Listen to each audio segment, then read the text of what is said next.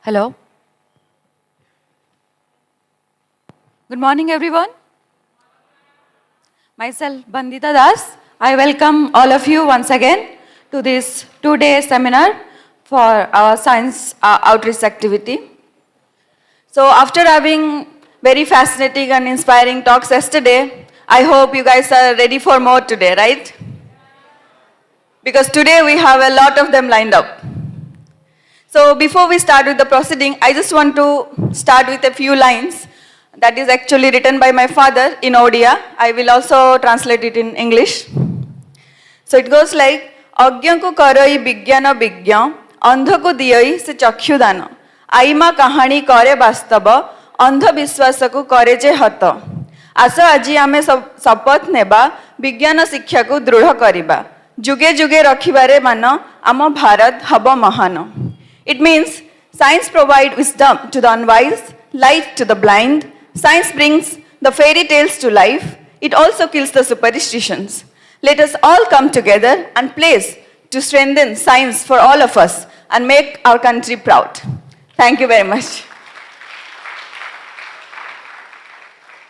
So without further delay, let us start our program.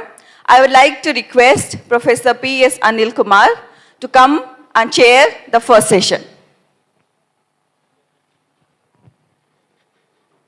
Good morning, all of you.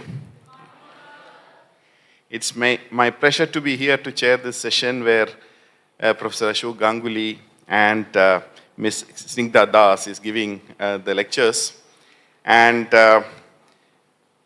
first of all, let me thank ISER Berhampur taking such an initiative to bring all of us here to talk to the students to share some of the excitements.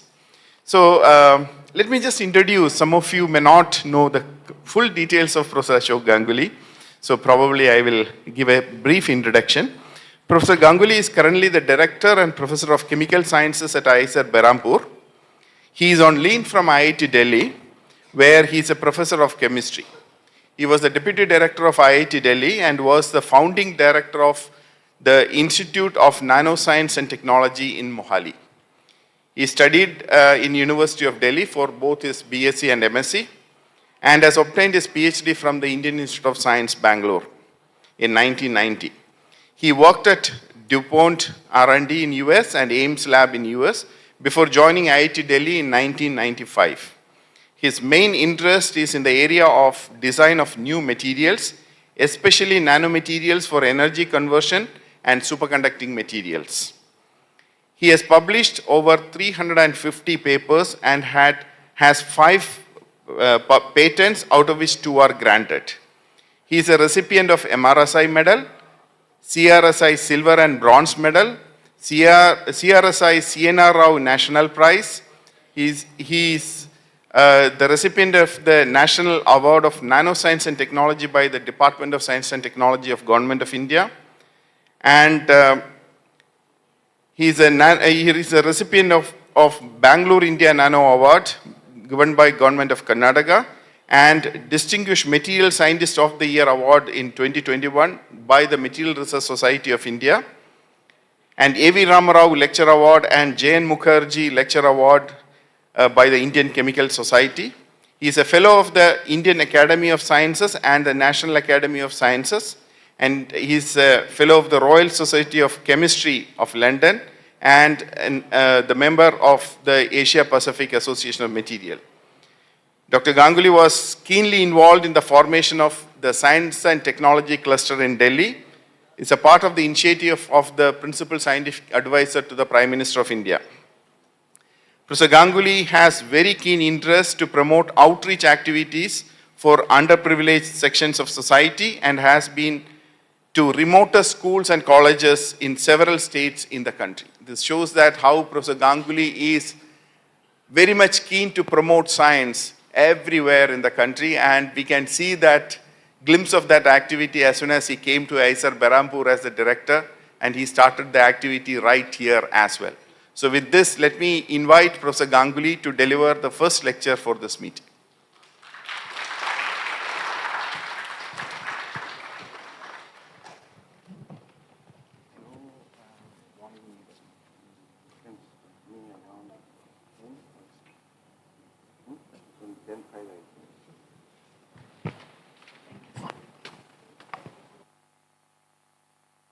morning, everybody. Can you hear me? Is it working?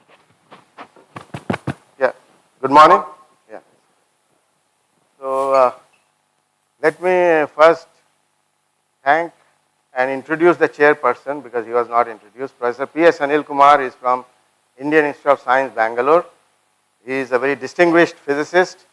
He works on spintronics and magnetism. It is forte. And he is also the General Secretary of the Materials Research Society of India. Also, he is the Dean Administration at Indian Institute of Science. So he is a very, among the top experimental physicists of our country, Professor P.S. Anil Kumar. So good morning, everybody. And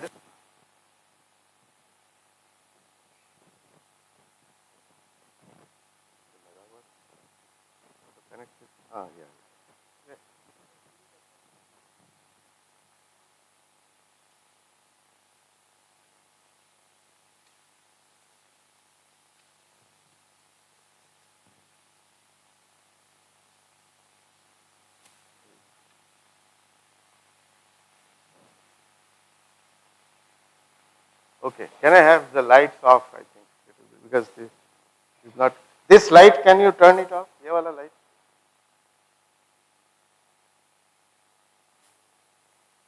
This is better. I think. So good morning, everybody, and I hope कल आपको बहुत मजा आया. तो मैं कोशिश करूंगा आज भी थोड़ा आपको बताने के लिए कि साइंस में क्या मजा है.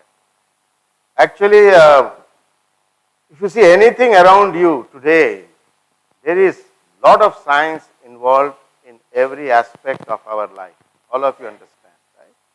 And if any of you want to become a scientist, the first thing you must realize is, do you have interest in observing things? Like, do you have interest in trying to understand things like why does a plane fly, such a heavy object, right? All of you must today, all the answers are known why the plane flies, right?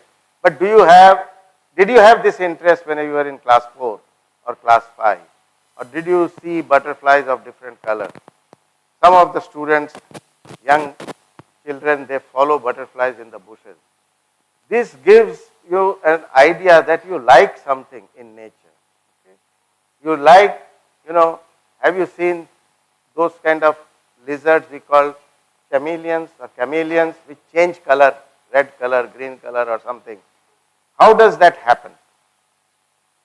If you observe, then you start thinking. And those who observe and start thinking, you realize that you have interest in science. You certainly have interest in science. And if you have interest in anything, you will do well later on. If you have interest in business, you will do well in business. If you have interest in science, you will do well in science. If you have interest in sports, you will do well in. So first thing is you must have interest. And for science, the first thing that you need to understand yourself, do you like to observe things? And do you think sometimes ऐसे बच्चों को हम बोलते हैं कि ये थोड़ा सा पागल है, वो जंगल में भाग जाता है, इधर करता है, ऐसे when we were kids we were told like that. But actually they are very gifted kids or very special kids who have this ability. And as usually we have lot of children, you will all grow up to become some, but few will have that kind of eyesight to see finer aspects of these things. And they will one day become great scientists or doctors or engineers or something, where you have some passion and you start observing and thinking. Okay. Even if the answers are known today, but you start asking because it is not known to you. So most science begins from observation, and most science begins observing nature. That's how the father of science, who is he? We say Galileo, started his life by observing things and trying to answer why something is like this. Okay, you know, Galileo made his own telescope. He predicted the Milky Way, which we today with modern telescopes also he was quite accurate with those days in 1500 something 40. He made his own telescope, his own compass, his own thermometer. Right? Even today in 2023, if I ask go and make your telescope, you will need some time and maybe help from your teachers. So my point is, second point, that there is no constraint on anybody. You don't need big laboratories, big science, big institution. Your brain is the biggest laboratory. So Galileo did not have any big lab or anything, or 10 crores, 20 crores money, but he had a great mind. So all of you have been endowed with a brain. All of you have that. You don't need a great laboratory. If you start thinking, laboratory is there, nature, sky is there, trees are there, birds are there, animals. Can you see them and think something, why is this happening? This will charge you and then you contribute to something. There are many, many questions still unanswered. That is the fun of science. Observing, thinking, analyzing, giving rational answers, and then doing an experiment to prove that answer. Okay? So, let me try. Is science mein kya maza hai? So, you can start with many things. I don't know, can you see? This is a bottle in which there is a hole through which a laser is being shown. You can see the laser beam curving like that with the water. Okay, it tells you something. But there is lot of fun in doing this experiment. So science mein kya maza hai? All these things you can try. This is an experiment with cold water and cold and hot water. See the two things. If you have two cold water glasses and you mix them, one has a red dye, one has a blue dye, and see what happens. Because both are at the same temperature, right? They will diffuse, right? They will be mixing. But what happens when you have a hot water and a cold water? Okay? This tells you, it's a simple experiment, but it tells you laws of physics. Okay? Right? So, you had cold water and you had hot water. Now what will happen? And can you answer why? So there is a change in density with temperature, right? Okay.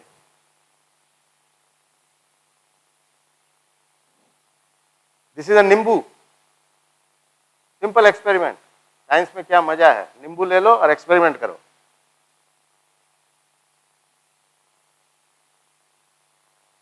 That is an LED type of thing. ना? क्या करेगा वो? एक में glow किया, दूसरे में glow नहीं किया. What does it mean? एक में करंट पास हो रहा है बिटवीन द टू इलेक्ट्रोड्स, एक में नहीं हो रहा है. तो क्या बताता है नींबू के बारे में? अंदर क्या है? So there is an electrolyte which is conducting. The other one is not. Simple experiment, but बहुत मजा है, right?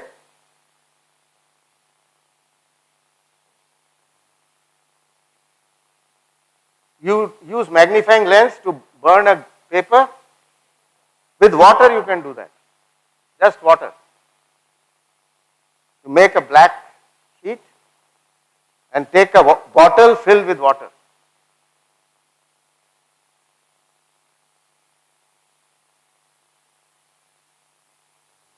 Caught fire. Very simple. Science में कितना मजा है. You will think मेरे को magnifying lens चाहिए. No. ये कोई भी गांव में कर सकता है.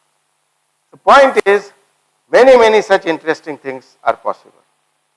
Now, I come to some very interesting things which are happening in plants or in human bodies. In the plant, this is sound has to come, sound. Let's take a closer look. Photosynthesis.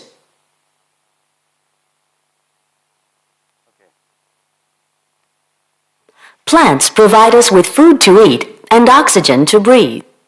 They perform this amazing feat by the process of photosynthesis. Imagine Let's you can take a closer enter look. the leaf. You can enter the- Photosynthesis requires carbon dioxide, which diffuses into the leaf through small pores and then enters the cells.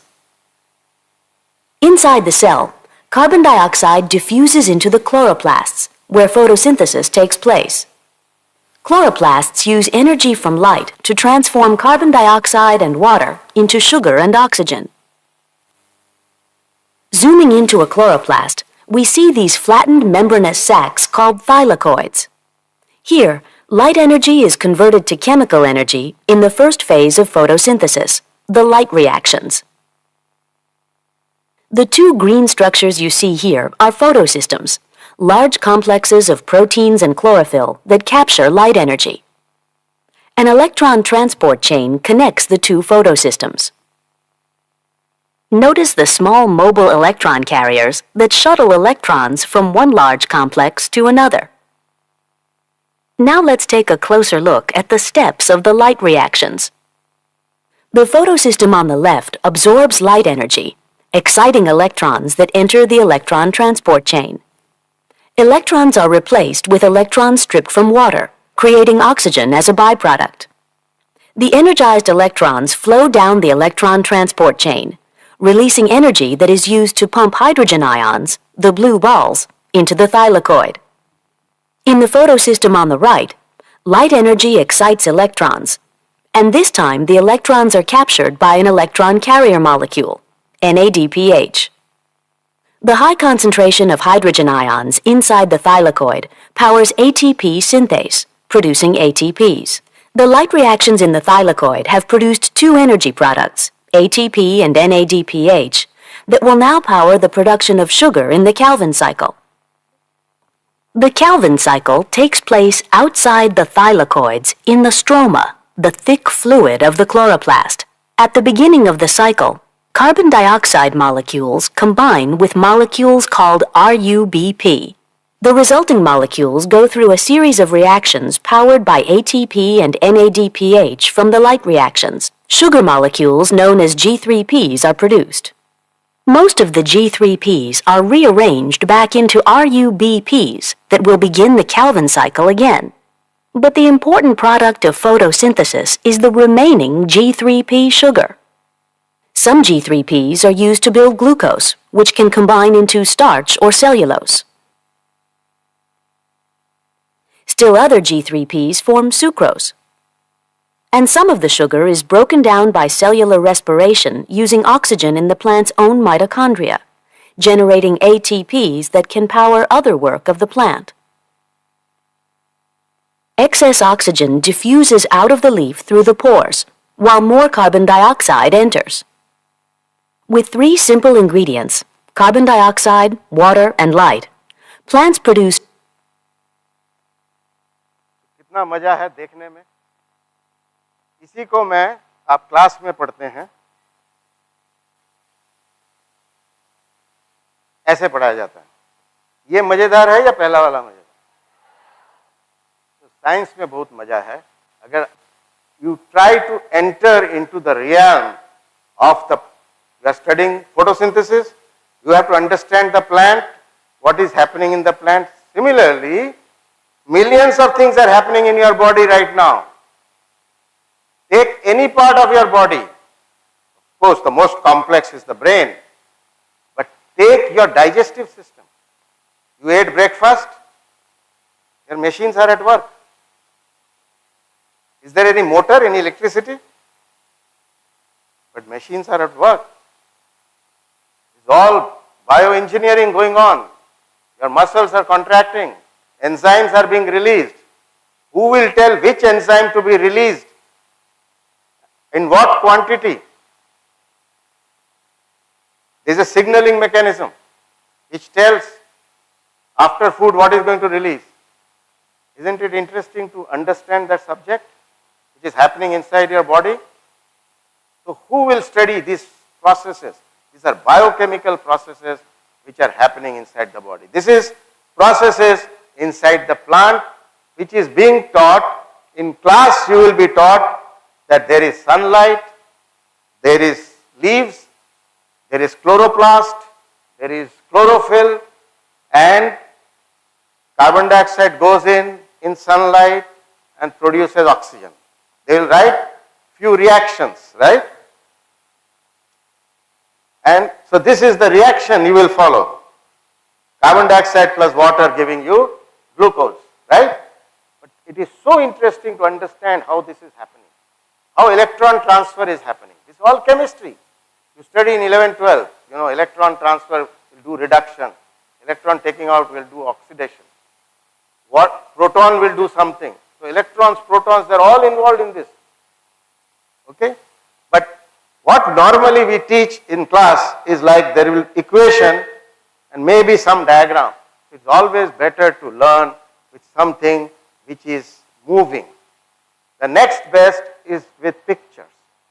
And the last is just writing or equation. So that's why science becomes very interesting because we understand, our brain understands images much better than sentences. Similarly, our brain understands moving things better than still images. Okay?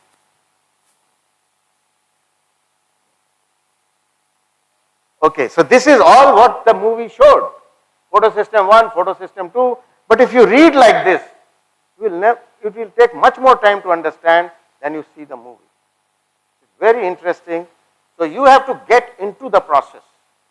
So imagine you become a very small object, like the size of carbon dioxide molecule. Right? Today we call nanoparticles. Then you can go inside the leaf. And if these nanoparticles can give you information, it is like you have gone inside the leaf. That's today's world. Can we send nano robots inside the body? They find out which cells are affected, etc. I was just telling you all this, what we study in school, in textbooks, the way you picturize makes a big difference. This is another thing. What is all this? Yesterday somebody mentioned this. And they asked you in Udiya, what do you call? One person. Jhadi poka. Jhurjhuri poka. Jhurjhuri. What is it? What is that? Jhuri jhuri appa. Oh, poko. Poka, Bengali is poka. Jhuri jhuri poko. Okay. So, by the way, I missed what I wanted to say.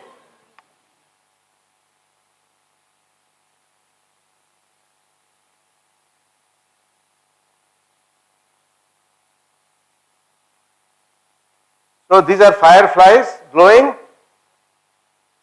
This is called cold light. Why is it called cold light? This is a molecule, luciferin. Luciferase, this conversion, oxygen goes in, luciferase becomes oxyluciferin. Oxyluciferin, when it goes back to luciferin, it gives out this light. This light is called cold light. Why is it cold light? Because there is no heat associated. This light bulb that you have, if you touch the light bulb, it's hot. That means the light is not completely coming out as light. It is coming out partially as heat. So that's what is cold light. So what do you want? Cold light because you get more light, more luminescence. Part of it is not being destroyed as heat. This is in squids in the sea. This is called bioluminescence. Yes. And they can illuminate themselves in different ways. When they want to attract their counterpart, they show some kind of light. When they want to scare away somebody, it has a counter illumination. Imagine how beautiful nature has made them, that they have two types of kind of LED lights. One when they want to attract, another when they want to turn away the predator. Two types of lighting in the same organism. Amazing. Think about the structure. If you want to make in a lab, make a fish which will glow under certain voltage, red colors under certain voltage, blue color, and imagine the time and effort you will take. nature is making it naturally. Okay? Today, we do all these things, imaging, for observing some tissues or cells inside the body. So can you put a drug inside the body which will only target a tumor cell? Then I can see where is the tumor cell. So this is the subject of today, which is called biophotonics or bioimaging, where you put some particle which can give out light only when it goes to a specific site, and it will, wherever it goes, I can check on my computer monitor that in my liver, top of the part of the liver, there is some glow. That means that particle has gone there. Those particles are only attaching to some cells which are abnormal cells. Cancer has abnormal cells, right? So, can you make? This is a very important area of today, and little bit I am also working. This is UCNP, means up converted nanoparticles. So, nanoparticles which can be sent inside the body, and from there it can send some light. Up converted means you are actually using a low energy laser, because high energy you can't put in the body. So low energy laser, but the particle has ability, once the light comes in, it will up convert. That means it will double the frequency of light or something. Okay. So this is modern technology, imaging with nanoparticles. But in nature, it is already there in bioluminescence, etc.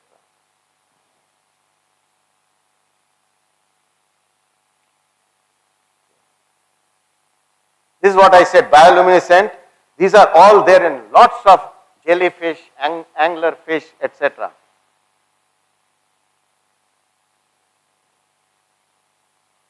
I already, and this is chemistry. You all study organic chemistry, right? You will be studying this kind of molecules. What in an imidazole group? You know imidazole group? You will have a 5-membered ring with a nitrogen. This is a thioimidazole group with a aromatic 6-membered ring. What is it called? My organic chemistry is not good. Uday, this is thiobenzimidazole. Am I right? Benzothiazole. Why is it called thiazole? Because sulfur is there in the ring. Okay? This is basic chemistry. But you see, it is in our life, in those things. So all these kind of molecules organic chemists make in the lab. They tell you that it is easy to make a 6-membered ring, but much more difficult to make a 4-membered ring, because it is highly constrained. 90-degree angle is not good, because 120-degree angle is good by in basic chemistry, class 8-9 chemistry. Why is it good? Because it gives you sp2 hybridization. It's possible, right? Easy, right? Carbon can do. So you see that kind of benzene and aromatic rings are there. But to make cyclobutane or cyclobutyl derivatives is much more challenging. Cyclopropyl derivative, much more. So when you do MSc in organic chemistry and then PhD, they will be designing this kind of complex molecules which are present in your body or are present in drugs, etc.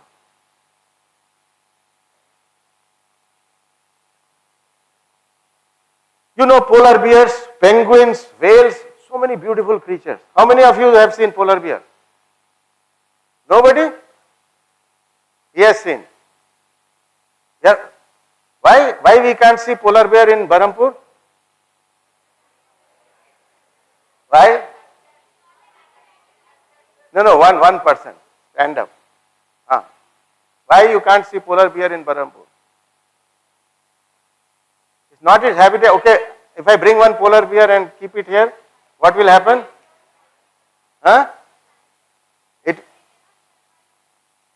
They cannot survive the heat. They are built naturally for very, very low temperatures. So polar bear are there in zoos, but you have to keep it in a controlled environment where ice is there, temperatures -20, etc. Are there zoos like this? Do you know? Do we have such places where I can see a polar bear inside?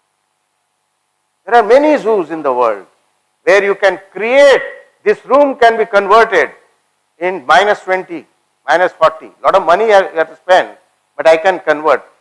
Who can do that? It is science. You learn in physics, cryogenics, that is the subject, how to get low temperature. In this room also I can create ice. But you have to spend energy to take out the energy and low temperature physics. So everything is connected. To make a zoo like that, you need engineers who know the art of maintaining ice at very low temperature. Then I can have a polar bear. Okay? Penguins are the same thing. I have seen many zoos in Singapore, in USA, where they will have penguins and all that. There will be in this room, on top, there is a glass, on top a whale is there. You can see the whale is. So when you grow up and you all travel the world, you will see these are called world-class aquariums, where you will have all these whales, sharks, inside glass. Imagine the amount of water it is holding. Who will design this? Can an architect design, ordinary architect who designs buildings? Can he design this? He needs to know laws of physics. How much water pressure will come on that wall? He needs to calculate. That's why you need to study physics. If this room I fill with water and I put a glass, I need to know how much pressure will be there on the glass and what kind of glass I can use, how thick. So all these things are there. Can you see one thing? They are on ice, but there is no formation of ice on the penguins or the polar bears. That's also science. Nature has made them like that. Their body is super hydrophobic. What it means? Water cannot stand on their body. It will flow down. If water doesn't stand, ice will not form. That is nature's way. Okay? Even when you take bath, if you have hair, sometimes you will see water droplets forming. It will be there. That is because those hairs are making your skin hydrophobic. Okay? So it's a beautiful science in all these organisms, and you can see them in places like Alaska. I've been to Alaska, but I have not gone to the North Pole or South Pole. But if you have a chance, you still have time. You have another 50, 60, 70 years, you will all be there. So plan from today, 10 years from now, I'll go to North Pole or I'll go to South Pole. From India also people go, from National Institute of Oceanography in Goa. We have ships, and there is an advertisement in the newspaper before they plan. If you want to go, you have to give a proposal. What experiments will you do? Then they will decide who all from India will go in that ship and stay in the South Pole. You can see, meet all these friends.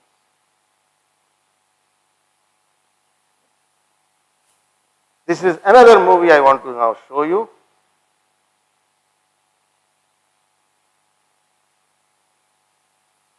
This is DNA and its classic double helix form. All of you have heard of DNA. Crystallography, so it's an accurate model of DNA. You know, DNA If we replicates. unwind the double helix and unzip the two strands, you see these things that look like teeth. Those are the letters of genetic code, the 25,000 genes you've got written in your DNA. This is what they typically talk about, the genetic code. This is what they're talking about. But I want to talk about a different aspect of DNA science, and that is the physical nature of DNA. And it's these two strands that run in opposite directions for reasons I can't go into right MIT now. professor. But they physically run in opposite directions, which creates a number of complications for your living cells, as you're about to see, most particularly when DNA is being copied. And so what I'm about to show you is an accurate representation of the actual DNA replication machine that's occurring right now inside your body, at least 2002 This is biology. a machine So in our body. DNA is entering the production It's line happening from all the the left-hand time. side, and it hits this collection, this miniature biochemical machines that are pulling apart the DNA strand and making an exact copy. This is the so machine. DNA comes in, it hits this DNA comes blue in, donut-shaped structure, and it's ripped apart into its two strands. One strand can be copied directly, and it can be seen spooling off down to the bottom there. But things aren't so simple for the other strand because it must be copied backwards. So it's thrown out repeatedly in these loops and copied one section at a time, creating two. This is not easy. It is not just splitting. It is splitting and it has to curve in a particular manner. Those who study biology, when you study this DNA, you will know what is called 3' and 5'. Am I right? Uday? So you will all be reading. It has to come back and attach properly. It is not just splitting. And then the second strand forming is not that easy. But nature is doing it millions of times in your body. If this stops, we all will be dead. DNA replication, this is one step, right? There are many, many such things. So this is a machine, natural machine. We have many, many machines in our body. These are all nano machines. Now in nanotechnology, we try to make nano-sized machines in the lab. But these nano machines exist naturally in the body. Okay?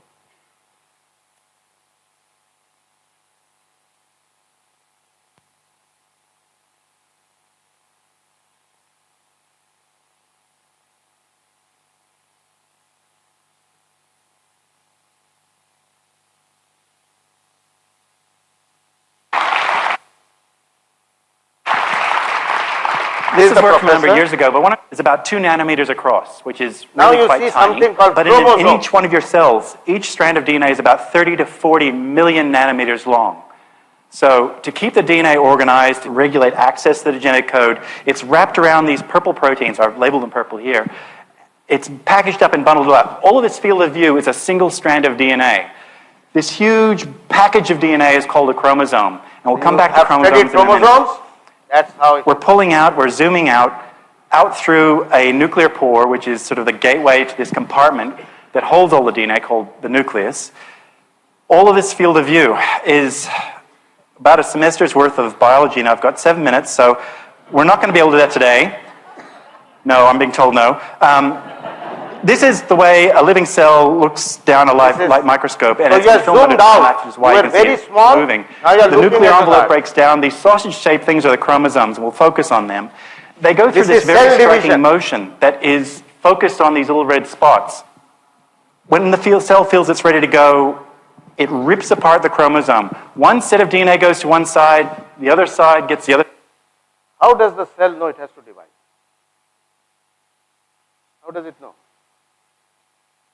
It's all signaling mechanism. Then only it will divide. It's all happening in your body. Somebody is telling the cell to divide. What is that? Scientists today have found out.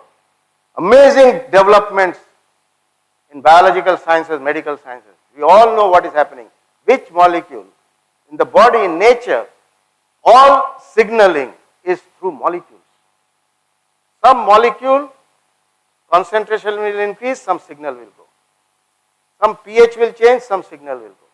In the body, every signaling mechanism, like here we say signals are through electricity or through light, flashes. In the body, it's all molecular information processing.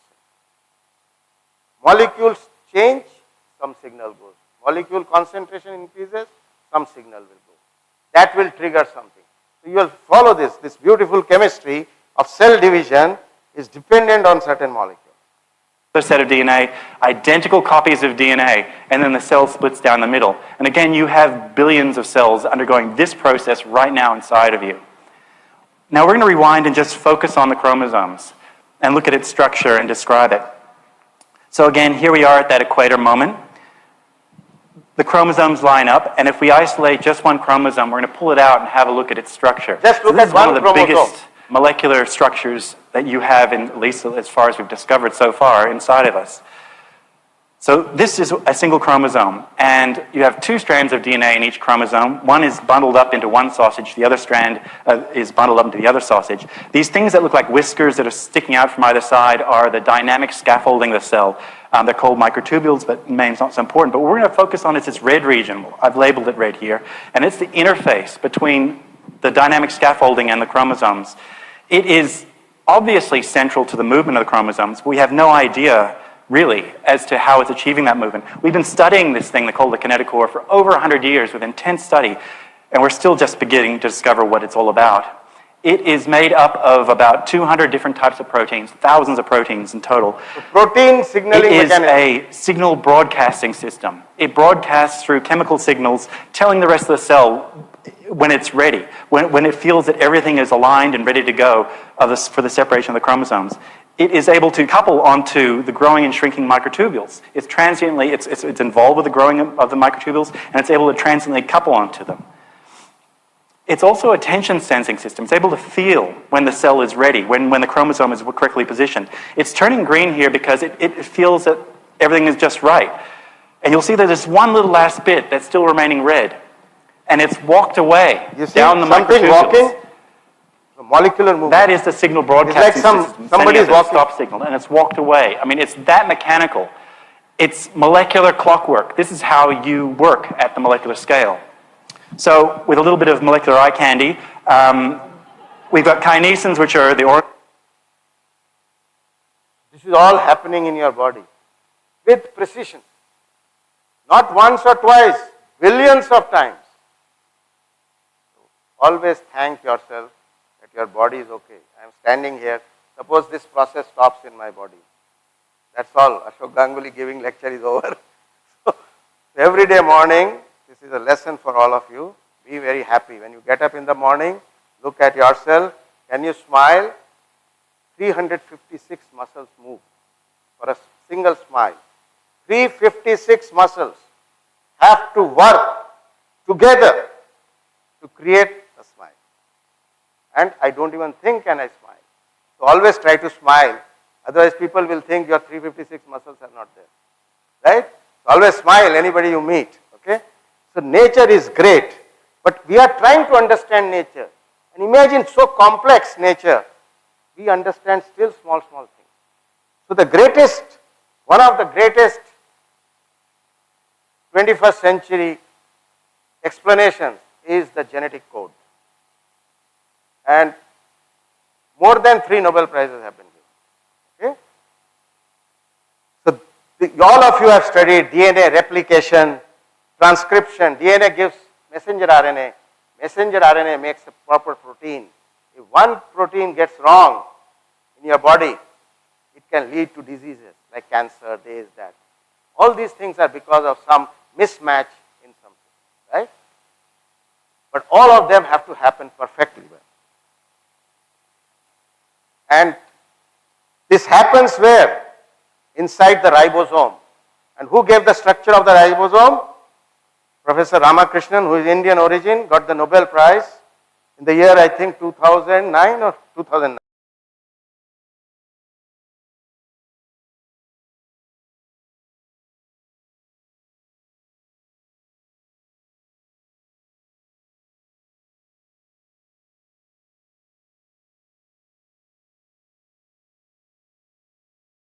From Ohio State University. And then he decided, I don't enjoy physics. He went to Berkeley or someplace and realized that he did a postdoc with some biophysicist, I think, in Caltech or Berkeley, then he went to Yale, I think these two places where he changed to biology. And then he worked at the world's best molecular biology lab, which is in Cambridge, the MRC, okay, and there he solved the structure of ribosome. Solving the structure of the ribosome is like you have solved what is inside a huge gigantic machine in which an assembly line of some product is being formed. That's one of the most challenging things that he solved, and of course he was given the Nobel Prize with 2 more people. Showing you another experiment. You see, it's a butterfly skin and he's putting light under one skin and the other one shows blue color. He changed the angle a little bit. The same butterfly. Okay? One is showing brown, the other is showing blue. That is the real butterfly. It's a very special butterfly. This is this big. I have seen it in a butterfly. We have, if you go abroad, in India also now in Delhi they are making a butterfly museum is there. So there will be like a small forest with all nets around so that butterflies cannot go and you can watch the butterflies. So, I'm moving slowly than the movie. So this giant butterfly changes its color to protect itself. When somebody who comes to eat it, it will become brown and stick to the branch. When it wants to meet its mate, it will make a bright blue color. How does it do? There is no blue pigment in the body. It's all nanotechnology. It has got nanostructures. If you look under the electron microscope, you will see these nanostructures.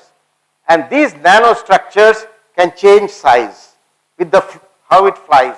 If it changes size, light falls on it and scatters, different wavelength you will see.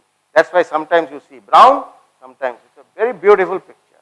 And it is also what we understand today in nanotechnology. Okay.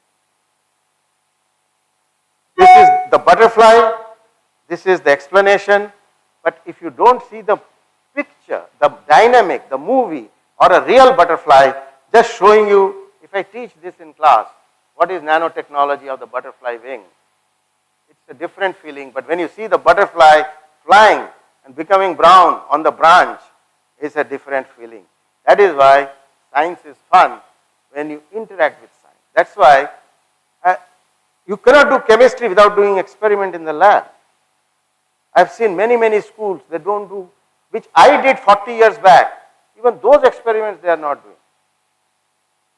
40, 45 years back we have done experiments, simple experiments. Unless you have a feel, what is it to pour water, what is it to pour acid into base, how to look at potassium hydroxide pellets. They are very dangerous, by the way, don't touch. You think acids are dangerous? Potassium hydroxide pellet is even more dangerous. It will burn your hand. Unless you have worked with them, how can you have an experience? It's an experiential learning, people say. No? You must have an experience. Why people say you should travel the world? Because that is experience, that is education. One time, traveling was education. People used to travel from China to India on horseback and all to learn. Okay? So traveling is also a very big education. You meet new people, you meet different type of food, etc. And that's a great education. All of you must have. So this is what we teach, that why butterfly can change color. With no blue color in its body, no blue pigment.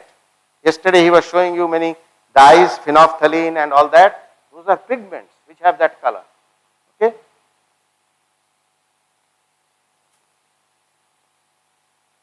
Today, learning from that we can make in our lab. We can make a polymer with different sized holes.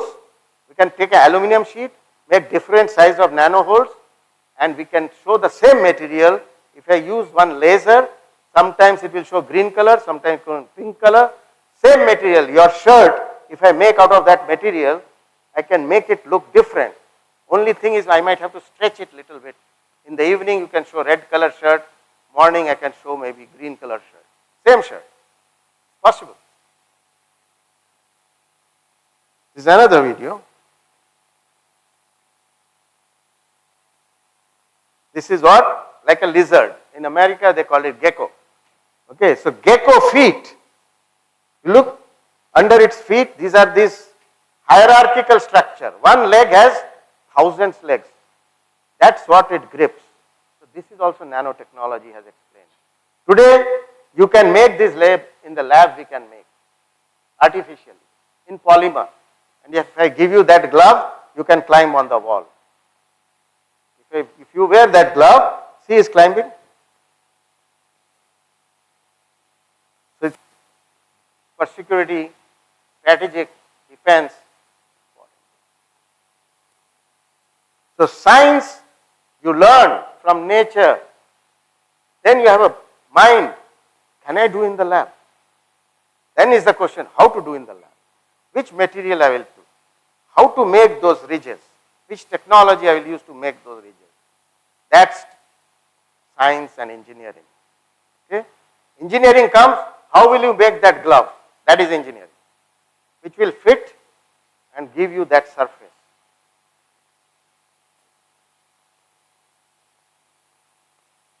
So this is the thing, all kinds of ants, the bigger the animal, more legs you need. So if I have to climb, I have to get at least 40 times or 60 times per square millimeter number of legs than the lizard, because I weigh 60 times more, 60 kgs, maybe why 60, maybe 600 times more. You may be 400 times, I am 600. Okay. So this is what people have made in the lab. Gecko tape. Gecko from the lizard tape. This is made, not today, 15 years back. Okay. 20 years back, 2003 paper I am quoting. Many things walk on water. Why do they walk on water? Because under the legs, again, these nanostructured hairs are there. They can trap water, air. If you have air, like you have a balloon, you can float on water. So these people walk on water because air is trapped within this hierarchical structure. You have lotus leaf. These are super hydrophobic surfaces. I was telling you penguins and all, water doesn't deposit, so no ice formation. That's all on lotus leaf. Why we eat on banana leaf? Why not in any other leaf? Because banana leaf is super hydrophobic. Like lotus leaf is even better, but lotus leaf everywhere in Ganjam district you will get. But in Delhi you will not get. You will have to buy lotus leaf import from Ganjam, right? Or you have to grow a pond. But here in near our main campus there are a lot of lotus ponds, beautiful leaves. Why lotus leaf is so good? Because if you look under the microscope, they have all these nanostructures. So water falls, water becomes a ball and rolls off. This is called super hydrophobic. I can do the experiment here. We used to do 10, 12 years back with school students. We'll have a super hydrophobic surface and put a drop of water with a red colored dye like a phenolphthalein, and you can see the red ball. It will shoot off it will fly off because the water doesn't want to be there. This is basic chemistry, surface chemistry. Why it doesn't want to be on the surface? Because the surface energy is very high. When you have that kind of surface, the surface energy is very high.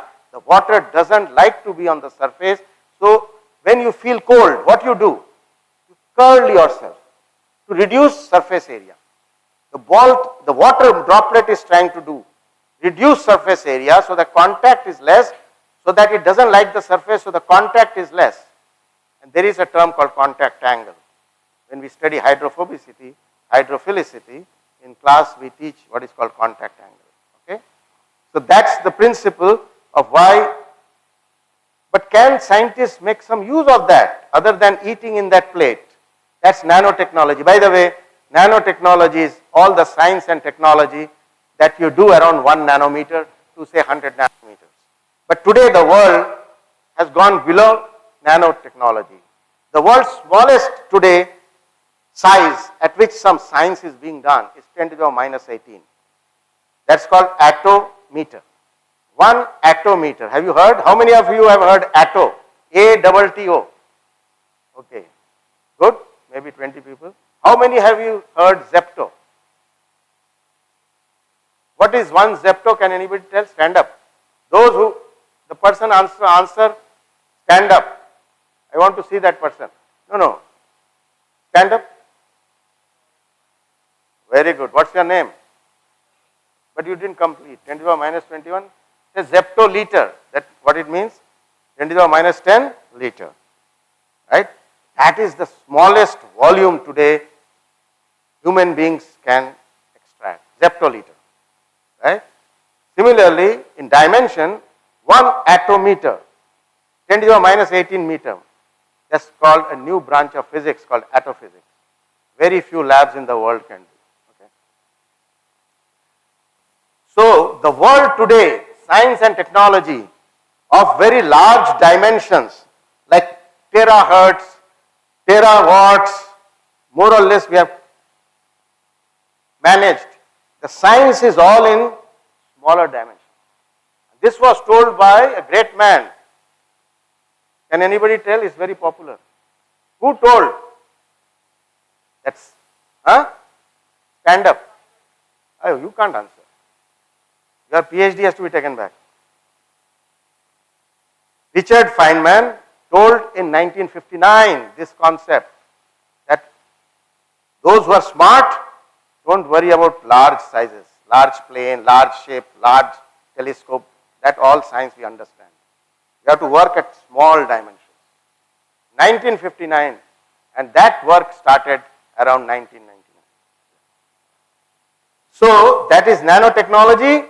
Today we have microscopes which cost around 30 crores, which can see within the atom also. Within the atom it can see if that microscope is properly working. You need a very special room, very, very special, to make it work like that. It costs 30 crores. You can go 40 crores also depending on the attachment. India has 12 of them. How many are working at that resolution? I don't know, because it's very difficult to make it work perfectly. Okay? But the best labs in the world, I visited a lab in Finland where the microscope is somewhere and the person who operates is sitting somewhere far away, so that even he breathes will cause disturbance to the microscope. The microscope is isolated, then only you can see within the atom. Okay? The operator is in a different room. Nobody comes near that room. The microscope is isolated only through commands. Through computer you control the microscope. Then you get that resolution within the atom. Okay? What is the other one? Giant telescope. You are trying to get the most feeble signals coming from the edge of the universe. How do we find them? In the massive noise. So you have this large, giant radio astronomy, which will capture these signals. So we have all kinds of technology today. This is super hydrophobicity, which I said what use is lotus plant. We can make smart glasses.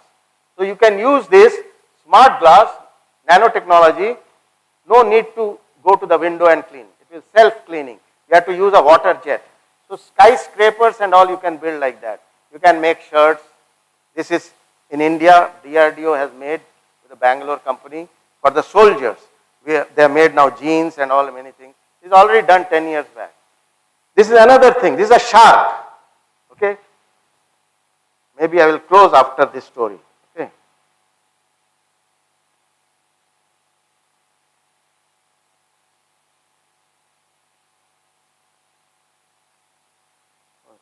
Doesn't work.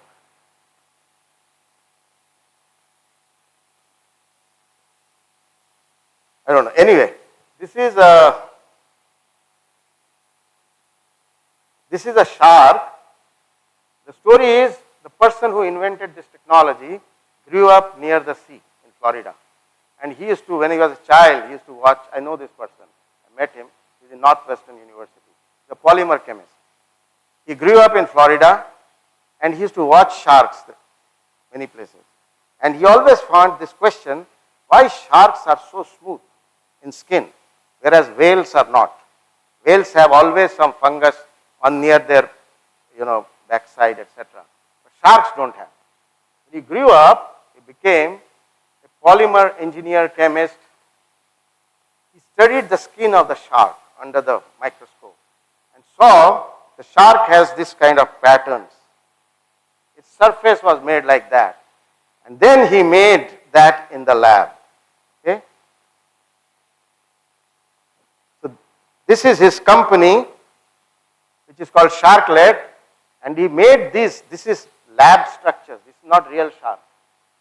A polymer sheet, and what does he show? This will not have any bacterial infection. But if it does not have these structures, then you will have bacterial colonies. So the nanostructures on the body of the shark prevent the fungal, etc. So I have to close. I have other stories of penguins.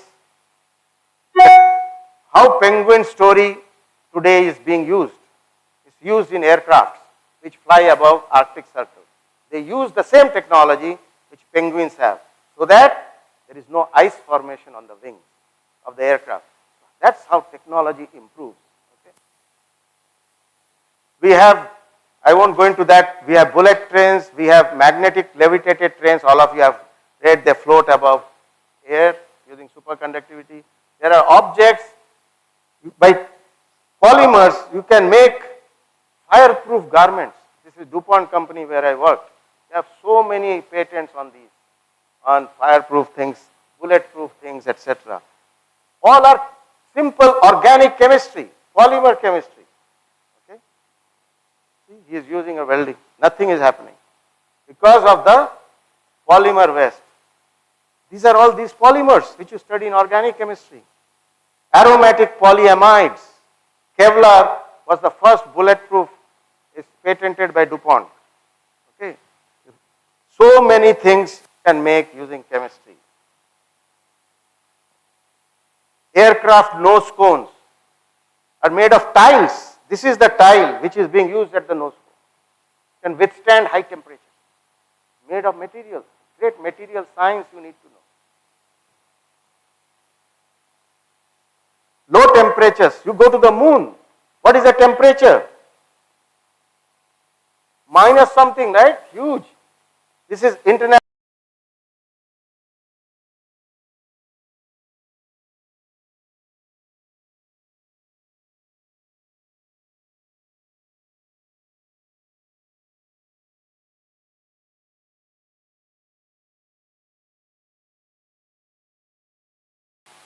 And it is having some tubes which is carrying his urine, something carrying electrical wires for maybe some communication. This all human mind has created after studying nature. All is organic chemistry, all polymers, basic organic chemistry. We know on the moon there is no oxygen. On earth we have oxygen. How to recreate that? We can do in the lab. We can create the condition of the moon inside the box and do experiments. Of course, in NASA or ISRO, this box will become like a room. And they can control exact conditions what is there in the moon. And you can study. This is called terahertz spectroscopy. This is invented by man. There was no terahertz spectroscopy. Terahertz radiation was unknown. This is laboratory generated. We knew infrared, we know ultraviolet, microwave, but terahertz was created by man or woman. So I want to stop because there is a lot of things I have. I just want to go last two slides. Look at 200 years only, we had no electricity. Today we are on the Mars, moon. 200 years only is the development you see. Imagine what next 20 years will be. Each 10 years we are not doing much. And there are still many, many things you can find out. So this story I already told you. You need a great brain, not necessary you have a great lab, but start thinking. These are the problems you should think. These are the problems of tomorrow. All of you should think problems of tomorrow. The last thing is enjoy your life. Every day is one day less than you're gone. You will never get back. 17th of November 2023. Thank you very much.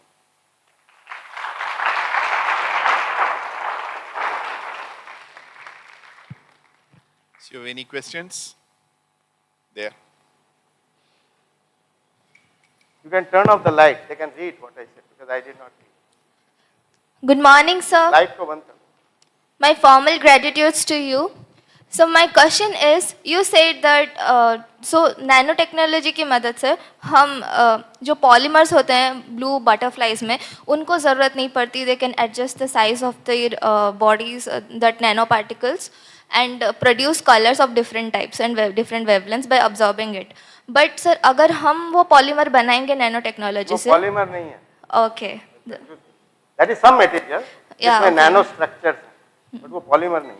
Okay, so nano structures को wavelength मतलब size को कैसे change करेंगे so that कि वो particular wavelength को observe कर पाए? साइज चेंज करने के लिए एक्सटर्नल स्टिमुलाई देना पड़ेगा, या तो लाइट, मैग्नेटिक फील्ड, प्रेशर, अलग अलग. There are all kinds of things. pH change, anything changing is a stimuli. So under say pH 7 there is something, you change it to pH 5 it becomes something else. That is a pH sensitive thing. Temperature, something at 43, the nanopores are of say 20 nanometers. You change the temperature to 22, if the nanopores become half of the size, that is called thermoresponsive. So you need an external stimulus. You shine light, The color different wavelength, it may change. So magnetic field, Many things are there. Yeah. Thank you, sir. Yeah, there's a question there, back. So this girl also. Yeah. Happy morning sir sir जैसे कि आपने कहा with science nothing seems impossible और science हर जगह है तो sir क्या हम ये सोच सकते हैं कि विद साइंस हम इन फ्यूचर ईयर्स हम इस यूनिवर्स को जिसको हम अगर कोई पूछे तो हम बोलते हैं कि वो बहुत बड़ा है नॉर्मल इन लेम लैंग्वेजेस तो क्या हम ये इमेजिन कर सकते हैं कि हम यूनिवर्स को भी मेजर कर पाएंगे with the help of science and उसमें जितने भी अननोन फैक्टर्स हैं हम उनको भी और डिस्कवर कर पाएंगे यूनिवर्स का साइज मेजर करना है। जी सर यूनिवर्स कितना बड़ा है और उसमें बहुत सारी ऐसे अननोन चीजें हैं या तो इस पे तो बहुत लोग पीएचडी कर चुके हैं, कर रहे हैं। Stephen Hawking also asked this question, where what happens after this universe finishes? What is the next universe or something? So ये very good big problem in physics. Those who study astrophysics, उनका ये problem है about the expanding universe. Because Big Bang theory अगर आप believe करो, so the universe was formed and then it is expanding with time. So this, if you want to talk to somebody who is very knowledgeable than me, I am not an expert in astrophysics, but yes, you have to talk to a real astrophysics also who is working on the expanding universe or what is beyond this universe. There are people who are working, there are some theories and you can read about those. Thank you sir good morning sir मेरा question ये है कि जैसे बहुत सारे suits बने हैं जो हमें हमारी बॉडी को प्रोटेक्ट करते हैं जैसे फायर सूट तो क्या ऐसा कोई सूट है जिससे हम जो सन रेज हैं जो हार्मफुल अच्छा यूवी रेज हैं उससे बच सकें? हाँ वो तो बहुत आसान है, उसके लिए सूट पहनने की जरूरत नहीं। You can buy some creams available, वो भी नैनो टेक्नोलॉजी है, वो आप लगा सकते हो। पहले वो जो प्लेयर्स पहनते थे ना ऑस्ट्रेलियन प्लेयर्स व्हाइट कलर के, वो बहुत बुरे हैं। आजकल ट्रांसपेरेंट आता है, you can wear and you won't know colour is seen. Titanium dioxide nano particles. Okay, there's a question here. Good morning, sir. Sir, you told about nanorobots, by using which we can enter the leaf and can observe the phenomenon occurring inside. So how is it So basically? this is an idea. I'm saying that you can do. Today there are objects which are very small size. So like entering a plant which has a micron sized pore, you can make an object which is smaller than micron, which is in nanometers, say 100 nanometers, 200 nanometers. And can you put it inside the pore and it goes to that chloroplast, thylakoids and observe this electron transfer and relay you the information. It is like the Mars rover going to Mars and giving you pictures.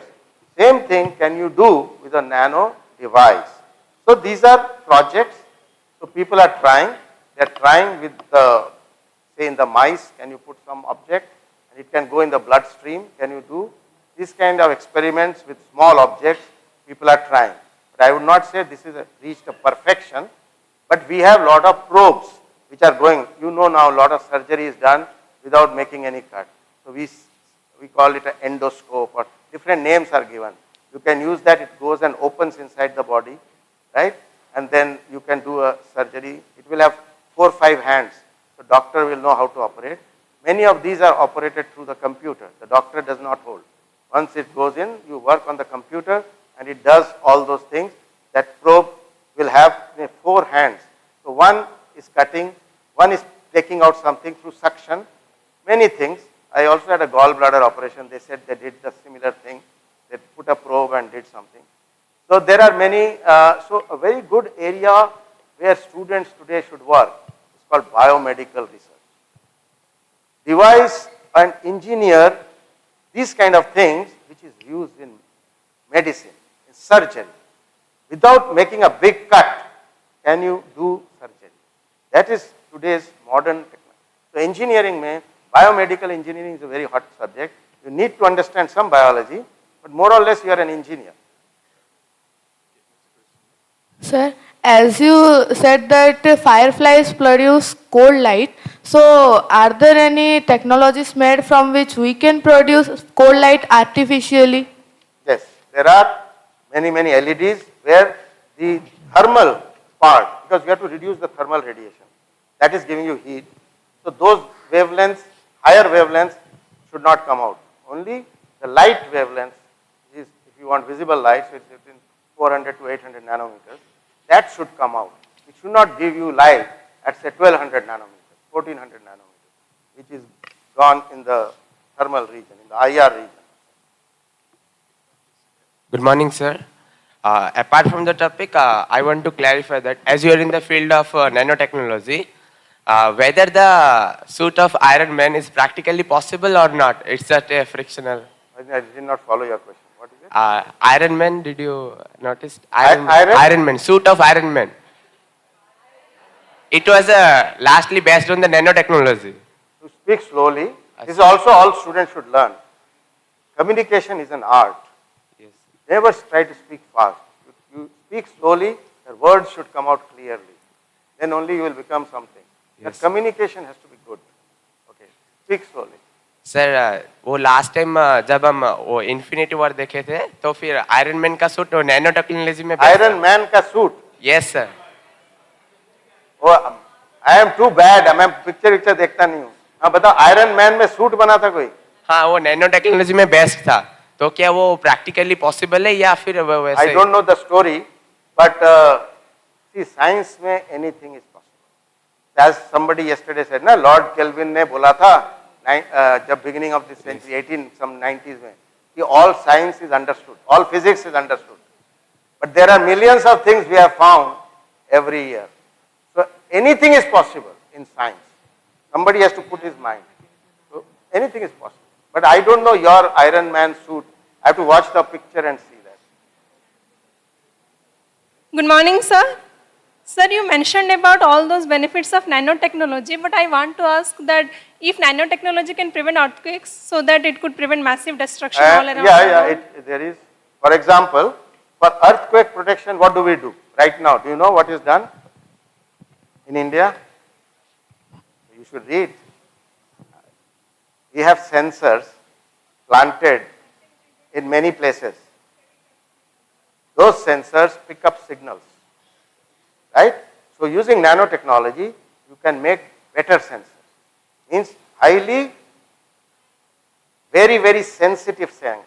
If something happens in Japan, that very mild, say even 4 on the Richter scale, right? But it picks up. And only thing, it has to pick up low signal and fast, and then relay. It's all engineering. Good morning, sir. You have given a talk over optical illusion. So my question is, can we develop some suits for the soldiers so that they can wear it, that can change its color according to the background to protect themselves? It is already done. Already done. Oops. There are such things because you can camouflage. It is called camouflage. It also uses physics, and these are called metamaterials. Okay, there are materials. You are standing there, na? But something you will be wearing or something will be there. It will appear you are standing there. So if I am enemy, I will fire at you. Not here, there, because it will appear to me you are standing there. That's all deviation of light waves.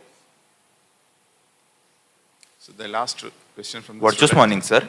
As we know, by watching videos and conducting real life experiments, we can understand things in better way.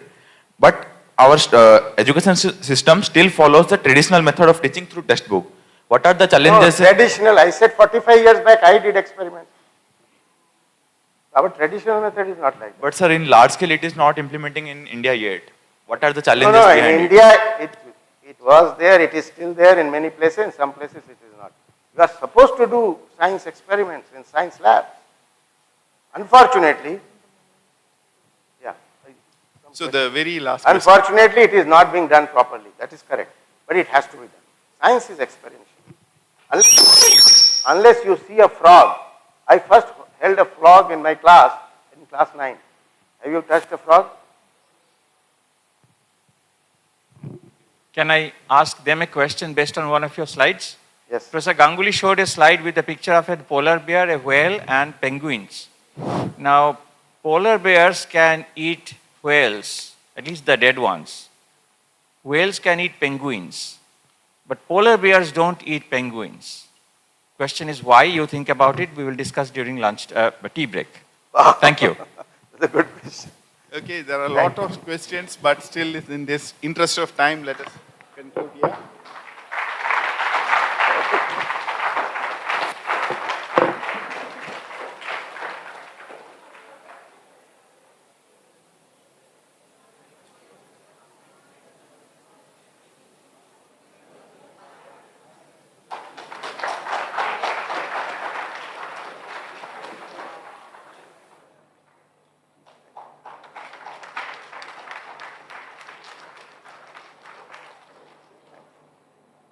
NGO at Hoshangabad and started an exciting, unique and relentless journey of learning by working with government middle school students. Srimati Das had an opportunity to work in different capacities in different institutions. She spent 5 years in HSTP program at Eklavya, 8 years into school teaching at different levels of teaching science, mathematics and English in the state of Sikkim. She also completed her B.Ed during this time. She spent 1 year in the faculty development unit at Sikkim Manipal University. Currently, she is at Vidya Bhavan from 12 years and is taking the work forward, sometimes as a teacher, sometimes a teacher educator and resource person, material developer, project coordinator, always a learner. In the meantime, she has contributed as a subject expert and edit EVS and school science textbooks in different state SCRTs. Telangana, for example, Telangana, Bihar, Chhattisgarh, Assam, etc. She also prepared worksheet for students and teacher manuals and conducted teacher trainings at some other states, including Odisha.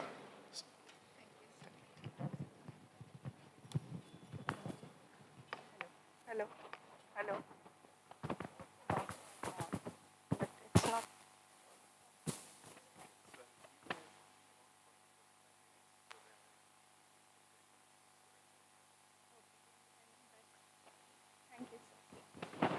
Hello. Hello. Hello. Is it clear?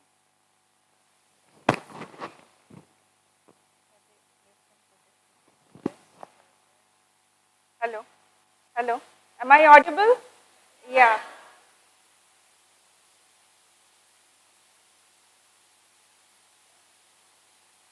Well, I don't need the lights because I'll have the slides here.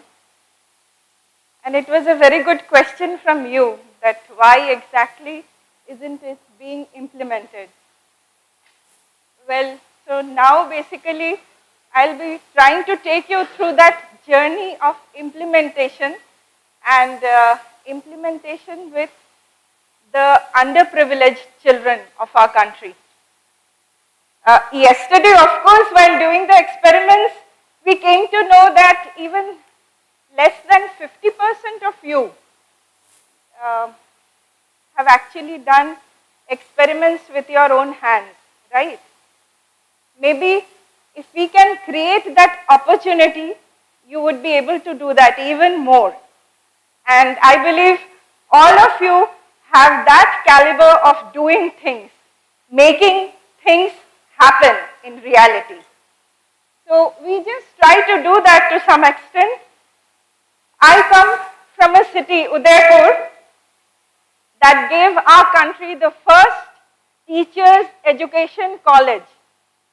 And I come to a city that gave this state the first engineer, women engineer of this state. Women engineer of Orissa. Some of you may be knowing, right? Anyone who would want to guess? The first woman engineer of Orissa. Anyone?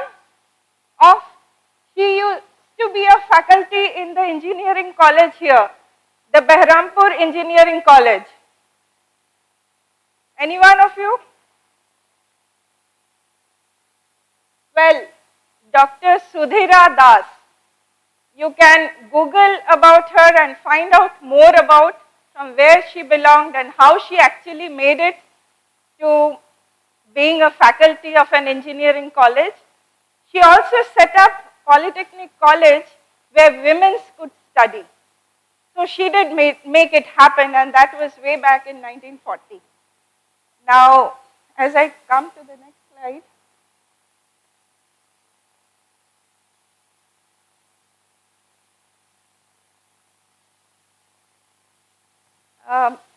see, Orissa has been harking me for quite some time.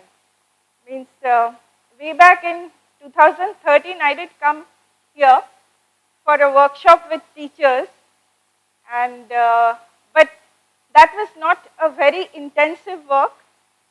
But from 2017, the work was more intensive. We would go down to the villages, and mostly in very interior areas, and go to the schools, and go to the teachers also, have workshops with children, have workshops with teachers, and I actually have included a couple of people. You can see in the extreme left-hand side, there's a mother and a son standing out there. They are from Musanal, and Musanal is a very, like a hamlet somewhere in the hills of Niyamgiri. And these people, they didn't have very good conditions around to keep me in a, like a proper place. Actually, they didn't have a hotel, nothing around. I would have to travel for 2 hours to go down to this place. But they just came up with this idea that why don't you stay at our place? We will try to provide you as much of the conditions as possible. I didn't really need anything because we had worked in even further interior places when I had started working in an NGO way back in 1997. So I just came up and said that, well, and he is Manish. He had lost his father at a very early age. His father was in the army, and his mother works in a school. And this fellow, I want to mention him for this particular reason, that he has that inherent ability to make different kinds of devices and do experiments in different ways. He's always thinking. He's always thinking of new things. But he is still in this village. He is now actually going about with his own business. He also works with Tata Trust. Means Tata Trust is funding, but this is basically another NGO in which he works. And he continues to popularize science. But just imagine the passion. So we need more and more passionate people like Manish. These are some glimpses from the workshops that we had with teachers.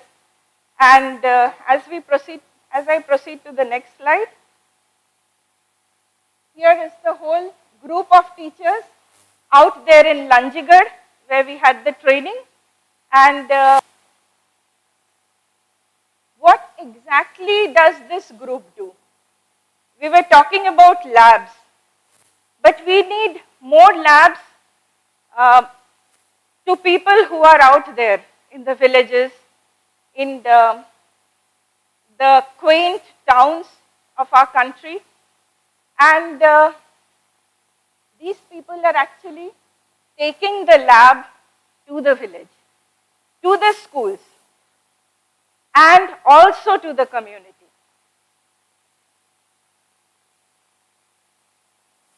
This is a whole bus that has been designed in a special way, and there are different types of instruments in it, and this goes to the school, it stays there for a whole day, and a lot of experiments are done in batches, different batches of children for the whole day. It's kind of a science mela that happens whenever this lab goes down, this mobile lab. And this happens for each school in their area. They have it for 2 days in a month.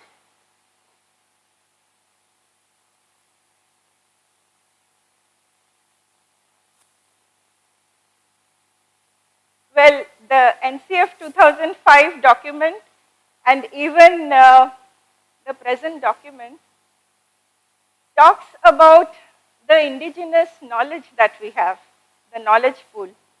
Well, this was a photograph I had clicked of a village on my way to a training at Kotgar, and this is where the Dongaria cones reside. And it is their infinite ability to use different kinds of tubers and different kinds of millets. One thing wonderful about them means that was really remarkable for me. They have their traditional attire. They are still that. And they go about their work in their own different way. It just raised a question in my mind while I was traveling through this area, that bringing their children to school, are we doing the right thing? Are we not delineating them in the name of providing opportunities? Are we providing them enough opportunities? Aren't they happy? There were all these questions. They have always been there, maybe in the minds of many educators. But well, I came to Orissa through 2 different organizations. Eklavya had approached Vidya Bhavan, and Vidya Bhavan sent me to Orissa. And I need to go back to that point where I started my own journey. And what was remarkable, most remarkable about this journey is, see, I was a pass out, a young pass out from post-graduation, got a double gold medal, and did my MPhil. And then when I went to this organization, in a village at a place called Shahapur, there was this 46-day long experiment that children of class 8 had done. They had, every alternate days, they had made diagrams, written detailed notes about each state. Think of the kind of research that children of class 8 could do, and that was way back in 1997. And this really did happen. To reach that school, we would have to walk about 2 kilometers. No vehicle would go. The school didn't have any table, desks or chairs or anything. The children would be sitting in tatpatti. Tatpatti are like wooden, you may have seen those wooden, sacks. If you cut the sacks and you just roll it out, that kind of a thing. And they did this. Collected the eggs of frog. They observed them over time. And it was a 46-day-long experiment. Of course, not all frogs will have a 46-day-long life cycle. It varies a lot, from about 8 weeks to about 19-20 weeks for different frog species. And we have around 400 frog species in India. In the world, of course, more than 3,000. So this kind of experiments were going on out there. There were science kits also. Another very interesting thing happened when I went to a school, a girls' school. Of course, these were all interventions in middle school science, and the name of that program has already been shared with you. Hoshangabad Science Teaching Program, that is how it came to be known. It started by the efforts of people like all the luminaries, eminent scientists, and among them was Dr. Anil Sadgopal of TIFR, who had this idea that science, because the Kothari Commission on Science Education also underlined this aspect that science is something that you have to do it with your own hands. But unfortunately, the opportunities for doing it is not available for the child. So from middle school, such efforts had been actually to do it in the secondary. There was this challenge that the board examinations were always there. Of course, 8th board was still there when Hoshangabad Science Teaching Program started in 1972. And what they did first was change the pattern of examination. Once the pattern of examination is changed, you create that opportunity for the child to explore. Then they started with the materials. So first things were written in cards. Then the cards were compiled. Why were they written in cards? Because they would pick up the cards, take it to the school, test whether it was comprehensible enough for the children, and then go ahead. And that is how slowly chapters were written. The books came to be known widely as Bal Vaigyanik. You will now get it online. You can just Google and find Bal Vaigyanik textbooks for class 6, 7 and 8. And the textbook didn't have just the science aspect. It was actually connected with mathematics and social science also. We had chapters from mathematics, like we had graphs, we had set theories, we had chapters on sets and grouping, we had chapter on probability. Because probability, without it, even the geneticists would find it difficult to find out what kind of expression can be there of a gene.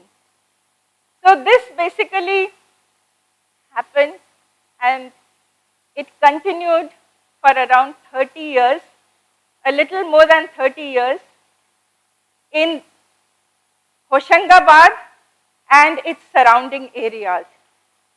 There were 13 districts, 500 schools, and 1 lakh students per year benefited from that program. Coming back to this experience in Kanyashala, I went during a rainy season. So walking through the village, I was almost like my up to the knee level, my feet was dug in the wet mud.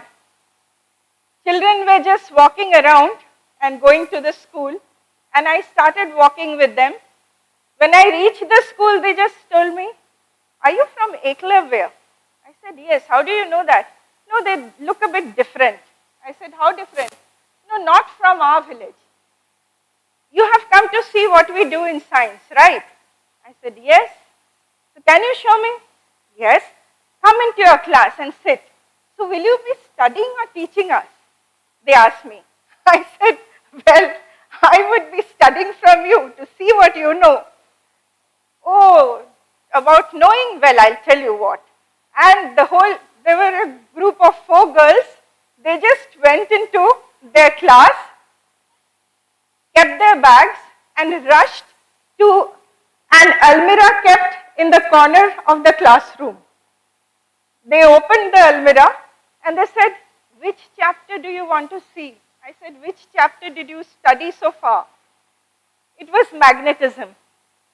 And they took out magnets and all that, and you know how to find out the North Pole and the South Pole of a magnet? Well, I said, you know? Okay, they asked me this question. You know it? How do you do it? Suspending it, right? And you have done it with your own hands? All of you have done it? Okay. So these children, they just suspended it and they showed me. Then they took out a magnetic compass and they showed me how it was, and several experiments thereafter. Just imagine the children handling the kit themselves. There was nobody to take care of the kit.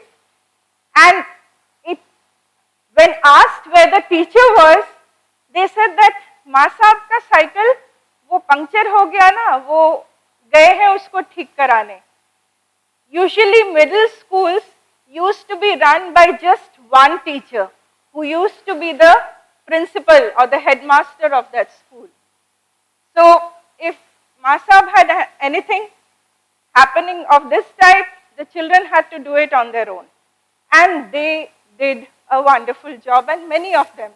And actually, this particular program that started in 1972, I had joined it in the fag ends, that is 1997, and it went up to 2002.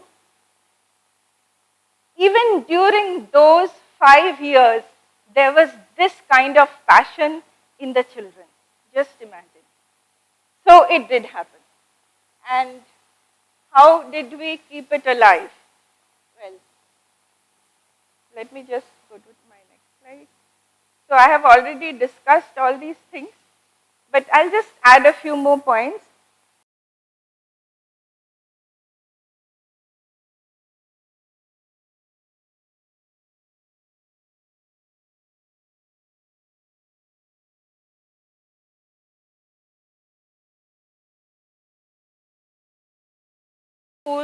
Do school follow-ups. They also came down for teacher training workshops.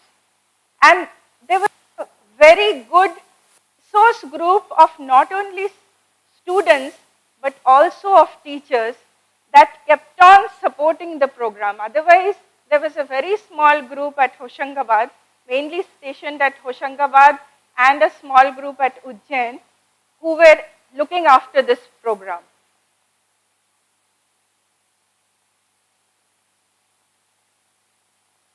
And then when a book stimulates you to do activities on your own, there will be plenty of questions. Asking questions is important indeed. But then what to do of the many questions that came up in the classroom? The teachers were overwhelmed by the questions. They would say, how are we going to teach the topic if there are so many questions in the class? And there are so many questions which we can't answer. What to do with all these questions?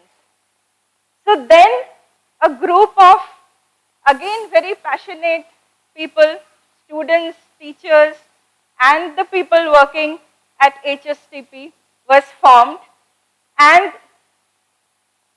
a design for a character was prepared. This particular design that you see on the extreme left, it is actually made by a teacher of this Hoshangabad science teaching program, and this particular figure is made by the questions of children. If you get the book online, you can zoom in and see that these are all different questions. With this figure was made, given the name of Savali Ram, and children's questions started being addressed, and a magazine for children started coming out. That was Chakmak. And in Chakmak, children started writing, and also educators started writing in easy languages so that children could actually read them. And Chakmak actually was also something that came from the villages. The children out there said that we want to have libraries so that we get an access to read different books. So we gave the onus to the children to open their own clubs where they can have their own library and activity center, and we call them Chakmak clubs. And from there, different kinds of articles, different kinds of experiences, different kinds of questions, and different kinds of the snapshots of experiments. We didn't have very good cameras then, but we ensured that each of these Chakmak club has one. And we would have it for our magazine, and that magazine went on. But we needed something for the teachers also. And thereafter we had two more magazines, the Sandarbh and Sroth, written in very easy language for the teacher or the educator. And these magazines are available online. Now, some of the questions that children ask.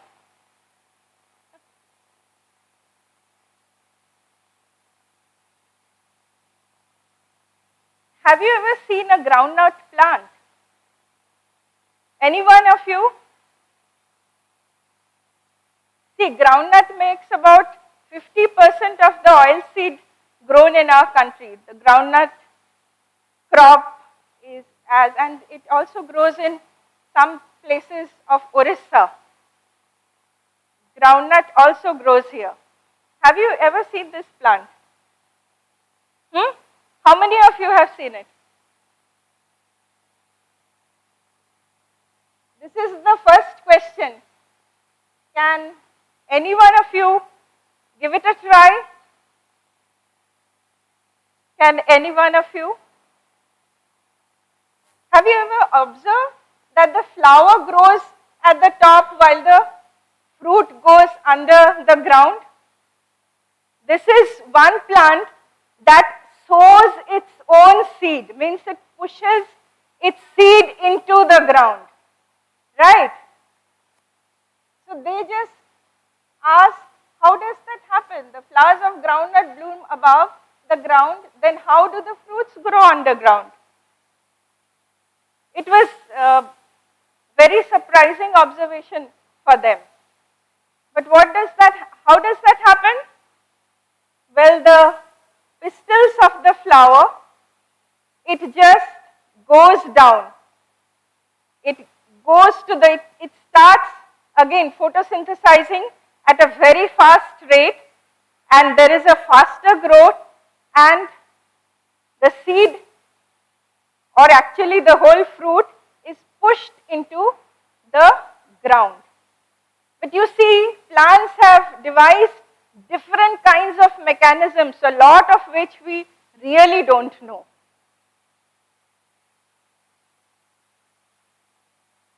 Have you ever seen mosquito eggs? Where can you see them? What is their color?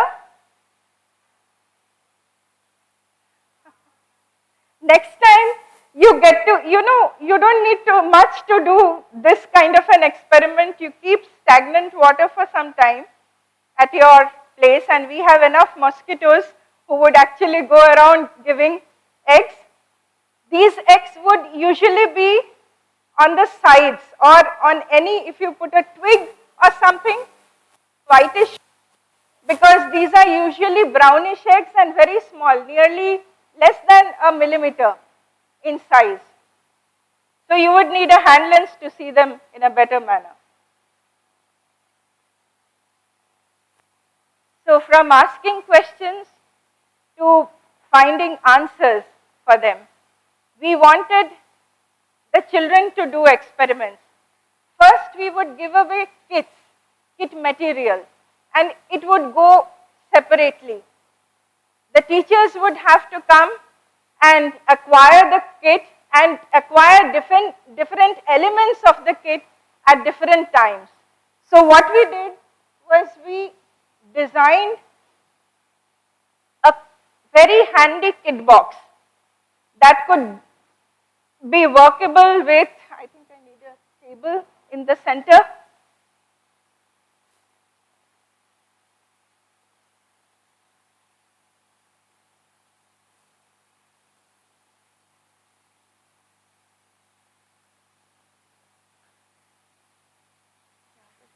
maybe, yeah.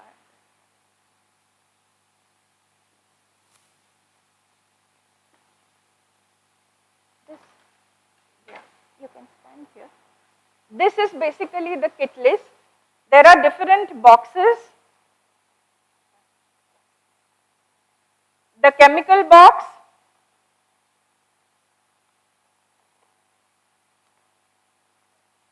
this is where it will help you to measure. It also has some elements that will help you to do work with the microscope. Sorry. This is the electromagnetic kit. You can go around and see this. The kit is kept here. If any one of you want to see it more closely, you can come in and see it. So now you can switch off the lights, please. I'll go back to. How did the kits help?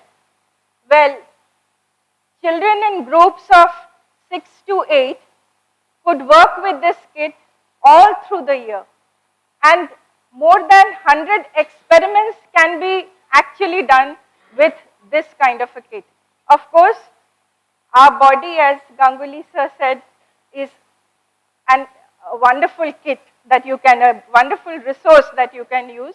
And Balvigyanik has chapters that stimulates you to count your number of bones, see what activities go on in your body, counting your pulse, looking at your blood vessels, kind of things.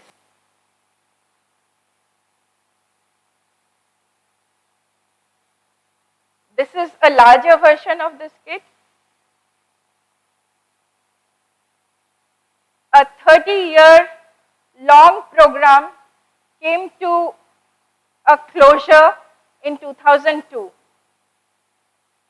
I won't go to the details of how it came to a closure because it was more politically motivated. But what really happened after that was most of the content of these books came to be visible in the NCERT textbooks because teams from Eklavya, they landed up in writing the NCERT textbooks, especially textbooks of middle and secondary level.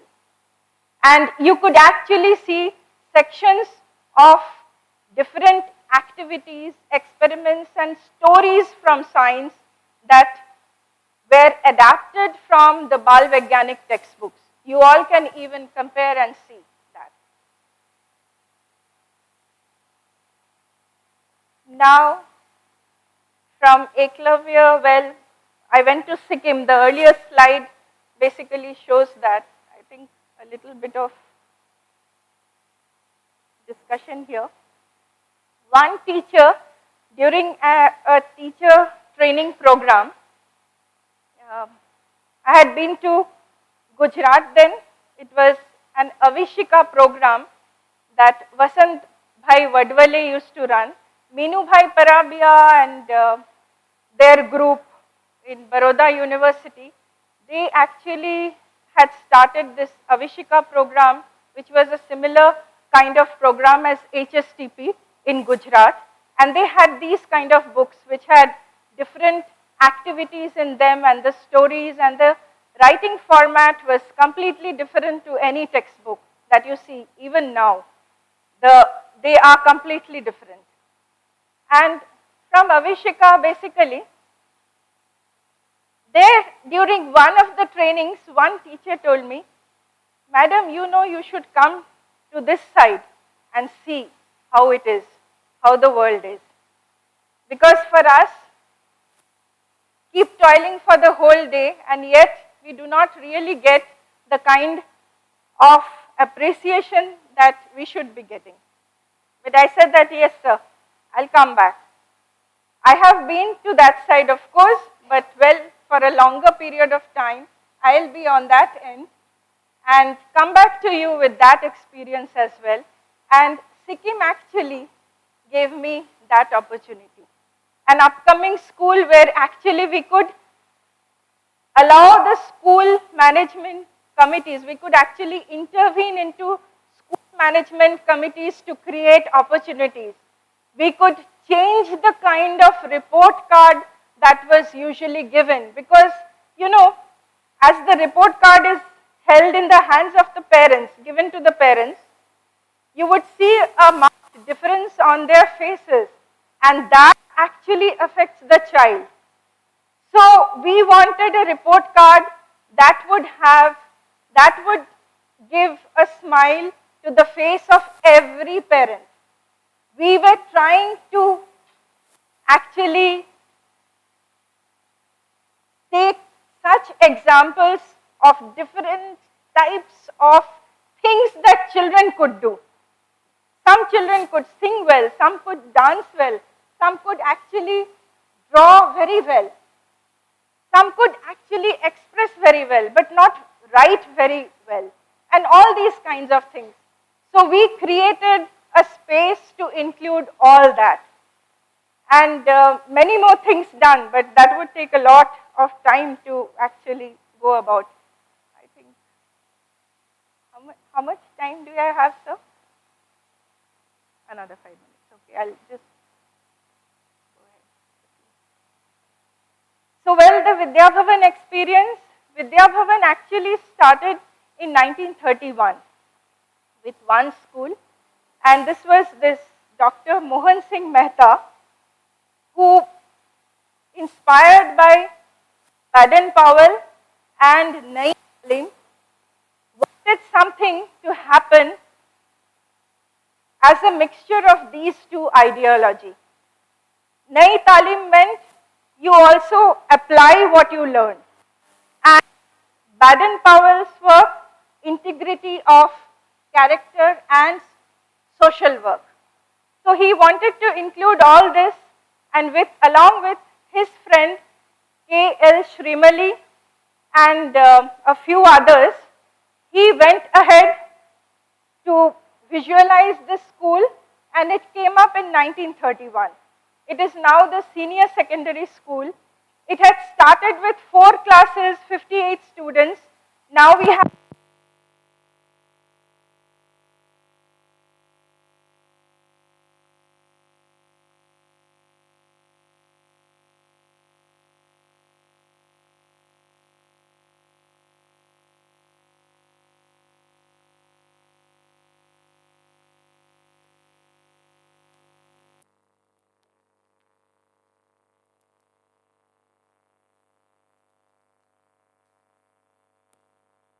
and okay, did it come back?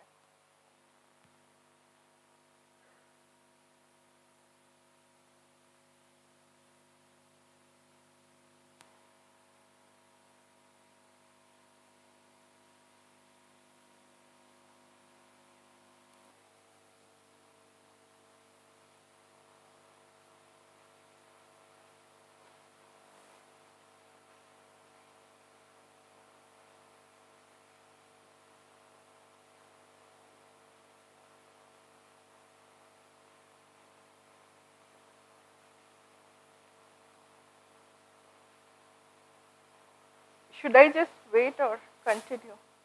I think I'd better, because I would like to show you a wall painting in the school. It was made way back in 1940s, and it was made by an artist, Govardhan G. Joshi, and he was a student of Nandalal Bose. Nandalal Bose, many of you may have heard. He used to illustrate for the magazines that would come out from the Tagore family. So we had all these kinds of the classrooms. All the walls of the classrooms had different kind of illustrations that would relate to life, that would relate to the interrelationships between different organisms, and also to the culture of that particular place. So this was the culture of Rajasthan, one on that. This was the kind of report card that was being used there. And what do we do now actually? See, apart from the textbooks that we managed to do with some state SCRTs like Telangana, Andhra, Bihar, Chhattisgarh, and of course many other states where we made worksheets, UP, Bihar, Haryana, Madhya Pradesh, and even Karnataka and Tamil Nadu. We did a lot of work with different states. We prepared worksheets for children. We also prepared some textbooks, the kits and all. We actually hold summer camps every year for children, mainly in the 64 government schools that we are working. And we reach out to about 1,200 students during the summer camps, and students from like ISER and TIFR and IISC and IITs, they come down to help us. ISER Mohali and ISER Pune have been sending a lot of students as volunteers to help us out during the camps. And so far we have been able to reach out to 16,000 students per year through camps, through regular classes, through support classes and everything. Every year we reach out to over 16,000 students. We also have the Bal Melas that I showed you, that something that happens there with the van in Odisha, and a lot of such work. So now a few pictures of what we do and our group here. And something that Vidya Bhavan has maintained its tradition about one shala, learning open. And this is the concept that is still carried out. Recently, groups from our schools, means all, inshallah, once again it's done, it's gone. But I wanted to show the last slide for a particular reason. I hope it comes back because it's very important. There was a book written by Dr. K.L. Shrimali, and it was Adventures in Education. The foreword of this book was written by Zakir Hussain, Dr. Zakir Hussain, who was the third president of our country, and then he was actually the faculty of Jamia Millia. I wanted to show you a few lines from the foreword, but unfortunately, this is not there. Okay.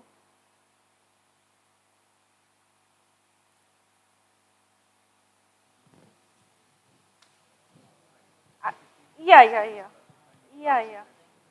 or I could read out that paper page.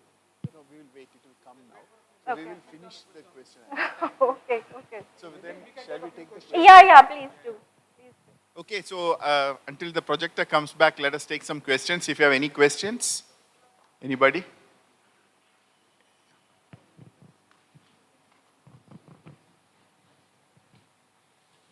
Make it short. Just morning, ma'am. First of all, a lot of regards and respect for what you do for the children in rural and remote areas. My question is, as a teenager, how can I contribute in this selfless work? You can be a volunteer. You can come down to the camps that we have, winter camps and summer camps. The summer camps are organized in May and June. Do you have exams during those days? But then you can come even within the year. We actually pay for the travel and we arrange for the stay. Thank you so much. Good morning, ma'am. Good morning, everyone. The field of research and development definitely plays a crucial role for popularizing the science among the youth. But this field of research is not getting that much importance, and it does not have the involvement of as many brilliant minds as it really deserves to have. So, as the talk was about interventions for science popularization, what are the various hindrances that need to be addressed to make this research field as popular and interesting as the other fields? What do you think?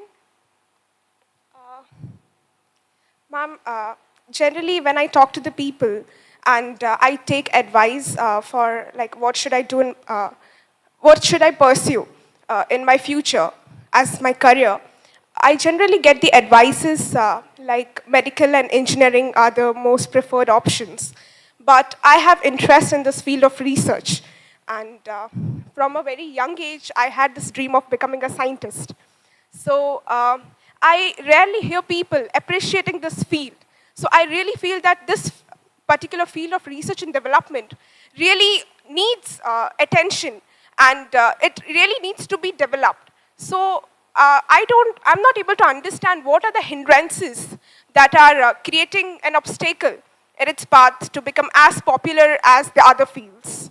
Well, I'd like to answer this in the terms of JBS Haldane.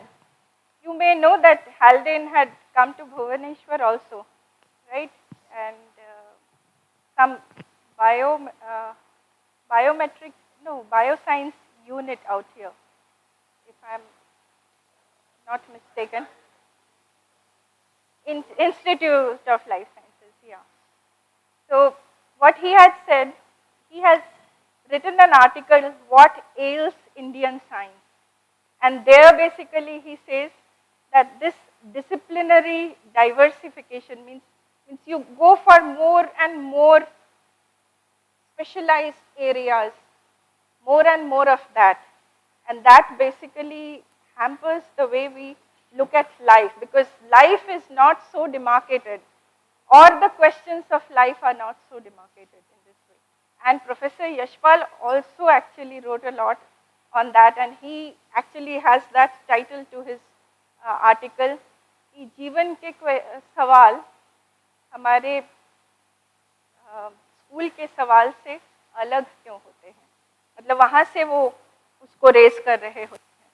But I'll tell you, maybe this was also a kind of question, and it have actually been in the minds of people who were bringing up these technological institutions in our country after post-independence.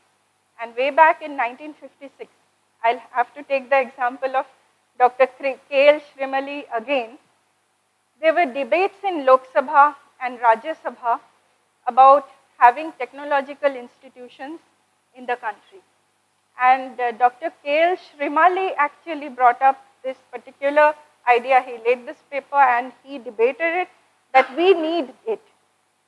We need it, and this has to be there, and technological institutions of excellence has to be there.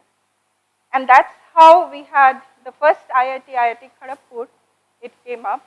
It was debated in 1956 somewhere. You have the Rajya Sabha papers available online. You can read it if you want to.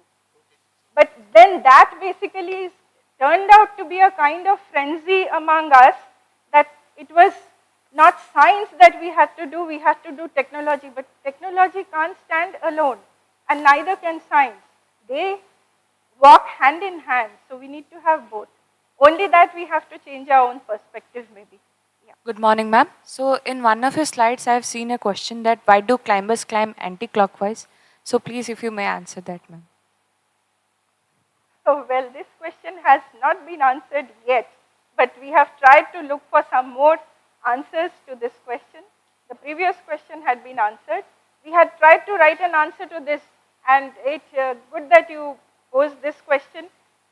Actually, a lot of people from Delhi University and CDRI Lucknow, they raked their brains, IISc also, they raked RT Chokse and all these people. They raked their brains about what exactly goes on, because some of them said that in the southern hemisphere it goes in the reverse direction, in the northern hemisphere it is like this. But actually when we come to observe more, we see that some plants grow in an anti-clockwise manner, while some plants grow in a clockwise manner, irrespective of the hemispheres. Okay, and you can look it up. You have the examples. The hop plant, it grows in clockwise direction. Okay, thank you. Madam, the screen has come. Maybe you can read that, then we will conclude. Yeah, I think I would leave the people of the audience to read it. I think it is visible to them. Okay. No? So this is from the foreword, and if you want to read the foreword, the book is also available online. You can download the PDF of the book and read it. And if anyone wants it, I have it with me. So thank you very much for patiently listening to me, and keep that passion and the spirit on in you. Okay, thank you. Okay. So now I would like to request Professor P.S. Anil Kumar to felicitate our speaker, Ms. Snigdha Das.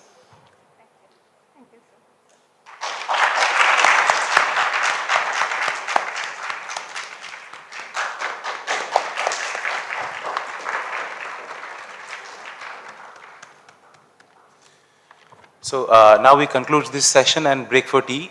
So please be, there is no time, the time is still 11:20, but I think that's too soon. So just go as soon as possible and come back so that we can resume our second session. Thank you.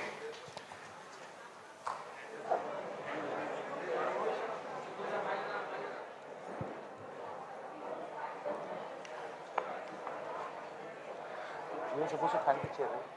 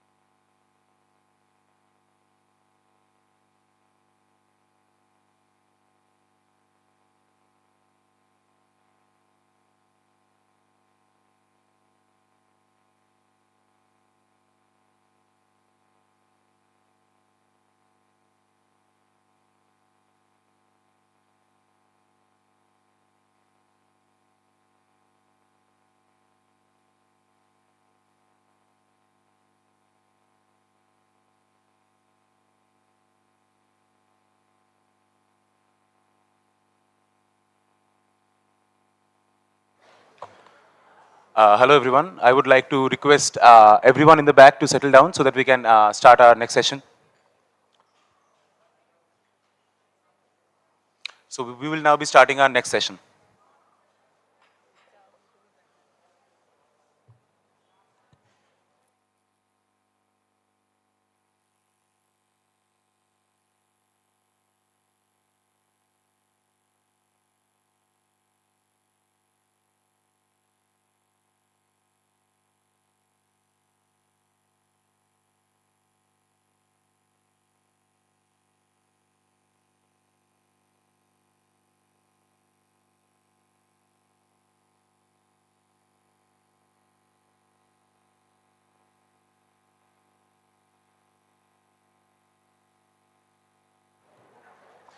Please settle down. We'll start our next session now.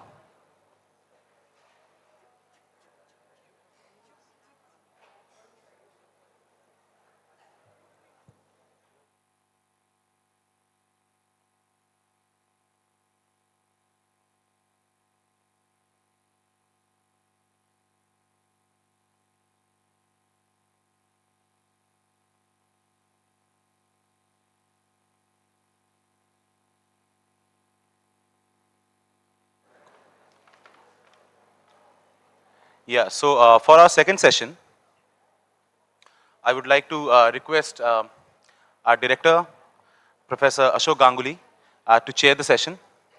Yeah.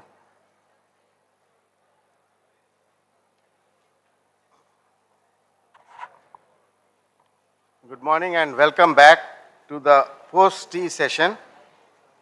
We have two talks by two very eminent physicists of our country. Professor P.S. Anil Kumar, who chaired the first session. He is currently Professor of Physics at Indian Institute of Science, Bangalore. He is also a Dean Administration there. He obtained his PhD Physics from University of Pune. Then he did postdoc at University of Twente in Netherlands and then in Max Planck in Germany. He joined University of Science in 2004. His areas of interest are in experimental condensed matter physics or solid state physics, material science, applied physics, covering topics like spintronics, magnetic nanostructures, magnetotransport in multi-layers and all thin films, and ultra-thin ferromagnets, quantum materials, etc. He has published more than 240 research publications. He is the recipient of the DAE Young Scientist Award, the Max Planck India Fellowship, the DAE Young Achiever Award. He was head of the Max Planck Partner Group on Surface Magnetism at Indian Institute of Science. He got the MRSI Medal, the NASI Scopus Young Scientist Award, Microsoft Research India Outstanding Young Faculty Award, DAE Rajaramanna Lecture Award, Y.T. Thatachari Prestigious Research Award for Science. This is a IISc award. Materials Research Society of India Silver Jubilee Medal, Young Career Award in Nanotechnology by Nano Mission, Professor C.N.R. Rao Bangalore India Nano Science Award 2019. He is currently the General Secretary of the Materials Research Society of India. So, with these words, welcome, Professor.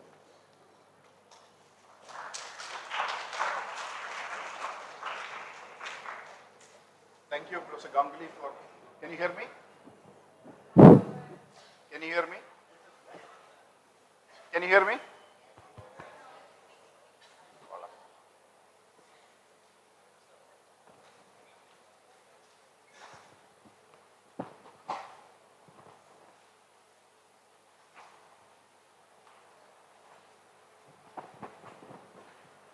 Can you hear me now?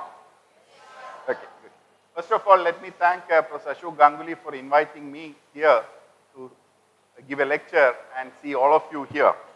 So I'm from Indian Institute of Science, Bangalore. Those who have not visited IISc, this is the main building of IISc. When you come to Bangalore, please visit us and you can see a lot of heritage there. So today I'm going to talk about spintronics. How many of you are using spintronics here? Okay, nobody. How many of you have heard about spintronics? Okay, few people. Okay, let me rephrase my question. How many of you are using a computer here? How many of you are using a computer? If this computer is made after 1995 or 1998, the good news is that all of you are using spintronics. So after this lecture, you should be able to identify where you are using spintronics in a computer. So that means all of you, those who are using a computer, is using spintronics, right?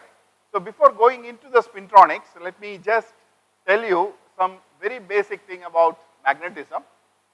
So you're all familiar with electrons, and you might have learned that electron has got a spin. Spin is a magnetic property of the electron. Like north and south poles, you can also define something called upspin, downspin, etc.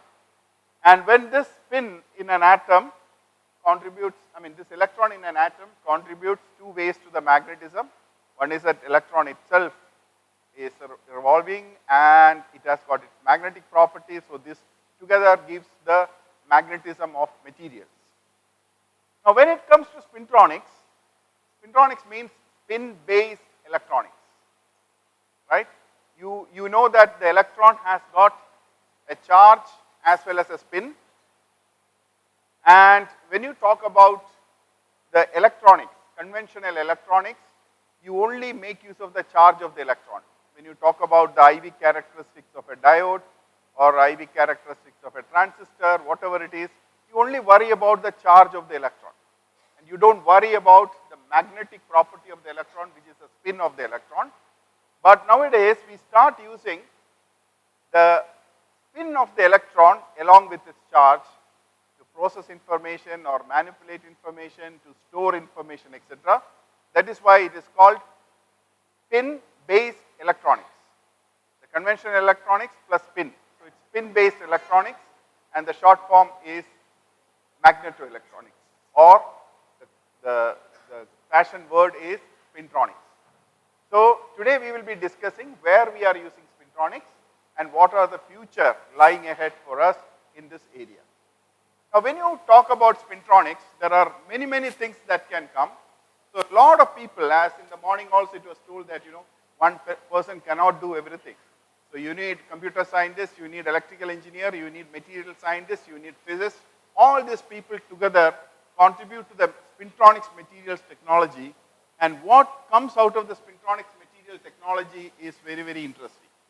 One, it can make speed, location or angle sensor.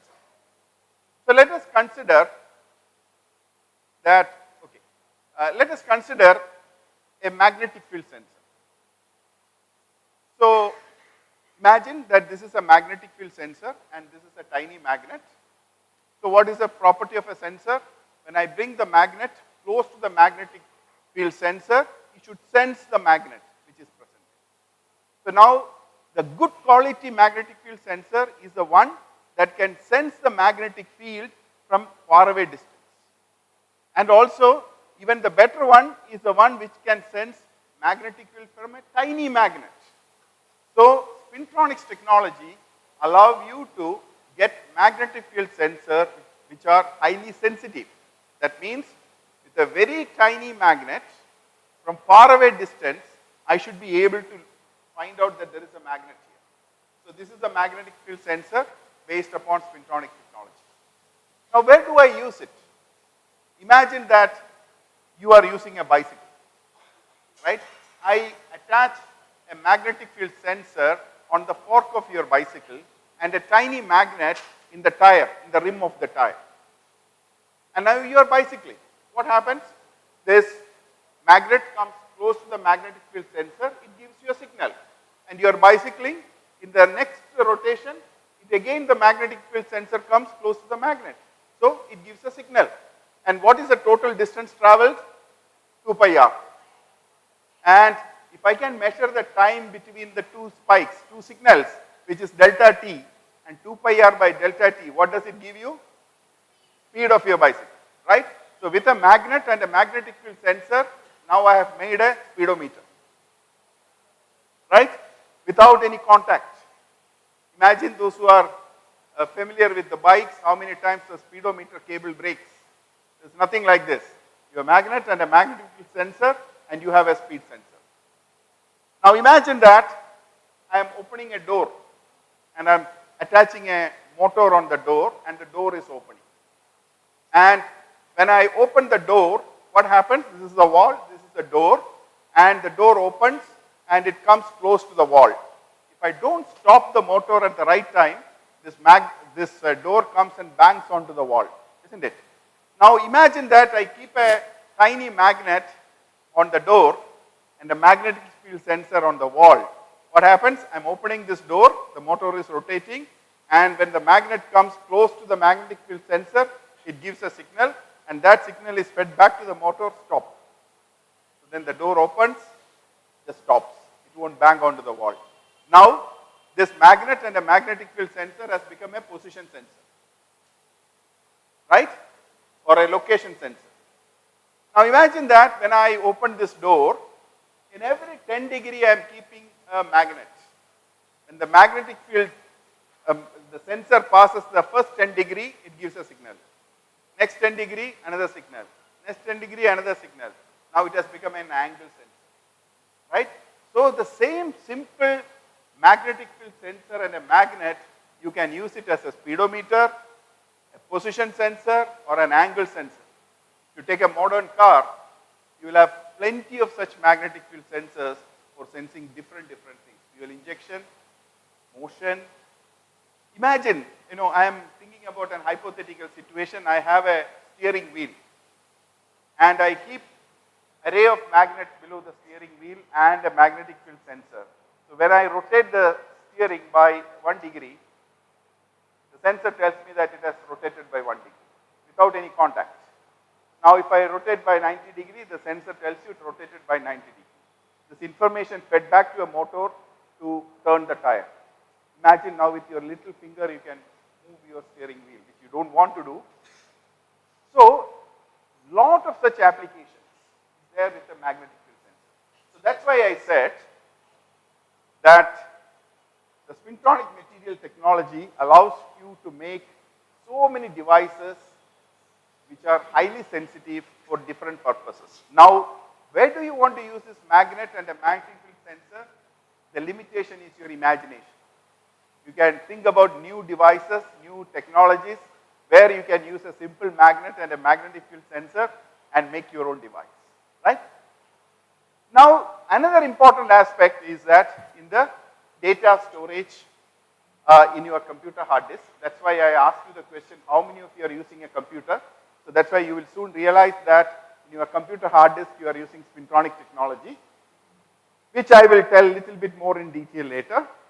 And there is something called magnetic random access memory. If time permits, I will just tell you a few things.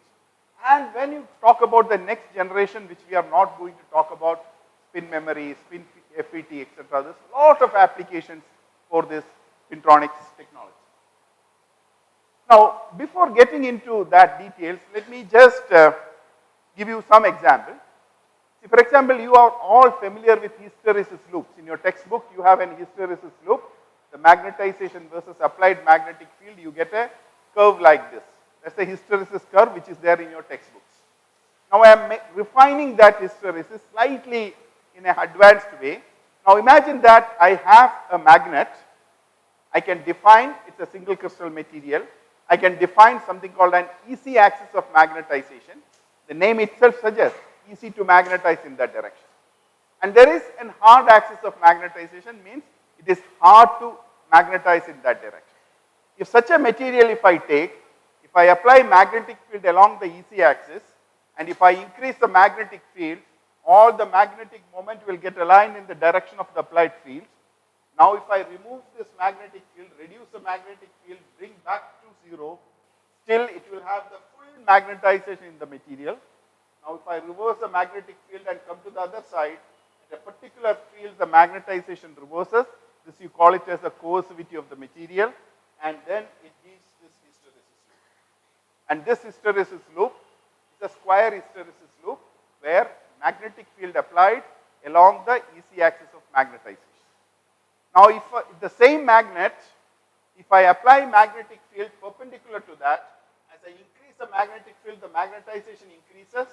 It comes to a saturation where all the magnetic moment is aligned in the direction of the applied field. And now if I remove this magnetic field, the magnetization goes back to zero and almost you get a linear region. So that concept I will use it for magnetic field sensor application, and this concept I will use it for memory application. But you may ask the question, the hysteresis loop in your textbook is not looking like neither of this. Instead of that, it was a continuous curve. Why is it so? Because this I am talking about a single crystal, single domain material, whereas in the textbooks which you are dealing with is from a powder where millions of such magnets are there, randomly oriented in every direction. So that is one experiment. This is another experiment. When I sum over all these millions of particles magnetization together, you get the hysteresis loop which you see there in your hard disk. Sorry, in your hysteresis loop. Now let us see how we can use the memory application. Can you please put the lights on?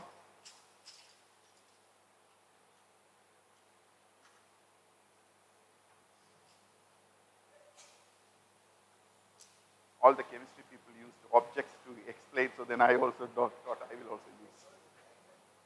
Yes, let us use later. Imagine this is a magnet, right? This is the north pole of this magnet and this is the south pole of this magnet. This arrow tells you it's the north pole and this part is the south pole. Now if I take this magnet and I put it like this, with the north pole pointing in your direction, I can call this magnet in its zero state. Let us, for the time being, accept what I am telling, zero state.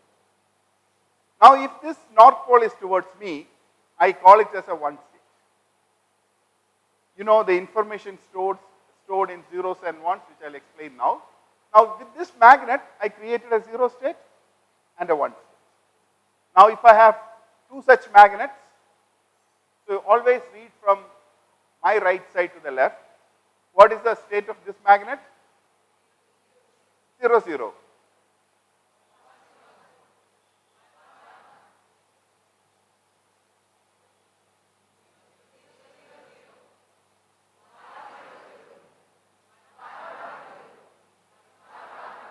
Right? Now I bring 8 such magnets. Right? 8, what is the importance of 8? 8 bits is 1 byte.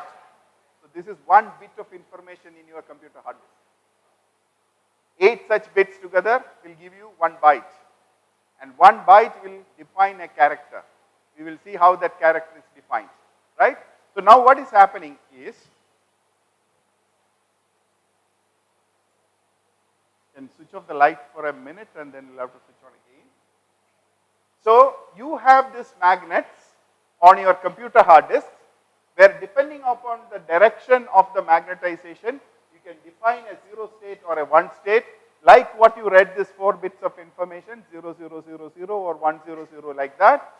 You can store information in your computer hard disk. Now, if you really look at the 8 bits, the character A, capital A, is 0, 1, 0, 0, 0, 0, 0, 1. So, can you switch on the light, please? I say this is towards you, which is 0, and this is 1. This is 0, then 0. Sorry, this is 1. So, what is the thing here? 0, 1, then all zeros, and then 1.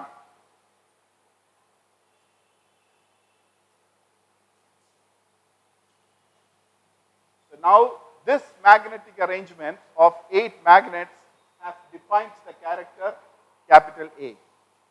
Now, if I do it like this, it has defined capital B.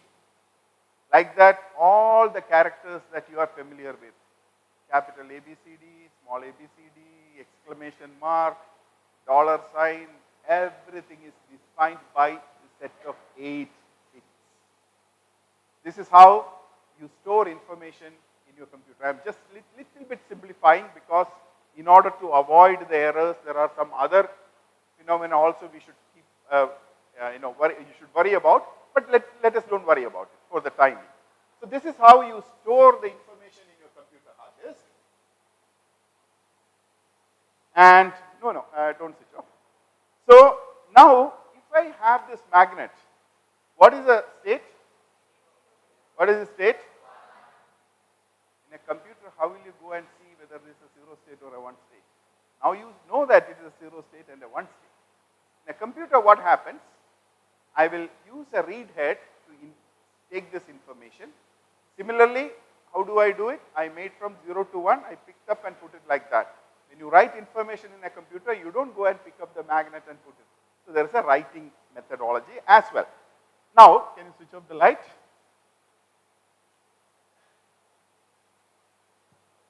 Now, imagine that these two bits, when I bring close to each other, what happens?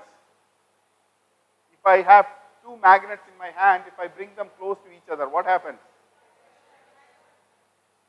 Okay, let me make your life simple. If I bring it like this, if I bring it like this, if I bring it like this, have you taken two magnets in your hand? Two bar magnets in your hand? Okay, so what happens? Goes like that, right? So now, in a computer hard disk also, if I keep a magnet like this and another magnet, if I bring the magnet very close to each other, they start arranging alternate direction. So everything will be 0, 1, 0, 1, 0, 1, 0, 1. So you don't lose, you lose the information. So you need to keep the distance such a way that the magnetic field generated by this magnet is not influencing this magnet. So I have to keep them at a distance. So at least this much distance I should keep so that they don't interact with each other. Now imagine if I have such magnet in the whole room, I will have maybe 1,000 magnets I can keep, right? In your computer, you have gigabytes of information. How much is 1 gigabyte? 1 into 8 into 10 power 12. 10 power 9, right? So 10 power 10 such magnets are there in your computer. So if you want to have 10 power 10 such magnets in your computer, you need the entire Odisha state to keep the information, right? But you know your computer hard disk is much, much smaller. So can you switch off the light? So if you consider a computer hard disk of, say, this is from 2000, if you look at the image of magnets inside, the width of the magnet is approximately 45 nanometer. And the length of the magnet is approximately 380 nanometer there. So 45 nanometer wide.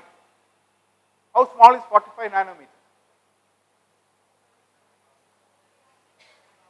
45 into 10 power minus 9, okay. How small it is? What is the diameter of your hair? Micrometer is correct. 1 micrometer is also micrometer. 1000 micrometer is also micrometer. How much? Roughly? 50 to 100 micron depending on the person. So let me say that my hair has a diameter of 90 micrometer. So compared to that, this 45 nanometer, how small it is? I take my hair, vertically split 2000 times, diameter is 90. If I want to get 45 nanometer, I have to vertically split 2000 times to get 45 nanometer. Along the length is not important. Along the length anybody can cut, but vertically split 2000 times. Take your hair, vertically split 2000 times and take one piece out of it. That was the size of the magnet that was in our computer hard disk in 2000. Now you understand why you don't need the entire Odisha state to store this information, because the magnets are very, very, very tiny inside. When the magnets becomes tiny inside, what happens if I make this magnet a big magnet, then large magnetic lines of force is outside.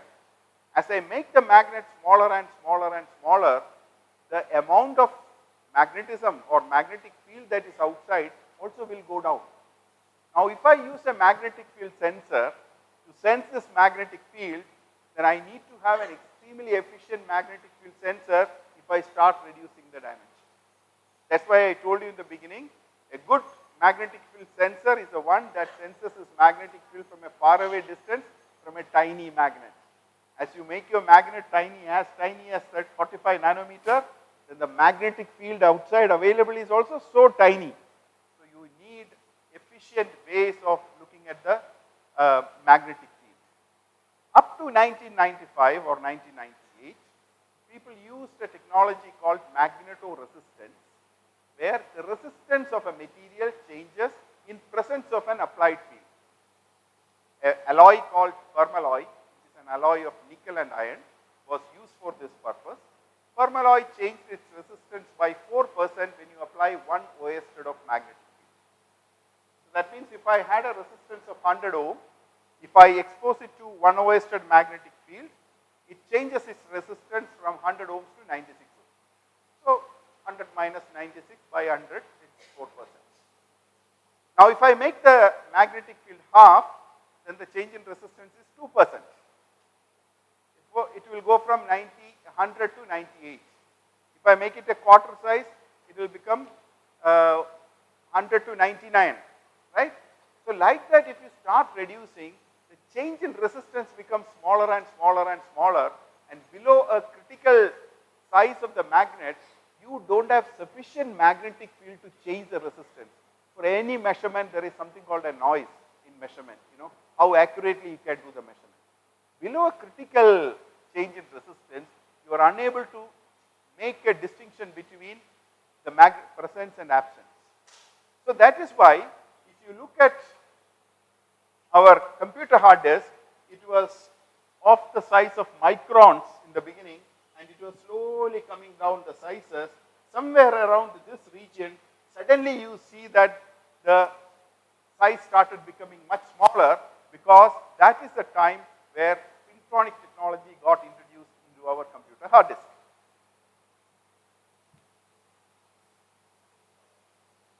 So how is it happening? I asked you this question, that when I have, this is a 0 state, I pick this magnet and put it like this, it becomes a 1 state. In a computer, how it is happening? In the computer, you have something called a write head. So write head is, this is an example of a write head. So look at here. So you have a yoke with a slight tiny opening at that point. You must have done this experiment. You take a screwdriver, wind a wire around it, connect to a battery. What happens?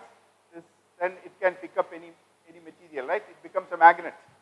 Now if you reverse the current direction, it gets magnetized in the opposite direction.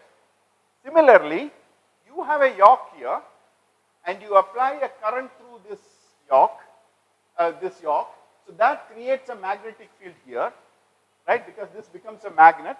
You have a north and south pole that creates a magnetic field here, and that local magnetic field, when it becomes higher than the coercivity of the material, magnetization switches. I showed you that memory square hysteresis loop, where if you apply a magnetic field very locally above the coercive field, the magnet changes its direction. If I mark north pole here and south pole here, and if I apply a magnetic field higher than the coercivity, then when I measure it, I will see that the north has become here, south has become here. So it switches its magnetization. Similarly, on top of this magnet, if I apply a magnetic field which is higher than the coercivity, the magnet switches its magnetization. It's not physical changing. Please understand, all magnetic moments will reverse in the opposite direction, so that the north pole has become from there to here. So in a computer hard disk, when you try to write an information, what is happening is that, imagine that this is a computer hard disk and it is a full circle, imagine, and you are only 1/4 of that circle here. Every row is a track, and in each track there are magnets. And what happens? A write head is kept here, and I only move back and forth. So if I want to write information here, I come up to there, and this disk is rotating at 7,000 to 10,000 RPM. Then I bring that bit below my write head, and I apply plus I current, it gets magnetized towards you. If I apply minus I current, it gets magnetized. So I can write zeros and ones like that. So then the next bit comes below this. You write plus I or minus I, the next bit. So this disk is rotating at a speed of 10,000 RPM at a distance of 15 nanometers. The separation between the head and your disk is only 15 nanometers. something is rotating at a speed of 10,000 RPM with a clearance of just 50 nanometer, and each bit is brought below this write head, and you apply plus I current 1, minus I current 0. Next bit plus I current 1, minus I current 0. Then if I want to go to the next track, I move little bit so that the next row is in there, and next row, next row, next. That's why when you try to write something in your computer hard disk, you hear a sound, some sound, right? That sound is this disk is rotating, and your right head is going up and down and writing the information at the specified track in zeros and ones, zeros and ones, zeros and ones. Right? Now the question is, this is a 0 state, this is a 1 state, how do we measure it? How do we find out? So what you do, you keep a read head adjacent to the write head. This read head, I told you, was working with the principle of giant magnetoresistance, where the resistance of a material changes by in presence of a field. Now, after 1998, this particular read head has become something called giant magnetoresistive read head. Giant magnetoresistance, the name itself suggests change in resistance is giant.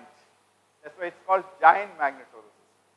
This giant magnetoresistance read head, which is sitting near to the right head, will read the information. When you try to read something, again this arm will come, bring this person below it, and find out whether the magnetization is this way or this way. From that I will find out whether it's a 0 state or a 1 state. So that the next person comes, I'll find out 0 or 1. Next person comes, 0 or 1.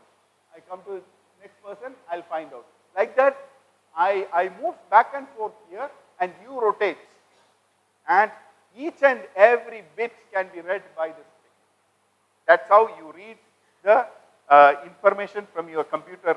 So it is all put into sectors, 8-bit sectors kind of thing. So each of that 8 bits will be 1 byte. So whatever information I see, 0, 1, 0, 0, 0, 0, 0, 1, that's my capital A. And the next one, 0, 0, 0, 0, 1, 0, 0, 0, 0, 1, 0, that's my capital B. Like that, whatever character that is returned, I can read it back from your computer hard disk. And this read head, which is giant magnetoresistive read head, is a spintronic device. Now, if you look at the areal density, gigabyte per inch square, as a function of time, you see that this is the time in which first GMR head, giant magnetoresistive head, got into a computer. That's why the areal density, that means amount of bits you can store in per square inch, has gone up drastically. So because of that, what happens? If you look at a computer of 1950s, which is the IBM computer, had a density of 2 kilobyte per inch square and a speed of 70 kilobyte per second, and had a size of 24-inch hard disk. Imagine this big hard disk, 50 of them. Each of this hard disk has to be separated because heating, everything is there. So 50 such big hard disks were giving you a capacity of 5 megabytes in 1950. But today, the density is 1 terabyte per inch square. Speed is very high. With a 2.5-inch disk, you can get up to several terabytes of information. As of today, now people are also stacked multiple disks, 10, 20 terabytes computers are available. Because the size of the magnets were brought smaller and smaller and smaller, and even with such a small magnet, you were able to read this information. That's why it happened.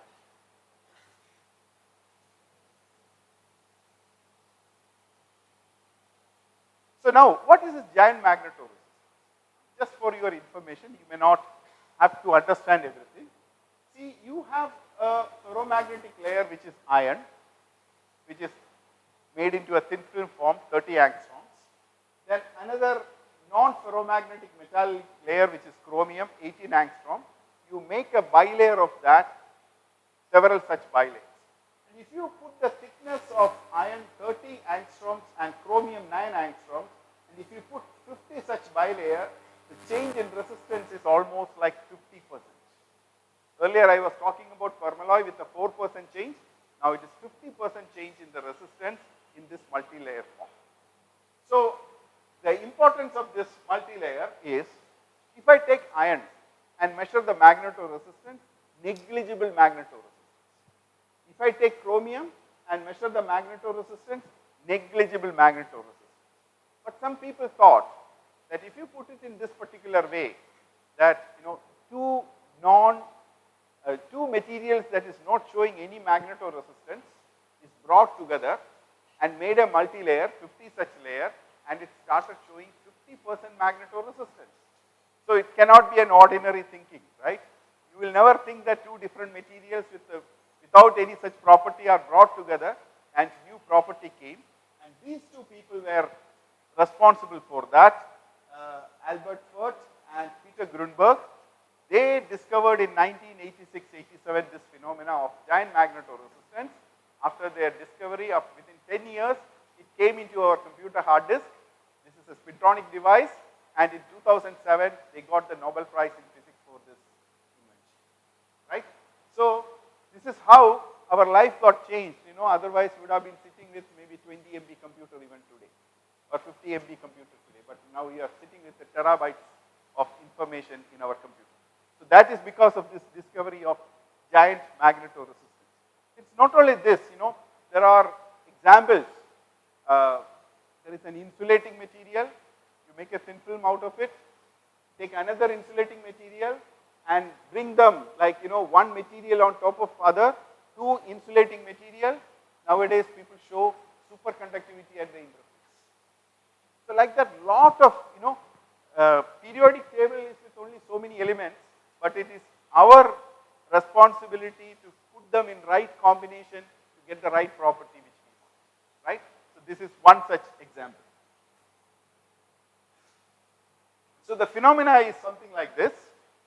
You have done, see, I'll just quickly tell you, you have done the optics experiment where if you pass light through a polarizer, the light which is coming out of the polarizer will be plain polarized light. Now if you put an analyzer on the other side with the same optic axis, then the light passes through. Now if I rotate this analyzer by 90 degrees, what happens? No light comes here because it's cross polarized. Similarly, in this particular case, you have two ferromagnetic layers separated by a non-ferromagnetic metallic layer where the electrons with a spin, a particular spin passes through when the magnetization is parallel, and when the magnetization is anti-parallel, the electrons are not passing. So this is acting as a valve for spins of the electron. That's why it is called a spin valve. Exactly like a light polarization experiment. If you have two polarizers with the same optic axis, light passes through, but if you put it 90 degrees to each other, no light comes out. Similarly, for electron spins, this particular structure acts as a valve. When the magnetizations are parallel, electrons are passed through. When the magnetizations are anti-parallel, electrons are blocked. When the electrons are passed through, less scattering, less resistance. When electrons are blocked, more scattering, high resistance. So you go from a low resistance to a high resistance state by this, and this switch is happening by applying a magnetic field. So resistance is changing by application of a magnetic field. It goes from low resistance to high resistance. Change in resistance is very high. That's why it is giant magnetoresistance. Yeah? So now, we have only few minutes left.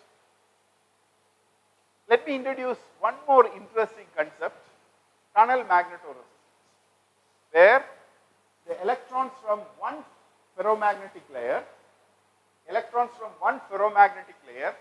tunnel to the second ferromagnetic layer through a barrier. See, if I just go towards this wall, I'm stopped by this wall here. I cannot go to the other side, right?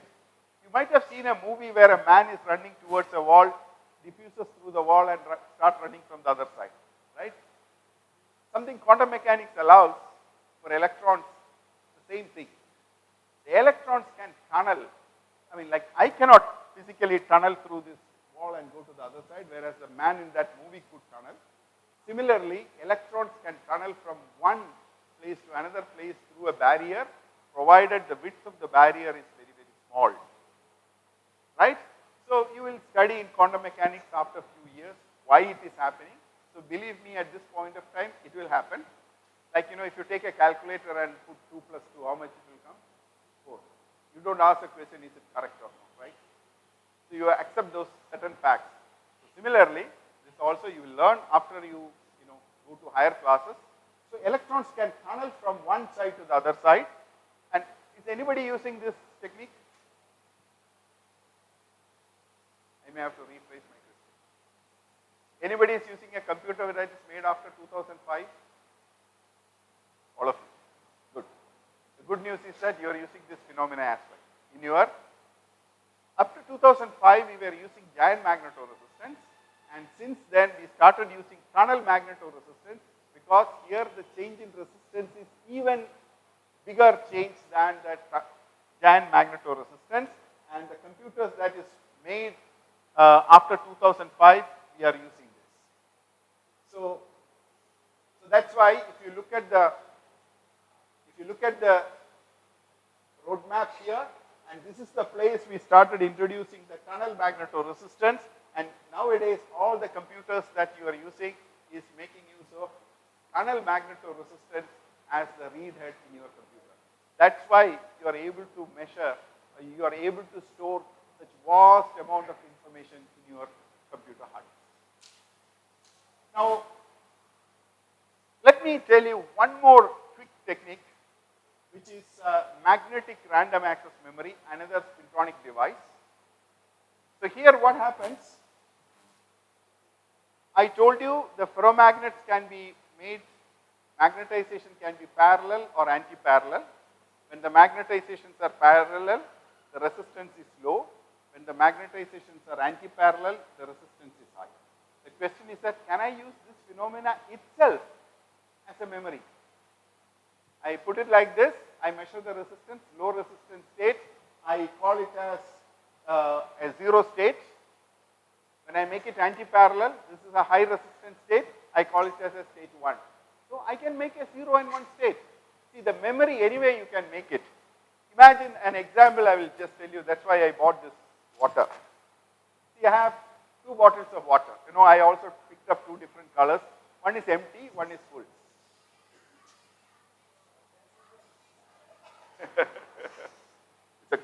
So you have 2 bottles of water, one full bottle and one empty bottle. Can you make a memory? Can you make a memory with this? Can I make a memory with this bottle of water?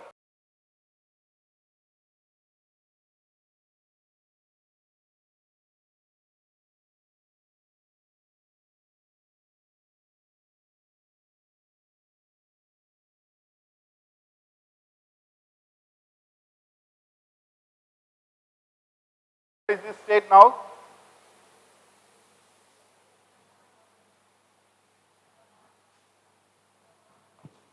Okay, what is the thing? Can you read?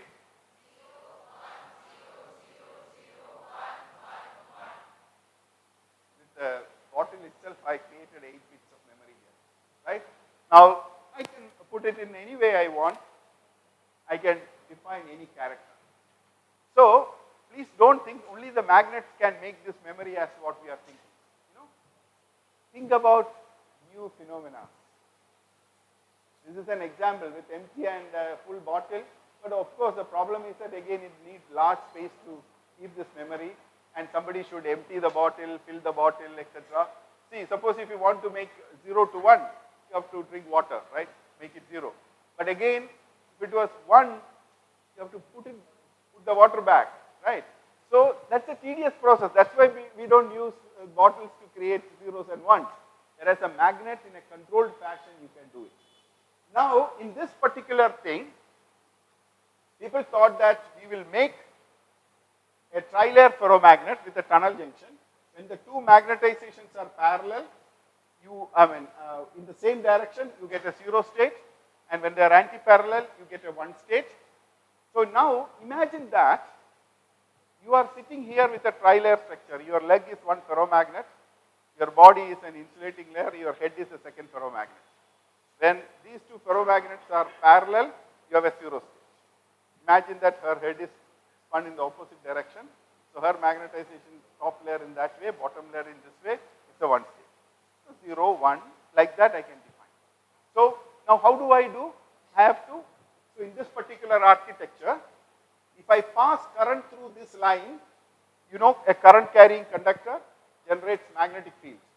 So if I pass sufficient current through this line, and when the magnetic field is sufficient, it switches the magnetization. So I can pass current in that direction and make it a zero state, and I can pass current in the opposite direction, switch the magnetization, one state. But unfortunately, everybody in that row will change its magnetization. So in that sense, everybody in that row will become either 0 or 1. Now the trick is, you have another line at the bottom.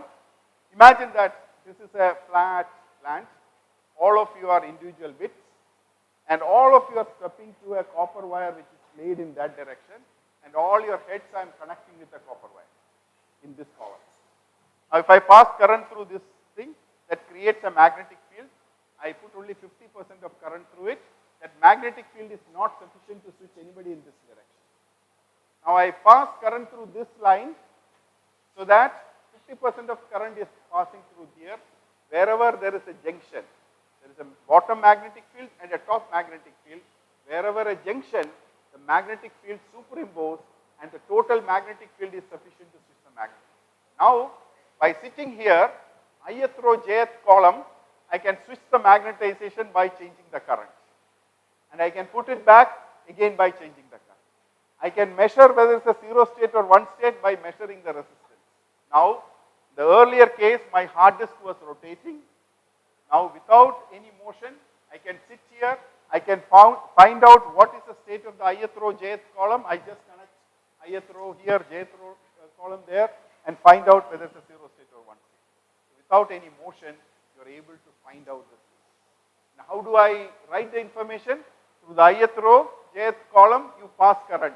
Wherever that intersection, the magnetization switches. I can make a 0 to 1, reverse the current, 1 to 0. So now, this is a random access memory. This is the last slide I have. So, you can make random access memory with this MRAM technology. So, let me ask a question. Anybody is using MRAM here? Raise your hand. You are using? Okay, unfortunately not yet. So, MRAM is one which will come very soon. It has got its own advantage. First of all, it's a non-volatile memory. That means, once you write the information stays there for a long time. Whereas in our RAM in our computer, a battery backup is needed. It's a volatile memory. And in a RAM in our computer, write time is 50 nanoseconds. MRAM also same. Read time is approximately same. In DRAM, it's a destructive technique because it is storing information by charges like water filled in this bottle. When I say water is filled, it is a one state. Water is empty, it's a zero state. Now instead of a bottle, it's an electronic circuit. When charge is there, I say it's a one state. When charge is not there, I say it's a zero state. How do I know whether charge is there or not? I discharge it. And if current is coming, I know it was a one state. I charge it back and keep it. Right? That's a destructive technique. Whereas this is non-destructive. I just measure the resistance, and the measuring the resistance will not change the state. So in that sense, I can read zeros and ones without any destruction. And I can have large rewrite cycle, everything. So in future, now also it is available, but it's extremely expensive. Say for example, if you have a missile head, you need a random access memory which is non-volatile. Because if it's a volatile, every day you cannot go and check whether the battery is there in the missile head, right? So in that sense, you don't know when you have to fire. So you need to make non-volatile memory. And non-volatile memory in the old concept costs $1 per bit. If you want to have 1 megabyte of information, you need $1 million only for the memory. Whereas this magnetic random access memory is much, much, much cheaper. But it has not become that cheap to come to our computer hard disk. It has not become that cheap in the consumer market. But it's only a matter of time. You will have magnetic random access memory. Then what is the important thing of this? You open your computer, it's on. You don't need the boot up sequence. Switch on, it's on. And also imagine your mobile phone has 1 TB of information, that too random access memory. You want to read something, you read. You want to write something, you have written. You don't take that much time to read or write. So this is where we are heading towards. So with this, let me just stop at this point of time. Now, how many of you are using Spintronics? All of you. Good. Thank you.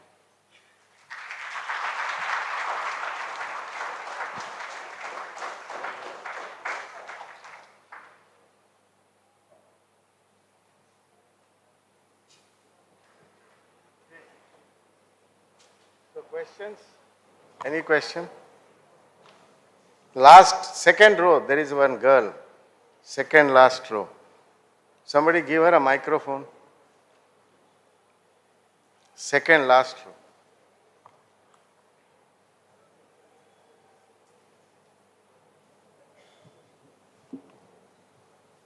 Good morning, sir. Sir, how we know the spin of a particle? Is there any experimental verification exist or any other else? Oh yeah, there are a lot of experiments.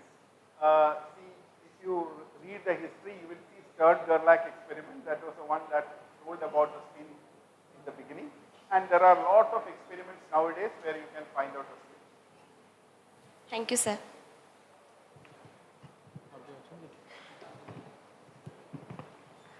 Sir, what is spin? What is? Spin. What is spin? Yes, sir. Spin. Yes, sir. Okay. Okay. Electron has a mass.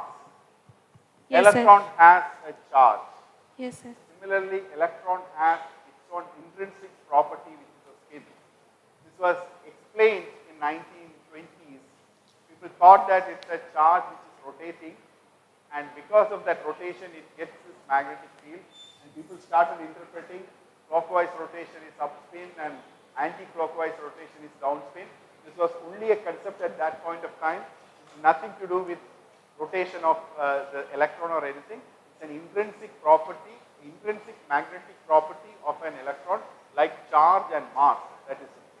Thank you, sir. Actually, I want to comment on this. It's a very good question.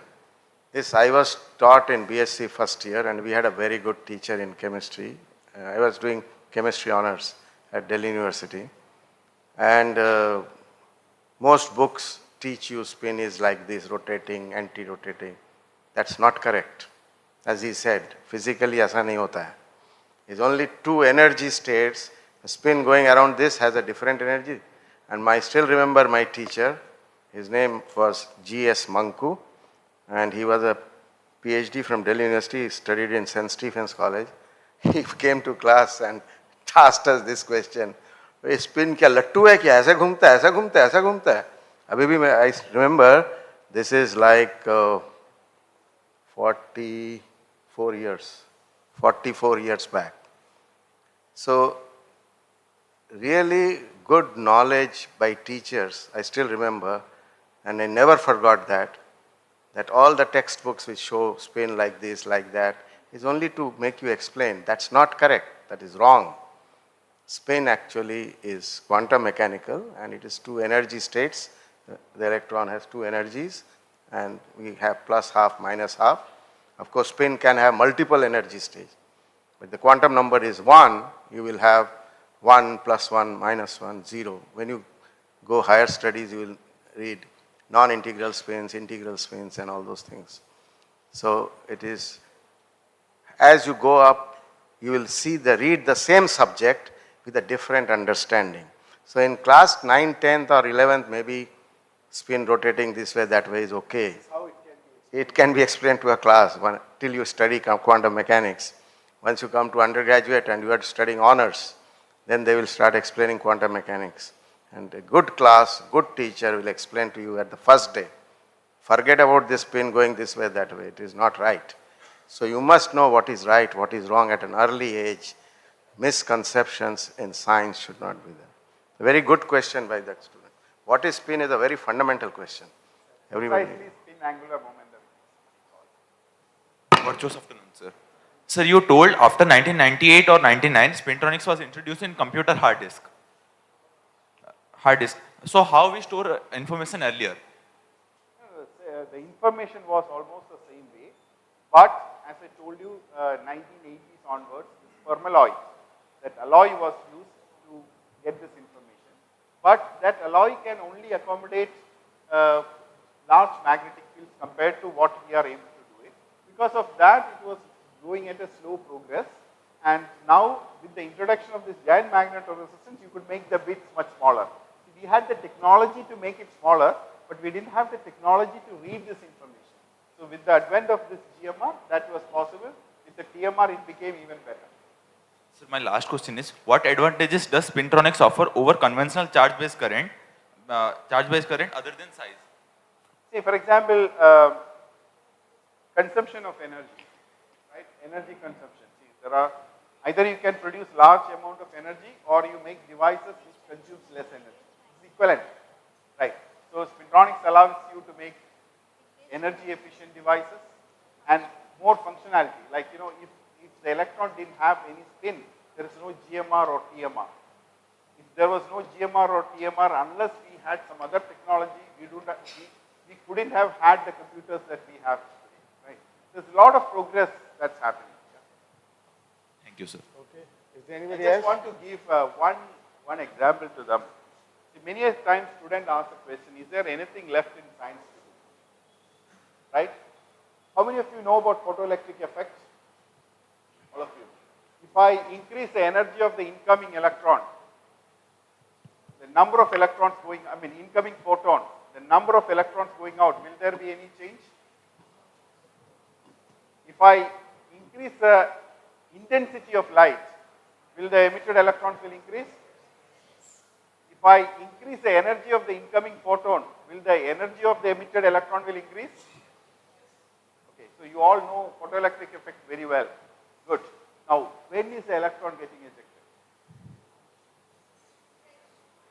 Above the threshold voltage. In time, a photon is arriving. When is the electron getting ejected? No timeline. You call it as instantaneous. What is instantaneous? There's no time delay. People had the same question, right? So people brought photon, looked at an electron which is coming out in 1 millisecond, electron is already there. Every decade spectroscopy improves, people went to microsecond. Photon in, within a microsecond, electron is already there. Next 10 years, nanosecond. Brought in photon, looked at within a nanosecond, electron is already there. Picosecond spectroscopy, 10 power minus 12 seconds. Photon came in, electron is already there within a picosecond, 10 power minus 12. Then went to femtosecond spectroscopy. Brought in photon and looked at the electron, it's already there, 1 femtosecond, it's already there. And now last 10 years, it's a attosecond spectroscopy. Today Professor Ganguly was telling about attometer, attosecond spectroscopy. 10 power minus 18 seconds. Bring in photons, look for an electron in 1 attosecond, electron is not there. 2, no. 5, no. 10, no. 15, no. 20, no. After 20 attoseconds, slowly the electron is coming. Now the question among us, the scientific community, why it is so slow? Good So afternoon, 20 sir. attosecond to come out, right? We all thought we understood physics. Photoelectric effect. Einstein gave the explanation, instantaneous. Now it is opening up a new kind of questions. What was happening? Why it is so slow? Right? It took 20 attosecond to come out. What it was doing, right? Lot of new things are coming out. So don't get confused. Lot of things. We have not even 0.1% of what we could do with science, right? So don't get confused. There are plenty of things. She is asking. Good morning, sir. Yeah. I have a question that though computer can understand only 1 and zeros, then why it is called a smart device? Just a curiosity of my mind. Okay. If you look at the computer memory compared to the human memory, it is not at all smart. Our memory is much superior and many other things. But computer, it's understanding zeros and ones. This is how we told the computer to do. It's not, We found that making it zeros and ones is easy for us in this particular way. So we told the computer to do it. Computer didn't, come out by itself. We created the computer. For us, technology that was viable to do this, you have to write information, read information, so zeros and ones and convert it into a character that was efficiently working. Right? So there could be new technologies, new techniques coming up in future as well. Right? It will not be only restricted to this, zeros and ones. Okay. There is some girl standing there behind. Good afternoon, sir. Yes. My question is, which particle has the strong magnetic field? And which particle has the biggest magnetic field? Which particle? Okay. So it all depends on the materials. As I told you, the magnetism of a material is coming from the orbital angular momentum, spin angular momentum, plus its interactions, etc. There are materials that have got very high magnetization, and there are materials, see, if you take a ferromagnetic material, something that can go give you 4 magnetron per atom kind of thing, or I would say hundreds of EMU per gram kind of a material. There are material that gives you only 10 EMU per gram. So it's a material specific parameter, and people are also trying to make materials that gives you much more magnetization.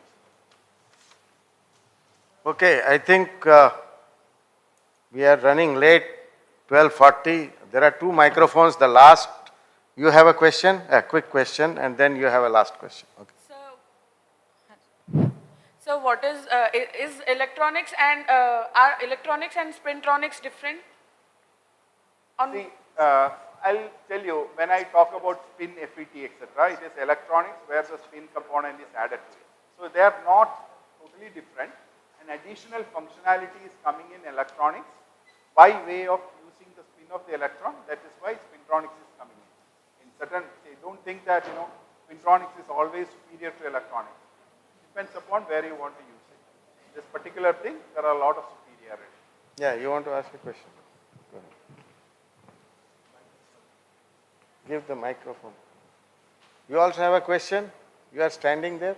Okay, yours will be the last question. You also have? So you will have half question, half question. Good afternoon, sir. As you mentioned about while mentioning the advantages of magnetic random access memory, that time you mentioned the point non-volatile. But if we see practically, then for that we need the spin of the electron should not change. But practically when semiconductors like silicon is used, there often the spin, I think the spin often changes. So how would you tackle that problem? Okay. So not silicon. Let us don't take a Silicon is different. It's if I have a ferromagnetic material, it's not a single spin which is responsible. There is a lot of interaction that is happening. Finally, this material's magnetization in that direction. So this magnetization can be destroyed either by thermal energy or by magnetic field. I can increase the temperature of this and it can lose its magnetization. Or I apply a magnetic field in the opposite direction, it can switch the magnetization. Now, as the size becomes smaller and smaller, the energy barrier to go from there to here becomes smaller. So then what happens? The thermal energy, room temperature thermal energy is sufficient to switch the magnetization in that direction. You write this information as 0, immediately when you look at it, it has become 1. Keep on fluctuating. So people increase the energy barrier so that it won't switch from that direction to this direction. And the computer hard disk, it is designed such a way that it will remain there almost like 10 years. So in 10 years, if you don't rewrite your information in your computer hard disk, there's a chance that that information, though it is a ferromagnetic material, statistically there is a possibility that you can lose that information. So the anisotropy, we call it in a different way, of this material is tuned such a way that it gives you 10 years of stability in that direction. So once in 8 years you rewrite it, again it will stay for such a long time. Thank you, sir. Yeah, a very informative talk. Thank you very much. And my apologies for the strange thing that happened. But I wanted to open a GPS app just to ask you a question that there is a compass. How does that work? So that's again... is it a spintronics? It's a spintronic device because without spin spin of the electron, none of these things work. Right, and it doesn't require GPS for that compass. Yes. Okay. Because all of you are carrying a compass in your mobile. Okay, thank you. A magnetic field sensor.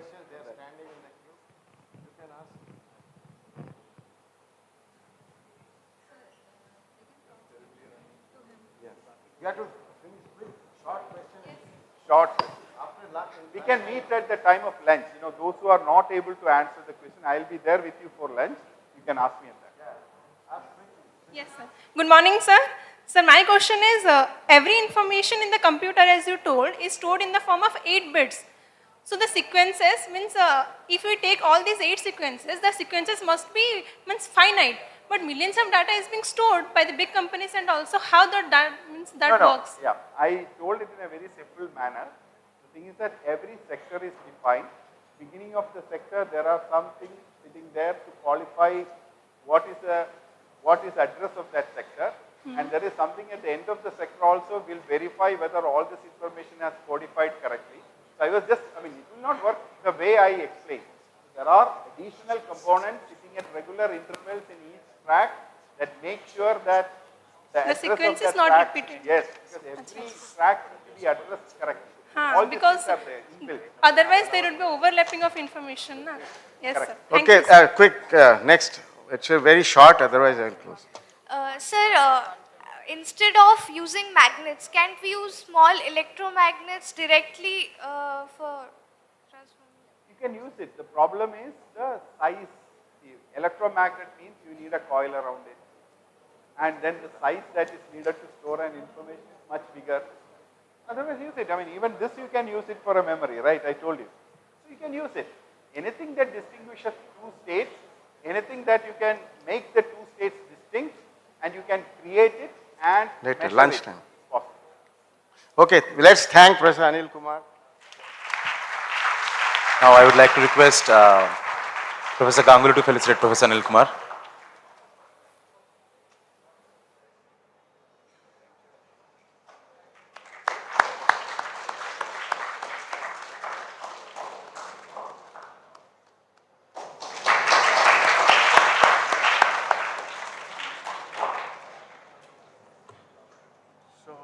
We have the last talk before lunch, and it is going to be given by another physicist, experimental physicist, Professor Satyabrat Patnaik from Jawaharlal Nehru University, New Delhi.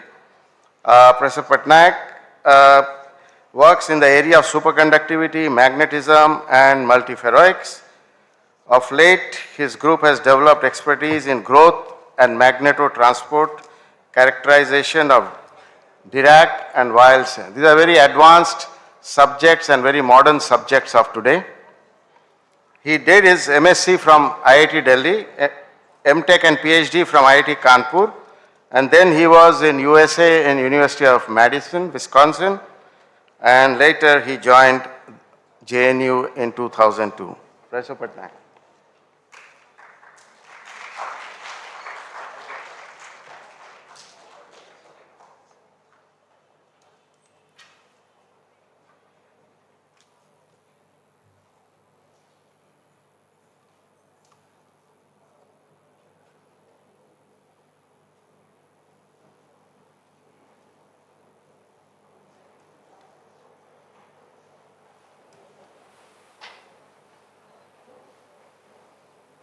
Think it's coming?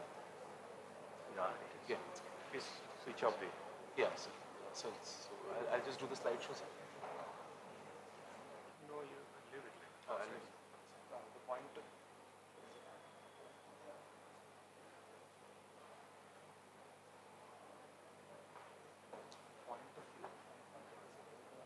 I want to in between add a slide. Okay. Add a slide. That's fine. I can do it. Where is it? How do you? Slides again.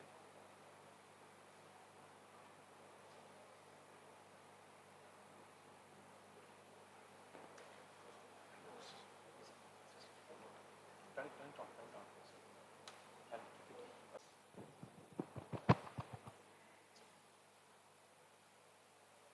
ଶୁଭ ଅପରାହ୍ନ ପିଲାମାନେ ଆଉ ଯେଉଁ ଅପା ଭାଇମାନେ ଆସିଛନ୍ତି ପିଲାମାନଙ୍କ ସାଙ୍ଗରେ ତାଙ୍କୁ ପ୍ରଣାମ। ଖାଣ୍ଟି ଓଡ଼ିଆ, ଠିକ୍ ଅଛି। Thank you.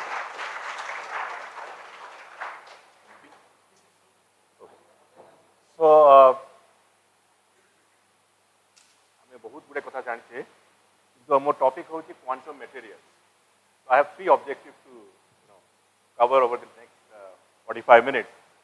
So the first thing is, there is nothing called classical material. All materials are quantum materials. And so, for example, I'm walking in this auditorium, in this floor. Can you tell me what is the force that is responsible for my walking? Friction. What kind of a force is friction? There are only four forces in nature: gravitation, electromagnetic, strong and weak. Only four forces. So if I am able to walk, it is because of friction, right? What kind of force is friction? It is an electromagnetic force. It is an electromagnetic force. So when I am walking, the lowest part of my shoe and the upper part of this floor,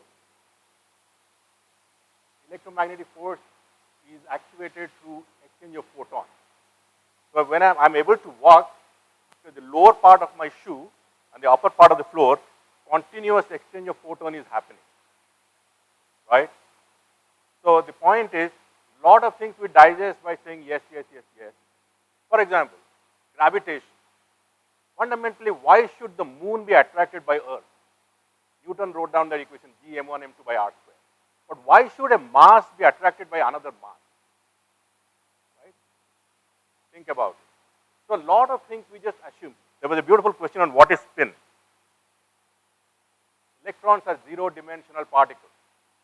There is no extension in x-axis. There is no extension in y-axis. There is no extension in z-axis. What do you mean by rotation of clockwise and anti-clockwise of a zero-dimensional particle? These are huge misnomers. In fact, yesterday there was a talk by Professor Arvind. He talked about quantum mechanics and probability. At the end of the talk, I went nearby and I said, "Sir, according to quantum mechanics, do electrons exist?" And he answered, "It depends on what is the level you are asking the question." I have a beautiful book with me, 7 Lectures on Physics by Carlo Rovelli. Whole 50-page book. The first point is, electrons do not exist. It appears that when there is interaction, that they behave like something, some charge and state. Electrons do not exist. Only during interaction, there is some manifestation of electron-like properties. So we will not get detail into it, but what I am trying to convey is that the entire physics world, you cannot explain other than using quantum physics. All materials are quantum materials. Why is the current flowing in this wire? I cannot explain using classical physics. You might have heard in an NCERT book there is something called Drude theory. You know the electrons in copper and all this. That's a wrong theory. You cannot explain Ohm's law, V equal to IR, using Drude theory. So I'll give some examples of that. That's my first motivation, to try to convince that entire material science is essentially quantum material.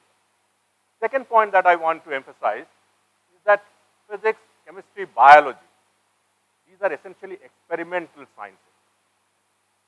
Right? Einstein got Nobel Prize for photoelectric effect in 1921. His special theory of relativity was 1905. General theory of relativity, deep thinking theory, curvature of space-time, force is nothing but curvature of space-time. Very difficult to appreciate. Right? It was all there. But he got Nobel Prize for photoelectric effect because by that time, that was experimentally verified. The most beautiful, elegant theory about explaining the universe and the structure and the forces today is what is called string theory. String theory is solvable in 26 dimensions. Our great physicist Ashok Sen probably contributed. He compactified and said that, okay, within 10 dimensions we can do. But as human beings, we can't think of 4th dimension, X, Y, Z axis. We can't think of 4th dimension. But why should that limit the explanation of the creation of the universe? And for an ant, the entire universe is 2-dimensional. Ant doesn't have a ant doesn't have an idea of what is z axis, right? So there are maybe creatures who have higher dimensions. So what I'm trying to say, string theory is not physics according to me, because experimentally you cannot verify it. Very exotic mathematics, a lot of deep thinking physicists have gone in, a lot of deep thinking mathematicians have gone in and understood what it is. Beautiful theory, but that is not physics and chemistry or biology to stand for. It has to be experimentally motivated, right? And last but not the least, my effort would be to inspire you on something Steve Jobs said when he was alive. Some of you might know, before Steve Jobs, there's Apple, great innovator. He's the chairperson of Apple and a lot of innovation that he did in his life. He came to India to find spiritualism, to find solace in life. And he had a guru somewhere in Uttarakhand. Then he went back to US. Very good. So when he went back to US, then he writes, I could find some solace in India and some guru who could probably change my life. But my job is to change lives. Small product that he built up changed lives. All these innovations, right? So, and he actually called the Coca-Cola MD and said that, why are you selling sugary water? Come and join me. So, I would talk about at least 6 technologies, which is there in, offering. If you put in your mind and effort, you can be next Steve Jobs. So this is my 3 objectives, right? First, to emphasize that real world, anything that you want to deeper understanding requires quantum mechanics. You can't escape. And there, don't get into that high philosophical question, what is superposition, what is, coherence, and what is the, where you can apply. That's not necessary. Quantum mechanics is a tailor-made subject where you want a real understanding. That is the only thing available. It may not be proved right now. Why should the moon be attracted by sun or moon be attracted by earth? They say that it's an exchange of graviton. No experimental proof. But these are the theories, or at least in the material science, there is no exception. Everything has to be quantum mechanics. Okay. I take some time. We had a beautiful talk by Anil, so because I think most of my work is done by you, I'll try to see why should we do science. Well, there could be 2 or 3 reasons that at least I can tell you why should science be done. I know most of you would be writing JEE. Almost all of you would be writing JEE or NEET. After this beautiful lecture exposition on physics, chemistry, math, you would go back to your coaching institute in the evening. I mean, I hope this is, at least the 11th, 12th student, that's what you're doing. Doing science is some kind of attitude, right? And nothing other than Judge Bernard Shaw, I try to quote him, a reasonable man adopts himself to the society. An unreasonable man persists in trying till the society adopts him. Therefore, all, capital A, all progress depends on the unreasonable man. Those who do science, whether social science or physics, I mean, a life in academics, some kind of unreasonableness. And that is the whole reason it's very easy to, we are all security minded. We want to set up, settle down early in life. By the age of 23, 24, you want to probably get a job. So that's a conventional, reasonable way of life. Those who do science, at least try to do good science, or honest science, would have to have this unreasonableness. So that's the first point. So that is the primary motivation. And the other point is that, generally, we work for 3 reasons. Anyone, we work for 3 reasons. Why? Most people would work for money and fame. There's nothing wrong. In America, you ask any young man, what do you want to do in life? I want to be rich. I want to be, earn a lot of money. Money and fame is one motivation. Second is because of faith. You may have a faith on a subject. You may have a faith on yourself. You may have a faith on a concept. And the third is because of fear. परीक्षा में fail हो जाऊंगा, salary बंद हो जाएगा, नौकरी छूट जाएगी, पिता माता क्या सोचेंगे? These are all because of fear. Most of us, including myself, we work because of fear. But you understand that the best quality of the work comes out when it is driven by faith. And science gives an opportunity, or academic life gives an opportunity where you can really be faith driven. You have faith on something, some idea, some concept, some institute, that I want to do that in my life. So the faith driven possibility is also there in academics, right? So, among all the science subjects, I am into physics, and I think 75% physicists are doing chemistry now. So I asked this question to Professor Rajaraman, why did you do physics? Professor Rajaraman is my colleague. He's last student of Nobel laureate Hans Bethe. And Hans Bethe happens to be the last student of Sommerfeld, right? This is a tradition of things. And he told me a story. Why did he become a physicist? He said, 3 scientists, one mathematician, one physicist and chemist, and one biologist. They took a flight to a foreign country when no civilization apparently was there. They're a foreign country, absolutely nothing is there. They got down from the helicopter, and from a distance, they saw a 4-legged black animal, right? And immediately the biologist exclaimed, aha, I come to the conclusion that this country has black goats.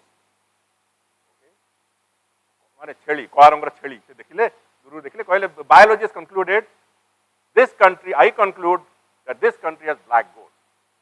So the physicist said, no, you have to be a little more accurate in your statement.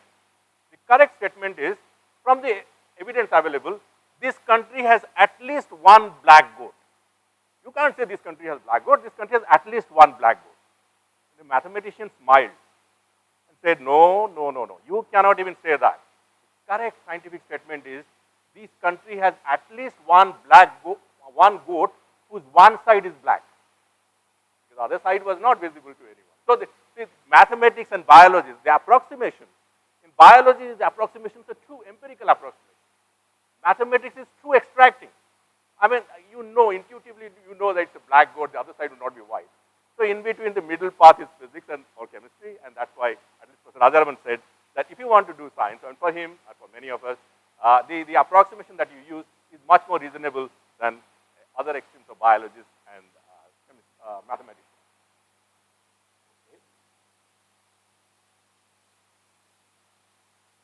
Okay, so that much about the popularization of science. Let us get to the crux of the matter, and this is the statement for Feynman Lecture Volume 1. So if you go to undergraduate college anywhere, or IIT or anywhere, this is the physics book, they strongly recommended 3 volumes of Feynman, and in the first page of the first volume, Feynman paints this picture. If in some cataclysm, something absolutely destructive happens, that's very likely to happen. I mean, I'll tell you that, I am speaking here in Berhampur, which happens to be a part of Ganjam, happens to be part of Odisha, happens to be part of India, happens to be part of Asia, happens to be part of planet. There are 9 planets, sometimes even 8, a solar system, millions of solar systems in our Milky Way, billions of Milky Ways, what is now considered baby universe, the real universe is some wormhole somewhere else. In that scientific, realistic background, the fact that the cataclysm is not happening and I'm able to speak and communicate is an exceptional thing. If some cataclysm happens, some comet strikes this planet, right? All of scientific knowledge were to be destroyed, and only one sentence passed on the next generation of creatures, what would contain the most information in previous world? Feynman Lecture Volume 1. And the Feynman's answer is, all things are made of a matter. That is the crux of the matter, most important discovery or important definitive statement that you can make, right? And beyond that, so therefore, all materials, or we are claiming ourselves material scientists, water, minerals, ceramics, metals, conductors, insulators, glasses, liquid crystals, polymers, the cell, the organism, the plant, the animal, the mind, the consciousness, everything can be explained on the basis that all things are made up of atoms. This all of you have seen. Most of the schools and you'd see this periodic table. But I have not put in, it is a material science perspective. I have identified each element. By the way, these are all from Wikipedia. So I'm not announcing, but this is from Wikipedia. So this is what you can make. Lithium, batteries. All your mobile phones carry lithium. And so these are basically applications that you can do. But more fundamentally, I want to again come back to the point. Why this particular structure? Why only these many elements? Have you ever thought about it? The answer is, there is one master equation in quantum mechanics. Each of these elements is a solution to that master equation. Why is there no 119th element? Why is there no 120 elements? Because the solutions do not exist. Each of these equations, quantum mechanics tell you There is some master equation, and this is solution to that, right? So material science essentially, again, coming to the point, is derived clearly from quantum mechanics. This is material world, then I'll show a slide on immaterial world, doesn't matter. So essentially, it gives you a large canvas. As I told you, you can change lives if you have material science, energy, environment, security, food, disease control. Whatever affects humanity, you can solve using material science. What other people, great physicists do, I'm not trying to denigrate what they do, they ask a very fundamental question. What is constituent of matter? So that is, for me, it is immaterial question. It doesn't matter if I know whether the answer is right or wrong, but material world is what excites me. If you know this slide, this is again from Wikipedia, this entirely explains all the why and how of the universe, right? This is the crucified knowledge base of all questions that you can ask. In physics, essentially, as someone really pointed out, there are only 4 forces: electromagnetic, gravitation, strong, and weak. Strong is nuclear force. The protons are positively charged, they're compacted inside the nucleus. Weak force is beta decay. Electromagnetic is 99% of forces. How did I digest my biscuits now? All chemical reactions are essentially electromagnetic interactions. All chemical reactions essentially mediated by photon exchange, right? So 4 forces, and there are fundamental particles. What are those fundamental particles? There are, basically these forces are exchange particles. These are called bosons. So you have, for gravity, you call it graviton. For electromagnetic force, is the photon. And then weak and strong, there's W bosons and all that. They're basically force exchange particles, and there are fundamental particles. You can explain everything in physics, including consciousness and spiritualism, using this chart, right? And this is my picture of immaterial world, where I don't work, but do you know what it is? This is the experimental proof of Higgs boson. What is Higgs boson? Higgs boson, Higgs mechanism tells you why electrons should have a mass of that value, 9.3 into 10 to the minus 31 kg. Why should proton have 1.6, 2.7 into 10 to the minus 20? Why am I 7? I am just addition of protons, electrons, and neutrons in my body. Why should I weigh 71.3 kg, right? Higgs boson mechanism. And this is the experimental verification. Don't tell me that, how do you do it? So this, and people do statistics, a lot of statistics, and then come about the solution that Higgs mechanisms do exist. And again, I would like to quote Einstein: be excited about sciences, not because JEE or NEET will give you a job, because of this statement that Einstein says, the most incomprehensible thing about the human intelligence is that the universe is comprehensible. No other animal has that facility. That the universe you can comprehend. You do not know whether the baby universe exists or not. At least you can comprehend the universe. So this is the reason why most of us should do science, right? Okay. So before going to the next, I have a long, promise that I would say 7 or 8 technologies that is in the offing, and if you invest your time, you can become the next Steve Jobs. But I'll just try to convey again the importance of questioning everything that teachers speak, everything that the books that you read, and everything. So the first point I mentioned that you cannot explain anything using classical ideas, right? So this is, therefore I say it is uncommon sense. First of all, electrical resistance. This wire that is there, mostly made up of aluminum or copper. Why should copper have electrical resistance? Can someone tell me? Any electrical wire, V equal to IR, you put a battery, there's a voltage and there's a current and there's a resistance. Why should material have resistance? That is what is written in NCERT book, right? Electrons are negatively charged. They repel one another. Do you think they collide with one another? Then the next answer would be, no, there will be ions sitting there, then the ions and electrons would hit one another. Ions are negatively charged, positively charged. Electrons who come nearby, they also come in. Let me become neutral. So this collision idea is a misnomer. There is no collision taking place. In case even collision takes place, by the way, atoms themselves are 99.9% vacuum. If you take a piece of copper, 99.9% is actually vacuum. So if you look at the free electrons of copper, there is enough space for electrons from, if I connect to a battery, they should all move with velocity of light. There is no reason, there is hardly any probability that the electron is actually hitting the another electron. There is no probability. So what is the reason that electrical resistance is there? Think about it. So the only way you can say is that there are electronic states. When you supply energy from outside, these electrons are going to the higher state. That's the only way, and that is the quantum mechanical understanding. So the idea that electrons are colliding with one another, and that is where the resistance. Bay of Bengal is nearby. Once you go to the IISER Barampur campus, that is nearer, throw those ideas into Bay of Bengal. You can't go to Indian Ocean, right? The electrical resistance is not because of collision. And much more important experiment. I wish I had a tape, I have shown you. Hall effect. You must have heard of Edwin Hall got this, professorship at the, Harvard at the age of 27. Using Hall effect measurement, you can say whether the majority carriers are electrons or holes, right? I will do an experiment with copper. You would find the Hall coefficient is negative, implying that the majority carriers are electrons. I will do the same experiment with aluminium. I will find that the majority carriers are holes. Aluminium and copper are both metals. Both should have majority carry electrons. But if I do Hall effect measurement, I will find the aluminium is positive. As if the transport, electrical transport is because of, you cannot escape this idea of, really the electrons going and colliding with one another, and that is what is giving it acceleration. Magnetism. We had a beautiful lecture just before, magnetism, right? And KVPI to bhi chala gaya. But I normally ask this question to all KVPI students, and people don't have the opportunity to write KVPI. Why is in the periodic table only iron, cobalt, nickel? Only iron, cobalt, nickel. These are the three robust ferromagnets at room temperature. Why is it? I mean, there's actinides and there's a little bit of them, gadolinium and all, but robust ferromagnet at room temperature are iron, cobalt, nickel. What is the reason?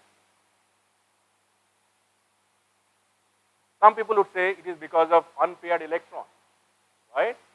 If that were the reason, half of the periodic table should have been magnetic. That's not what is happening. Only iron, cobalt, nickel. So think about it. What is so special about iron, cobalt, nickel? Iron, cobalt, nickel. Nickel is 28. 29 is copper, non-magnetic, right? And 26 ke pehle 25 manganese, non-magnetic. So what is so special about iron, cobalt, nickel, ferromagnet? For whatever reason, magnetism is nothing but quantum phenomena. You cannot escape it. That the electron spin, the unpaired spin, is giving rise to some magnetic moment. As I told you, it is unbelievable that a zero-dimensional particle is moving clockwise or anti-clockwise, giving rise to magnetism. Actually, what happens is, if you do Stern-Gallagher experiment, it appears, it behaves as if half of the electron go to the north pole, half of the electron go to the south pole, right? So it behaves like light behaves sometimes as photon, sometimes as a wave. It behaves. There is no definitive nature that the spin of the electron gives rise to moment. It behaves, right? So I take it for assumption. We had also a discussion about compass, right? Unbelievably deep question. Why should Earth, silica and all these things should have a magnetic field? Why on Earth a planet should have a magnetic field? Some people would say that, okay, inside the core you have iron, but iron is in the magna state. I mean, in the plasma state, all the electrons are stripped off. If magnetism is because of unpaired electrons, there is no unpaired electron of the iron that is there in the core of the Earth. And not only that, what you call magnetic south pole today, after 1 million years, it would be north pole. It is not definitive where is the magnetic south pole that rotates with time, right? So these are, we just hand wave these arguments. While I'm trying to say this is unbelievably deep physics is there. Someone asking what to do in physics. If you go to why, how is little simpler, but why questions are imperative that we ask. Last but not the least, this is the most recent picture sent by Hubble telescope, right? And you might have heard about general relativity, 1917, Einstein, young man, and he had this idea that electric interaction, electromagnetic interaction requires a field, electric field and magnetic field. What is the field for gravitation? And a simple assumption, the space itself is the gravitational field. So general relativity will not get deep into that, but the origin of force, why should moon be attracted by Earth, is curvature of space-time, right? So that is again very uncommon sense that we need to follow.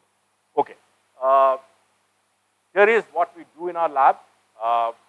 We have access to very low temperature, large magnetic field and pressure.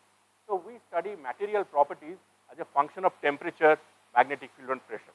and a lot of what are called now emergent phenomena. Because you are testing at that temperature, because the electrons kind of correlate with one another, you can have those phenomena. So essentially, in experiments, we do temperature variation, magnetic field variation, pressure variation, and study material properties, right? I have a question here. You know there is something called 0 Kelvin. You use a very good refrigerator for billions of years, you cannot go below 0 Kelvin. That is the lowest temperature possible. But there is no upper limit of temperature. A star is 1 billion degrees centigrade. It is always theoretically possible to have 1.1 billion degrees centigrade. Theoretically, it is not possible. But there is a lower limit of temperature. Again, think about it. Why is it there is a lower limit of temperature? There is no upper limit of temperature. The question on thermodynamics or efficiency of the Carnot cycle. Again, so we go down to pretty low temperature, 300 millikelvin. Lowest possible temperature is 0 Kelvin. We go to 300 millikelvin. There are some places where you can go to 10 millikelvin. So you see the properties that come about. What is the most exciting property? Most exciting property that happens at low temperature is what is called superconductivity. Something where the electrical resistance just goes away. And I will just come to that in a few minutes. So this is my aspiration. I don't know how much time I have. Who is the chairman? Chairman is gone. 5 minutes. Okay, I'll just flash this slide. So I'll take maybe 10 minutes. Okay, thank you. So as I said, this is the most exciting thing that happens is on low temperature. This was my original aspiration, but I think we'll just keep most of them. So I'll just try to focus on superconductivity. So there was a great entrepreneur by the name Edison, right? Thomas Edison. You must have heard about Thomas Edison, general manager of General Electric and whatnot. He had the great dream that Edison said, I see the day when the electricity is going to be so cheap that only the rich should be willing to buy candles. Is that dream realized? I think you would. Of course, yes. What are you saying? No. Only during Diwali or birthday we buy candles, right? And wherever that dream is not realized, the political power equation changes, right? I mean, so that dream is, Edison's dream is realized. Electricity is going to be so cheap that only the rich would be willing to buy candles. The other dream was by this Dutch physicist, never gave credit to his students, Cameling Owens, who had in 1914 Nobel lecture, he talks about making electrical applications without using electrical power, something like a perpetual machine. And why is that? Because he took mercury, and the story goes that the mercury was exported from Kerala, and somehow that is the Indian connection to the discovery of superconductivity. As it goes to low temperature, around 4.2 Kelvin, the y-axis is resistance, the x-axis is temperature, suddenly the resistance goes away. What does that mean? If I have a resistance-less material, I flow a current, the current flows for all times to come. I don't need to connect to a battery. So I'll solve the energy problem of the planet for all times to come. That's the promise of superconductivity. But that is not what is happening. So I'll just give you again one idea where you can get a Nobel Prize the moment you are successful, guaranteed. And that is related to superconductivity. And this is what is called the BCS equation. Kb is the Boltzmann constant. Tc is the temperature below which the material becomes resistance-less or superconductor. Right hand side is 1.13. H cross is the Planck's constant. Omega d is the Debye frequency, typically high for light ions, hydrogen, helium, lithium. Omega d is high. Then exponential -1 V NEF. NEF is density of states at Fermi level, typically high for transition metals, copper, titanium, vanadium. And the V is another function which is difficult to control experimentally, but people have found out wherever there is a phase transition, say insulator to metallic phase transition, ferromagnet to paramagnet phase transition, in those systems, the caliper can be controlled, the V can be optimized. So these are the recipe for you. The moment you get Tc equal to 300K, I think you'll get a free ticket to Stockholm, right? You solve this puzzle, Kb Tc equal to 1.93. This is what is BCS. By the way, there are 11 Nobel Prizes in superconductivity, and this is the 12th. If you find a material of correct omega d, correct NEF, correct V, and the left-hand side becomes 300 Kelvin, you find a Nobel Prize, right? I think Ashok would be the first one to sponsor your ticket to Stockholm, right? A lot of applications happening. All MRI machines in and around Barampur use superconducting magnets. CERN, where the Higgs boson was found, that is again all superconducting magnets. Superconductors have very high inductance. L is very high, so you can store energy, half Li square. I'm really surprised in the battery-operated buses. Why don't you use superconducting solenoid?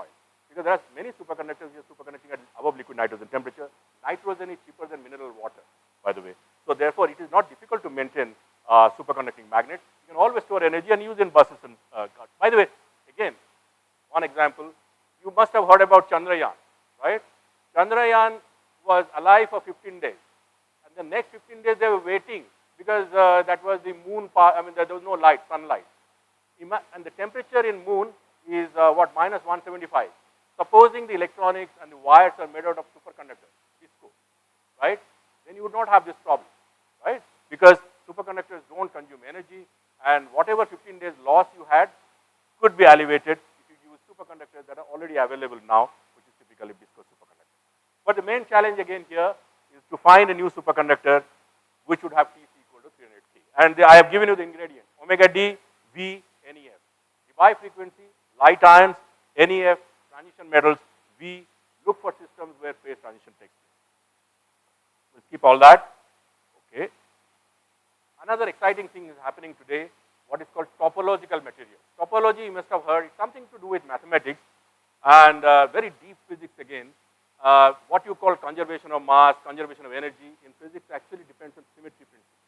And this is taking to the next level of analysis of materials. And it is nothing very difficult to appreciate, particularly for solid state physicists. You find that the Euler number, chi equal to V, the number of vertices minus number of edges plus number of faces, remains constant in a particular state of geometry, whereas it is violated in another state of geometry. So this is essentially something called topologically invariant, right? And using these ideas, people have, we'll keep all this here with me. So essentially there is something called Gauss-Bonnet theorem, where you calculate number of holes in the, in your surfaces, and you end up with, so you end up with, material system where you have the quantum mechanics of band structure. You find that there could be vacuum is a trivial insulator, graphene is a trivial insulator, but there is something there in the band structure of bismuth selenide which would give you that integral non-zero, 1 or 2. And then what happens at the surface of those? So that is for another day. Sir, how much time do I have really? No. 10 minutes, okay. 10 more minutes, okay.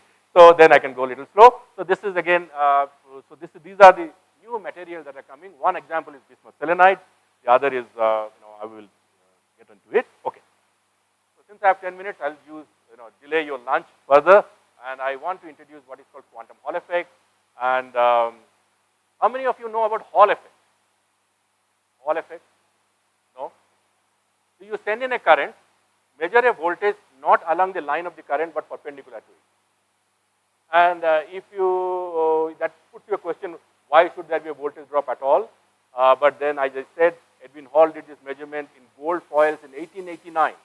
And then he didn't find any voltage, but that earned him a professorship at Harvard. But these days, in 1980 onwards, there is something called quantum Hall effect. Again, it's a two-dimensional layer of gallium aluminum arsenide. Do the same experiment.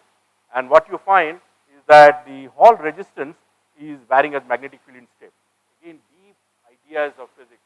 Theorists like Kostelis, Paulus, Halden, they could identify a new state of matter. I mean, we know about solid, gas, liquid, and plasma states. They had the ingenuity, all these Nobel laureates, to find that this is happening because of new state of matter. This is what is called quantum Hall effect. And using such concepts, the quantum computation or quantum computers have come about. This is the image I've taken again from Wikipedia. This is IBM-based quantum computer, qubit, right? We had a beautiful talk on bits and how the magnetic storage devices work. This is the future. And you might know that the government of India is funding 6,400 crores for the next 10 years on this field. So, not that all your laptop would be vanished, but this is the new technology, all based on Josephson junction-based. That is the scalable technology, Josephson junction-based qubits. You have one of them in TIFR, and the idea is that whatever new superconductors come about, like topological superconductors, constant with the selenide, can you make qubits out of that? We'll skip this. Time permitted, I would have explained it, what is so special about quantum computer. But essentially what it means is that if you really want to have a quantum computer, at present only two physics ideas can enable scalable quantum computers. One is what is called fractional quantum Hall effect, where the electrons don't carry one quantum of charge. They don't carry 1.6 × 19 coulomb. They carry fraction of charge. Again, exotic ideas. A great physicist from Indian origin, Janendra Jain, he is the he's the main person in that. So fractional quantum Hall effect is where you can find quantum computer implementation. The other possibility is having two-dimensional topological superconductor, and we have dabbled our hands on that. And there are specific signatures that you need to have in that superconductor that will tell you that this is the right species to become a quantum computer.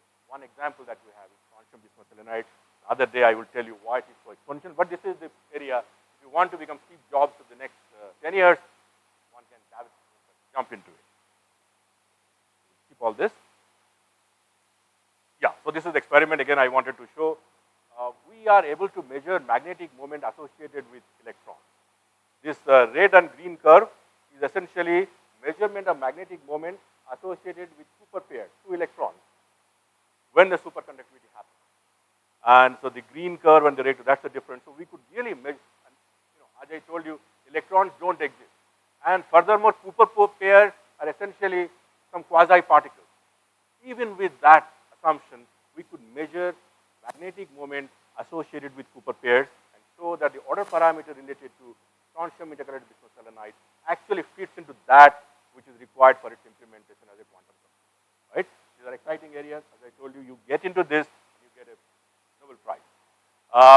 This is what very clearly explained by Professor Anil Kumar. We skip this, but understand the challenge. How do I score 0 and 1? Again, some mathematician, 17th century, George Boole, he had the idea that all natural numbers can be written in terms of 0 and 1, combination of 0 and 1. No application. Not all science need to be justified for the funding agency. This is the fermionic approaches or all that we do. It can be fundamental science. Two centuries later, you find that 0 and 1 are nothing but bits, right? Again, these are the small bits, north and south poles. If their north-north is there, this is the magnetic field coming out. If the south-south is there, magnetic field is going in. If I have a reed head where I can see whether this is 1 or this is 0, the whole idea is that this magnetic field that is protruding out would be smaller if I take smaller grains of magnet, right? And that is the nanotechnology. If you make smaller and smaller, the magnetic field that is coming out, to know that whether it is 1 would be smaller. Therefore, I need a magnetoresistive material which should detect that 1 state, because the resistance should change in the presence of very small magnetic field. So that's the challenge. Typically now it is probably around 1 nanometer, is that, or maybe less than that. What is the small grain size now? Super paramagnetic. Keep all this. So basically this Weil semimetal, that Hermann Weil was a great mathematician. Dirac was a great physicist, great mathematician. You have now Dirac particle and Weil semimetal, and we saw that the magnetoresistance in Weil semimetal orders of magnitude. So possibility of using them probably as a reed head. I am not a believer in nanotechnology. I am telling you very upfront, in front of all these leading scientists. You had Diwali and Durga Puja. Did you buy a single thing which was based on nanotechnology? You go to Big Bazaar, you go to buy Apple. These are all based on traditional quantum mechanics of 60s and 70s. Nanotechnology, I would believe, when you have really a one-dimensional particle and you put those quantum confinement, and then there is application. Coloring, all these things, or a washing machine, silver nanoparticles, you may die because of wearing that cloth. Why would I need silver nanoparticles to clean my clothes, right? So I give you the challenge. I mean, it's good that there's a lot of good funding and there is good assets. Tell me a single technology that you have bought over the last, during Durga Puja or during it, that is based on nanotechnology. I'm sorry to defer, Professor Anil. The spintronics that you explained is not really, it is a spin of iron. I mean, that is well known. I mean, that is not really spin-driven spintronics. Anyway, so, but the whole crux of the problem there is, suppose I take iron nanoparticle. At room temperature, it is not ferromagnetic. And there is a rule now that if your particle size is more than 4 nanometer, you cannot put it in your body. All this medical technology putting there and selective tumor and all this, because at 4 nanometer, it is not magnetic. And if you go above 4 nanometer, then you can't take it out of your body, the toxicity involved. So there is a big challenge in nanotechnology. So those who are very enthusiastic about nanotechnology or degree nanotechnology, think twice. Go into traditional quantum mechanics instead. Okay, so this is my last 2 slides. There is something called thermoelectric power. That's another investment that you can do. If you have a heat gradient, you can generate electricity. So suppose you are driving a car, your engine is hot, your chassis is at ambient temperature. If you just put the material called bismuth in between, you generate electricity. You have a thermal power plant, you put this bismuth somewhere in between the turbine and the ambient, you generate electricity. And there the challenge is that this is what is called the efficiency of Jet-3 of the thermoelectric power. The problem is materials which have high electrical conductivity also have high thermal conductivity. So that cancels out. You need a material where the electrical conductivity could be high, but thermal conductivity could be low. And there are methods where you can do that. And so that's also one of the reasons you can really jump into if you want to really become the next key job. Keep all this. I think I have taken enough time. I'll go to the last of my slides. Okay. So here is something that can be implemented. You can buy it from Amazon. So this is about solving the energy problem at an individual level, right? All of us have to cook food.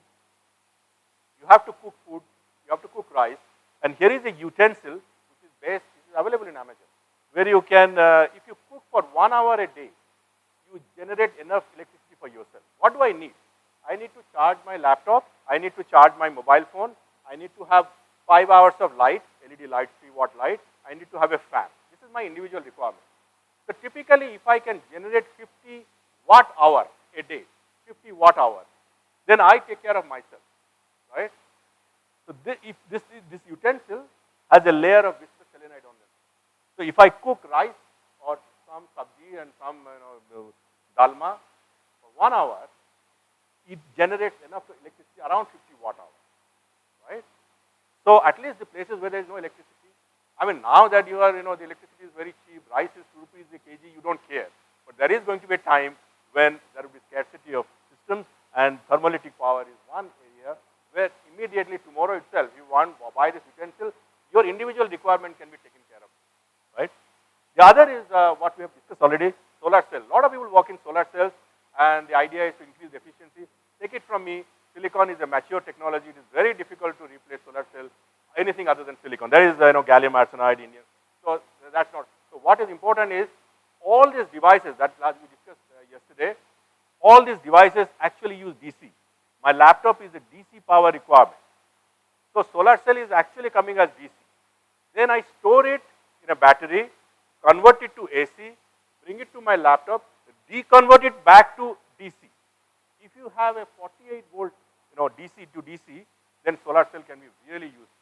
All TV, all mobile phones, all laptops, all electrical appliances, other than those creating heat, those generating heat and motors, can be run with DC power directly from solar cell. The actual losses is happening because converting DC to AC, and again here AC to DC. And really, what is the wastage is using a heater for cooking.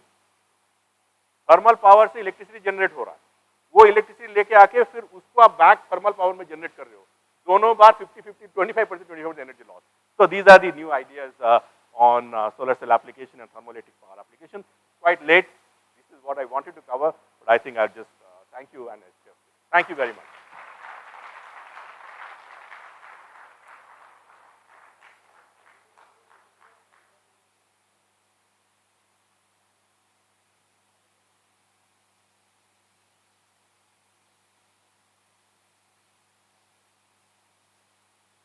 No question means everything is understood. I'm happy about it. Yeah, there is one question. Good afternoon, sir. As you said that in quantum mechanics, electrons do not exist. So how do we explain all these photoelectric effect, magnetism, electrical resistance? How do we explain those? Okay.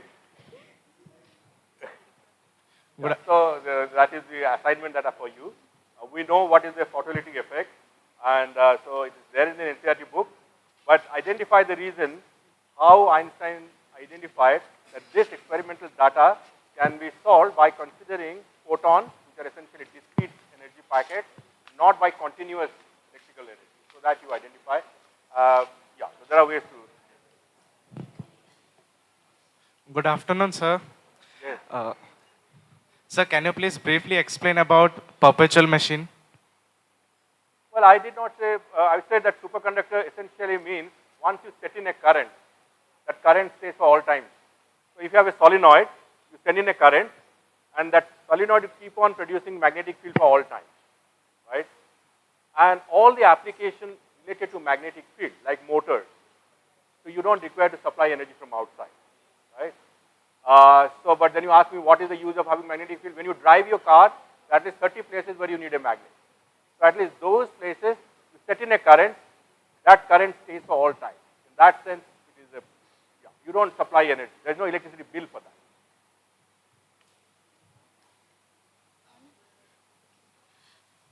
Good afternoon, sir. Okay. So you said string theory can be solved through 26 dimensions. So I want to know in simple words, what are actually dimensions? Well, dimension in physics is what we know. See, you have got x-axis, y-axis, and z-axis. Okay. In mathematics, it is two vectors. Vector product you can define. Some case it will be 0, some case it will be none. So that is how you do it. So in mathematics, there is no restriction having dimension x, y, and z. And so string theory, therefore, is deep mathematics where all these tuples, dimension, orthogonal vectors, you can solve it in 26 dimensions. Okay, so But in physics-wise, as I gave the example, we can only see 3 dimensions, and for ants, only 2 dimensions. There are creatures who cannot even understand 1 dimension. So, sir, is dimension relative? No, dimension is not relative. It is depending on your perception on what you call it. X, Y, Z is for me is the dimension, but there are 2 vectors, and the vector product, right? Whenever they are 0, then I can conclude whether they are collinear or they are perpendicular to one another. Okay, thank you.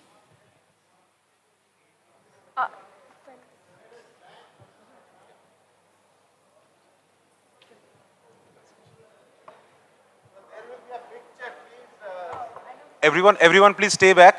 We will have a picture and then you can go for your lunch. But before that, I would request our chair to felicitate Professor Satyavrat Patnaik. So they are saying like this.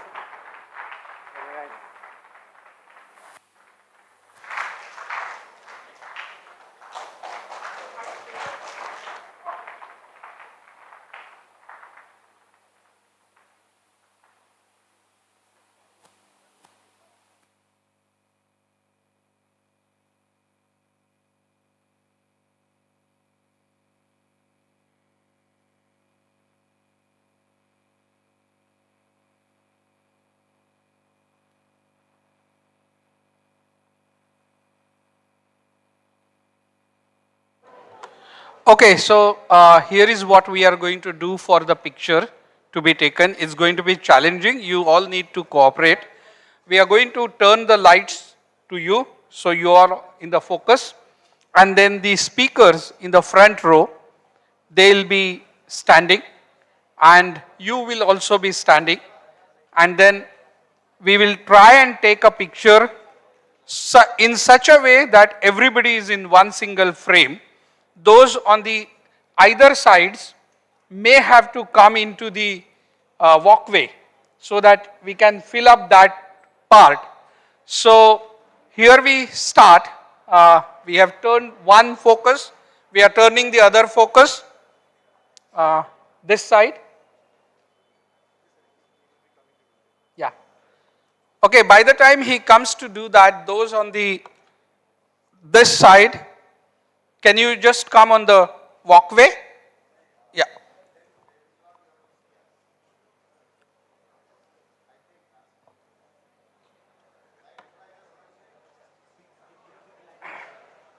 Okay. Lights आ जाएगा. सारी lights on कर दो hall की. So there will be enough light on the speakers as well. Guys, if you can come onto the side, those yellow shirt, and those on that side, please also come. Some of you can come in the slightly down. Yeah.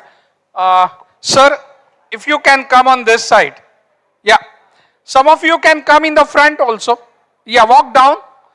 There is a space over there. You can fill that space.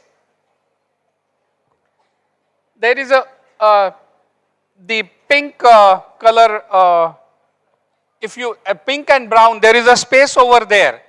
Yes, gentlemen in the, yeah, those space, this group can come slightly in the center.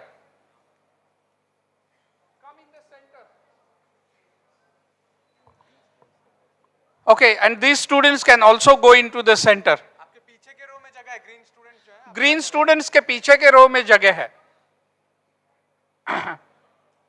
Okay, and then all of, yes, I'll join. You are getting everybody in the frame? Okay, you need to shout.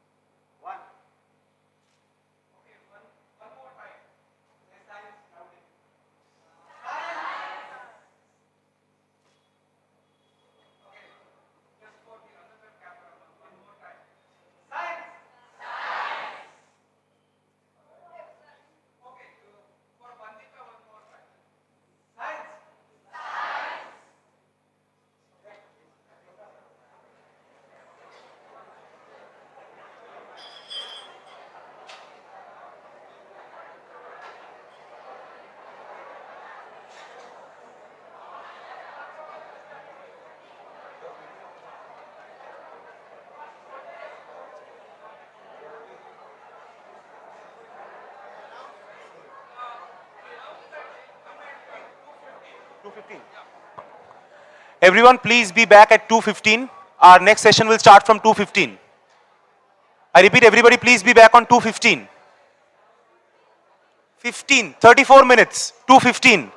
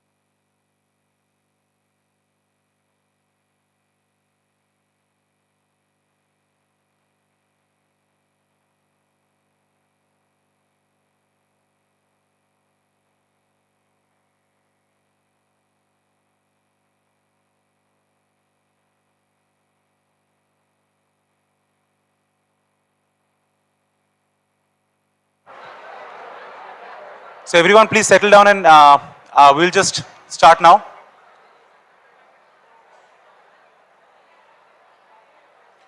So for our next session, I would like to request Dr. Jeevan Jyoti Panda to chair the session. Before that, I would like to introduce her. So Dr. Jeevan Jyoti Panda got her PhD in biotechnology from International Center for Genetic Engineering and Biotechnology, New Delhi, India. She was a UNESCO L'Oreal International Fellow at the University of Colorado, Denver, USA. Her key research is neuroscience and regeneration, Alzheimer's, glioblastoma, Parkinson's, bone regeneration. She has received numerous awards and honors. I will mention a few of them. She is a member of Indian National Young Academy of Sciences. She featured in one of the best 75 women in STEM and featured in the book She Is. She received Hargovind Khurana Innovative Biotechnologist Award, ICMR DHR International Fellowship for Biomedical Scientist, DBT Biocare Award, to name a few. So I would like to invite her on stage to session the chair.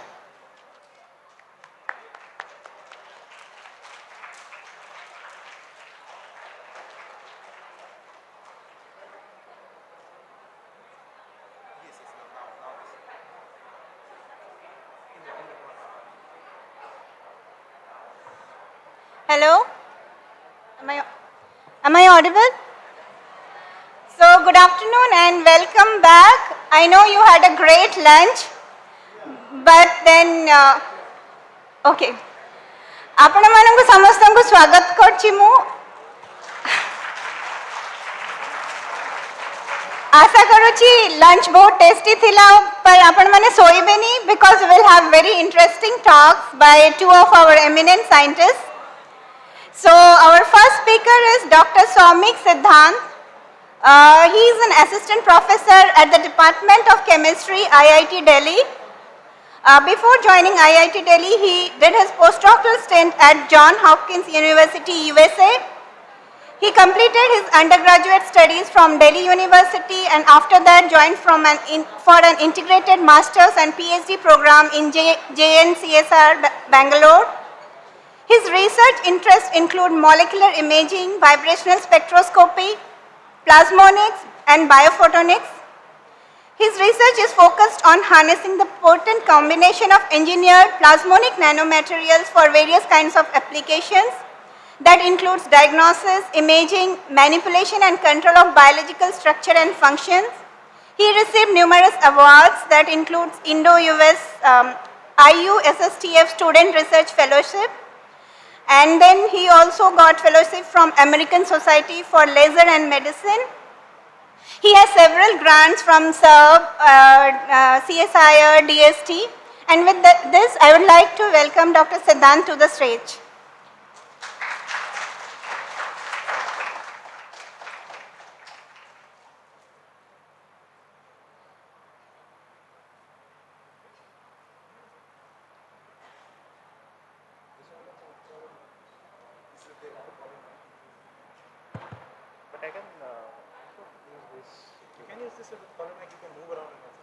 Yeah, that will be better.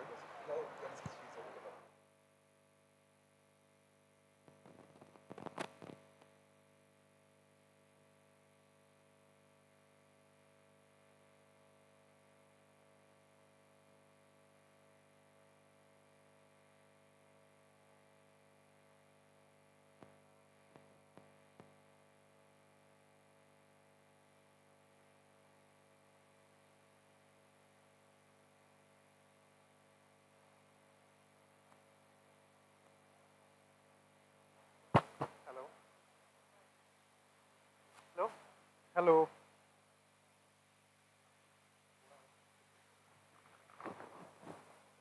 Hello. Hello.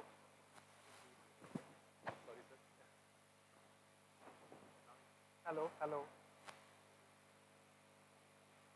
Hello. Hello.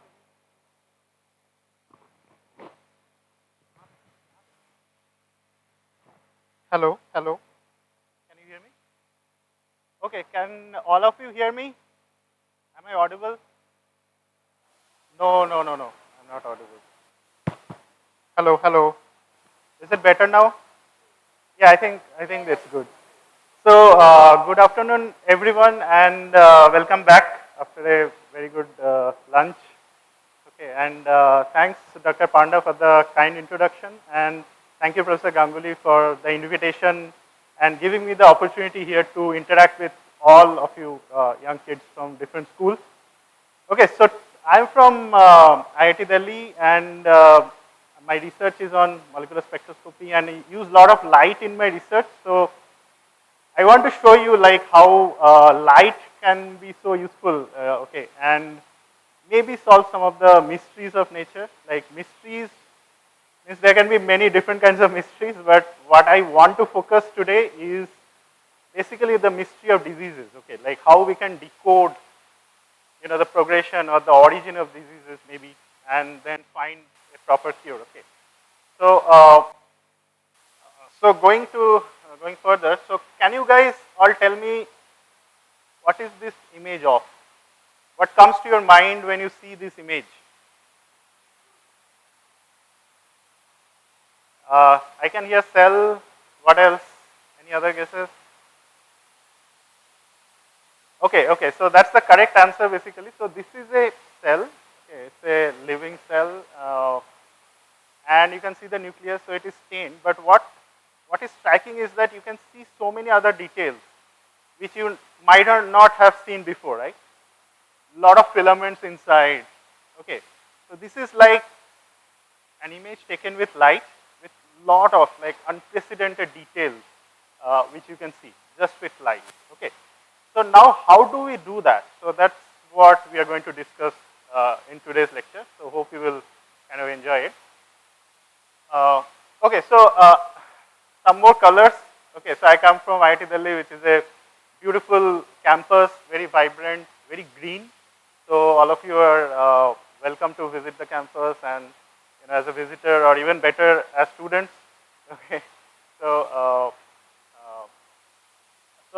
what I will be speaking mostly today is about light and life, biophotonics. So bio means like, you know, living systems, what we believe as, and photonics is the study of light, right? So if you can combine both of them, you can kind of have biophotonics. Okay. So this is our chemistry undergrad lab. It looks very nice. So we always try to give this picture in the slides. So we will do something. We will learn something new today. Okay, be curious, ask questions, have fun, and of course visit IIT Delhi.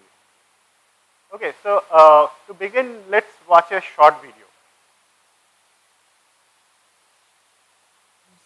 Is everywhere. Light is life. Light connects us with others, near and far. It entertains and inspires both young and old. Light enables us to see things never imagined. It will drive economies of the future.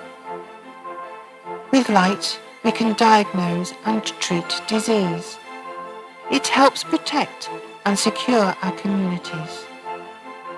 Light will be key in discovering solutions to society's most pressing problems.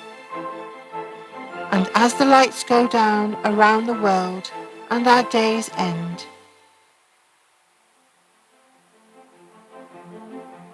our future will continue to be enabled by light.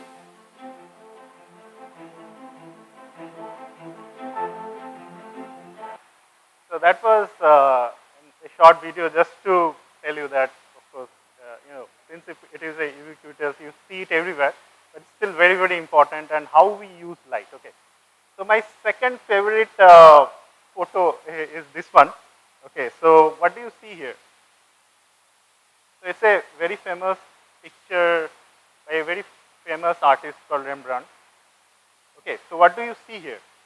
Can you see that one doctor is opening up a corpse and showing it to, you know, an audience? Okay. So this kind of, so you see it was in 1632, and people were very inquisitive. Okay. They wanted to know what is inside our body basically. Okay. But there were very limited means those times. And any problem? Okay. And it is hard to believe that, you know, like, people used to hire stadiums and have demonstration in stadiums, and people used to pay just see this kind of things, like they used to open up bodies and show what is there inside. Okay, so such was the craze. And now here we are today. Okay, so if you want to look inside the body, you have the MRI machines, for example. Okay, so you just go inside the machine and you can actually see what's there inside your body on a computer screen. So how many have been inside an MRI machine or have seen it? Okay, so quite a few of you here, so you might be knowing what I am saying. Okay, so so medical imaging as such, it is the New England Journal of Medicine, which is a very prestigious journal. It has selected medical imaging as one of the 11 most important inventions in last 1,000 years. Okay, so it's quite remarkable. Okay.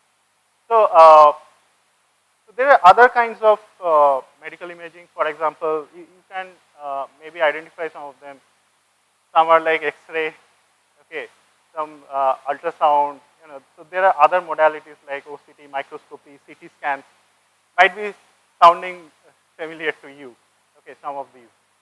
Okay, so so this field of biophotonics, okay, the use of light to study organisms or living systems. So this is clearly it's a very transdisciplinary field. Okay, so you can see that there is a contribution from biology, material science, physics, engineering, mathematics, medicine, even computer science. So how many of you want to study computer science, for example? Okay, lot of hands. Study physics, study chemistry, okay, engineering. Okay, so I'm very happy to see a very healthy mix. So normally when you ask nowadays, people say everyone computer science. Okay, so so that's pretty good. So I want to say to everybody that there is scope for you in this field. Okay, so every field actually contributes to this broad and exciting transdisciplinary field. So whatever you study, you have a chance to contribute to photonics and biophotonics. Okay, so speaking a bit about the history, okay, like how,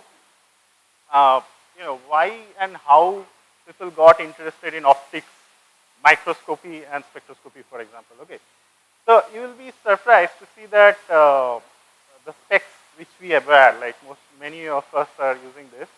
So this was kind of started in 12th century AD, and this was the first kind of optical device which was used for biological needs. Okay, so this was the first, not the microscope. So this actually came first.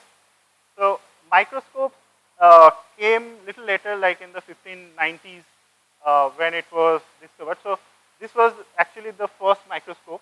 It had a sample mount and a ball lens here.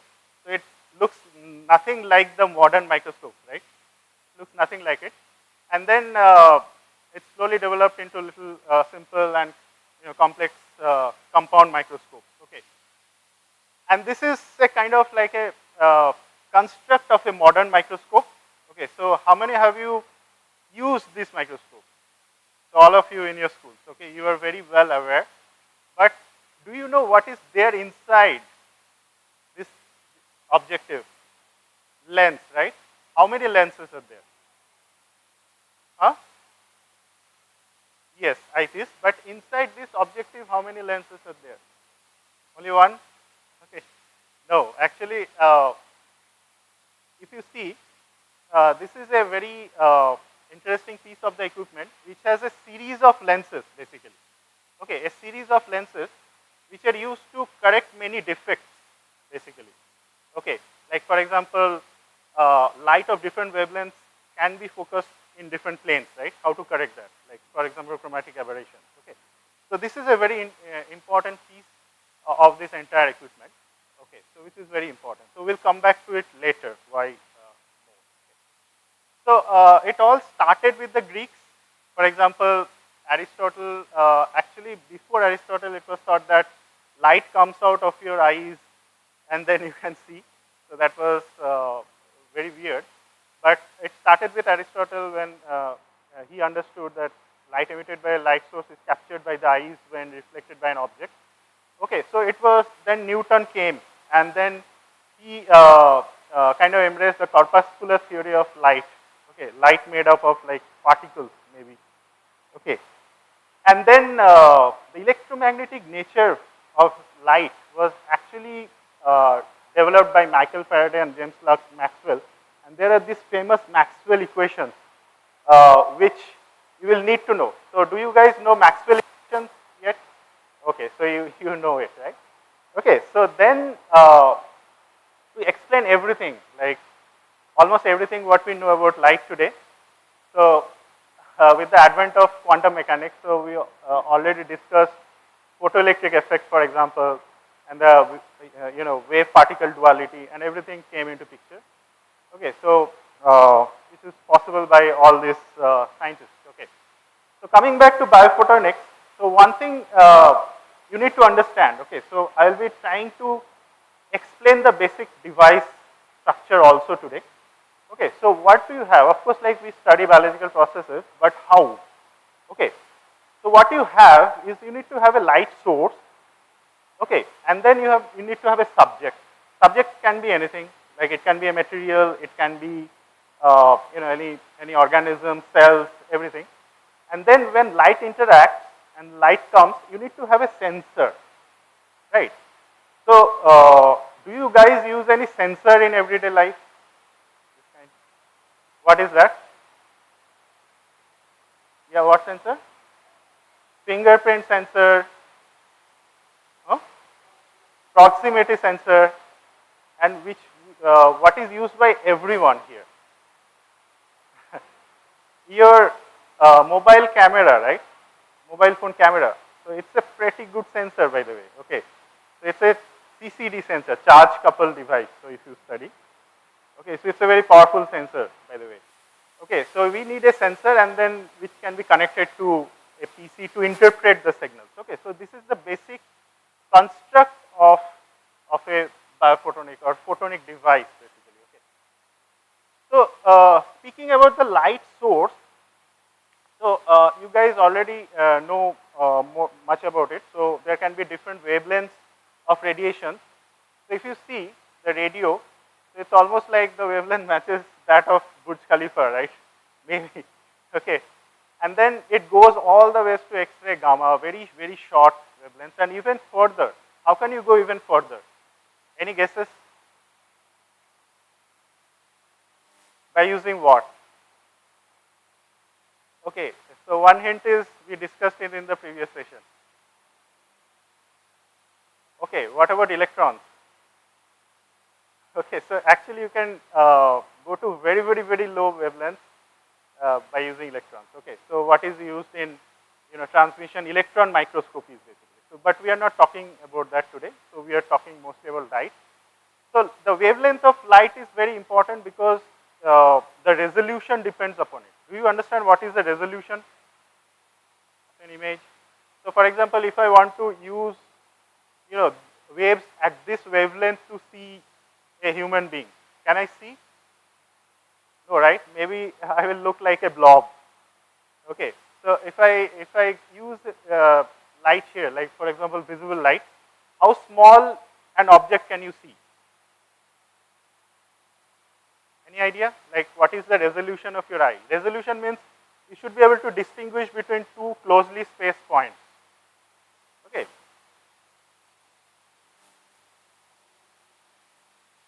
Yeah, so what is the minimum?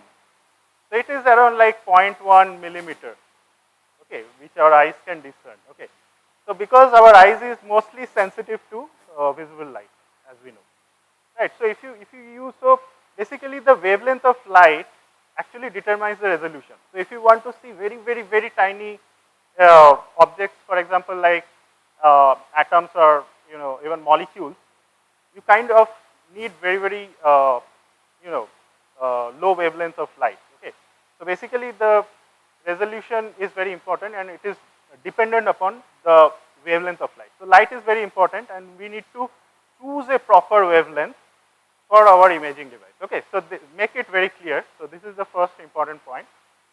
Okay, so next, in order to probe a biological system, you need to understand certain things. For example, if I want to detect a cancer tissue, can I use light? Yes or no? You can use, but if without cutting up the body, can you use it? No, right? Light will be absorbed, right? So if you see the optical imaging methods, for example, fluorescence, bioluminescence, Raman, I'll be discussing some of these. So they have very less. So kind of assume that this ocean is our human body. Okay. So these techniques, optical techniques, have very low penetration. Like it cannot go deep beyond the skin. Okay. And then this one, for example, MRI. What does MRI use? Magnetic field, right? So it has a huge penetration depth. But if I tell you, can you see a single cell using MRI? Might not be possible, right? It can show limbs and everything, but does it show a single cell? Can it distinguish a nucleus, for example? No, right? So as you go deeper, your sensitivity gets compromised, or your resolution gets compromised. Okay, so that is the challenge of biomedical imaging. Like you can have a very good technique, okay, but your penetration will be very low. Okay, and if your penetration is very high, then you have very low resolution. You cannot see very tiny things. Okay, how can we get over it? Okay, so that's the question. So that's the basic challenge of research. Okay, in biomedical optics. Okay. Yeah, so this is what we discussed. So the first thing is the first technique which I wanted to discuss is fluorescence. Okay, so how many of you know about fluorescence? Here. Okay, so not much. Okay, so one of you. Okay, so you have seen these glow sticks, right? So that is not exactly fluorescence, it's a special case of fluorescence, like something absorbs light and then it releases later, right? Something. But fluorescence happens that is called phosphorescence. But fluorescence is a similar process where, a molecule is excited from the ground state, it absorbs light and kind of goes into an excited state. Okay, so this is not the real thing. It's the Jablonski diagram it is called. So it is just for your understanding your concept. So when an electron goes into excited state, it comes down back to its ground state and emits a little bit red-shifted radiation. Okay, after a nanosecond gap, I can say. Okay, so we were talking about attosecond physics. So this happens at around, I'll say around few nanoseconds. Okay, so this is actually called fluorescence, and this red shift or Stokes shift makes it very interesting. Okay, so for example, this is known, it's like a band gap. Okay, and the wider the gap, the lower the wavelength or the higher the frequency. Okay, so a molecule can be kind of identified because every molecule will have a kind of a distinct, kind of band gap here. The difference between the electronic levels, the energy difference. Okay, so here if you see, so on the left there is just water, and on the right is water mixed with a dye molecule, okay, or a fluorescent molecule, and you are passing UV light through this. Okay, so what do you see? UV light is, or bluish kind of light is passed through it, and here you see this red emission, right? Okay, so this is actually called fluorescence. Okay, so fluorescence emission. So how do we use this, this light which is emitted for imaging, for example? Okay, so let's see that.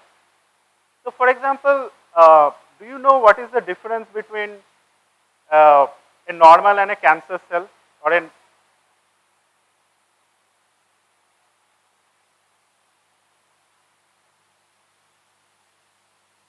yeah, that's correct. Anything else?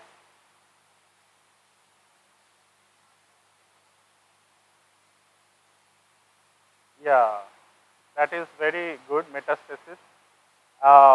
And also it is uncontrolled growth, lot of vasculature. Okay, and the molecular level also there is lot of changes. The cell surface can have lot of different kind of receptors. The cytoskeleton is little bit different so that it metastasizes, right? So it kind of migrates to different organs. Okay, so the cell skeleton of the cell or the microtubules, that structure changes, the environment of the cell changes, the pH of the cell changes. So many of these things are used to detect a cancer tissue, whether a tissue is cancerous, for example. Okay. So many of you know that. So in biopsy it is done. But what if I want to do, what if in a body I want to find a cancer tissue and use fluorescence to do that? Any ideas how to do that? Okay, so if I tell you, if I keep a sweet somewhere in this room, how will you find it? Yeah, so we will release some ants, right? Now, if we put some molecule, like for example, the same dye molecules which you play, Holi with, we covered that in ants. So the ants will somehow find the sweet, right?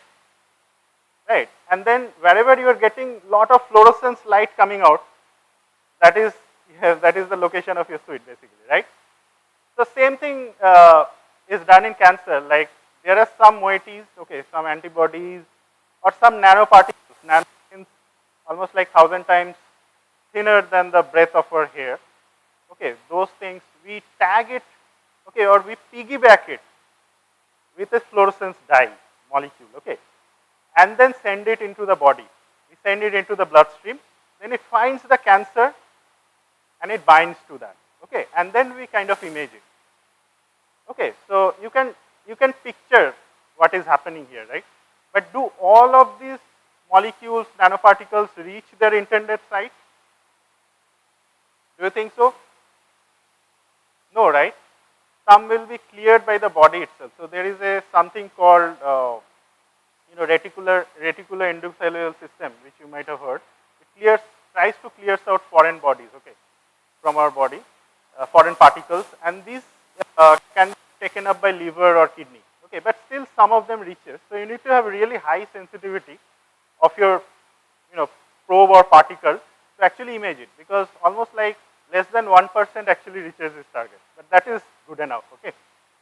So as I was talking that we need a molecule to piggyback on something, maybe a piece of RNA, okay, maybe some antibody. So this is just representative. So we need a molecule which goes and targets the cell, specifically the cancer cell, and then we can actually make it glow. Okay, so then, so this is done on a mice with a tumor. You see, we inject the agent here like this one, and then we image it using fluorescence imaging. So this is how you kind of like end up detecting cancer. So this is in terms of like in any humans, if it have, like for example, there is a tumor on the tongue. So you inject it with some agent which binds to the tumor, and then you can have this kind of fluorescence image. Okay. So this area will be selectively green and not the healthy one. Okay, and then you can actually take out this some of the tissues, and then you can actually study these in the lab. Okay, so so this is one of the way where you can actually detect cancer. Okay, but the question is, can we detect cancer? Okay, before it forms a tumor? Can it? Or maybe very tiny, 1 or 2 cells have formed cancer. Can we detect that? Okay, or whether there is a molecular change happening in the area.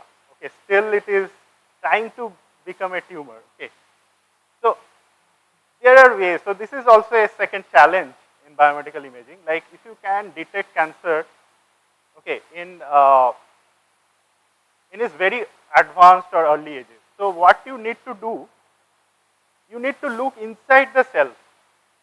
Okay, you need to look inside. You know what is there inside a cell? Anybody? It's a nucleus. Okay.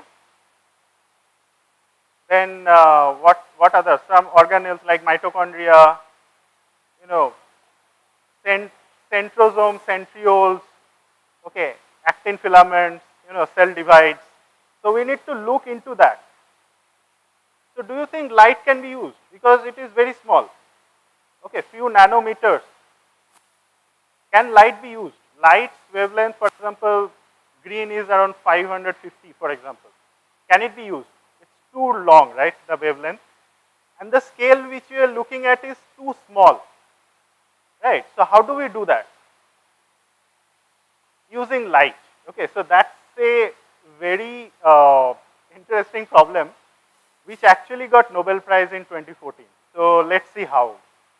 Okay, so again coming back to this kind of thing, you see this is the way, this is the size.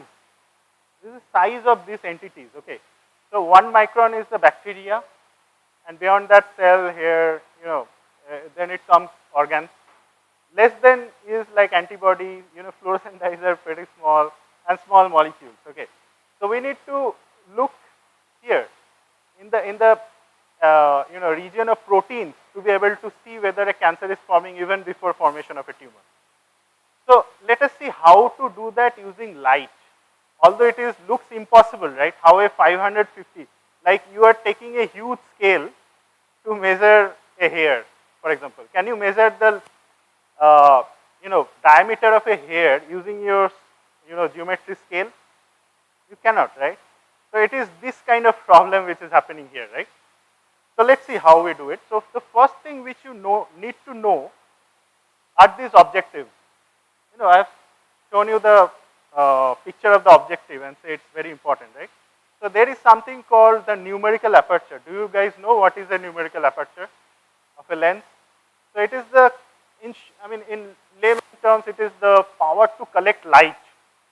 Okay, so basically you see light is coming here, the sample is here, and then light is entering the objective lens. Okay, so there are a series of lenses here. So this is fully not shown. So here this is alpha is, you know, the angle distended by the light beam basically. So the higher, and the numerical aperture is actually given by the product of the refractive index of the medium. Here it can be air, it can be water, and then sine alpha. So the more the alpha, so the more the numerical aperture, right? So you need to have a lens with a very high numerical aperture. Okay. Then, but let's see, like still, if you have a lens with almost 0.9 numerical aperture, okay, and if you are using, so this is the, you know, the formula of resolution basically, like how, this is the minimum distance between 2 points which can be resolved using a particular wavelength. So this formula is given by, this is one of the formulas by the way, so there can be other formulas depending upon the instrument which you are using. Okay, so that depends upon lambda or the wavelength of the light and the numerical aperture here. Okay, so let's take a light of wavelength of 5.55 microns or 550 nanometer, which is like in a visible range. And then if we put in the formula, what is the value in nanometers? So it is 0.37 micrometers. So how many in nanometers? How do you convert micrometer into a nanometer? Multiply by 1000, right? So then it is 370 nanometers. So if you use a very good lens, okay, and a light which is green in the visible range, you can only resolve 2 points which can which is separated by 370 nanometers. So 370 nanometers is how much? It is not even enough to see a virus and proteins inside, virus particles also, right? And proteins inside the cell. What do you do? So you are kind of helpless, right? You are sitting with a huge scale and a thing which cannot be used, cannot be measured by the scale. So what do we do?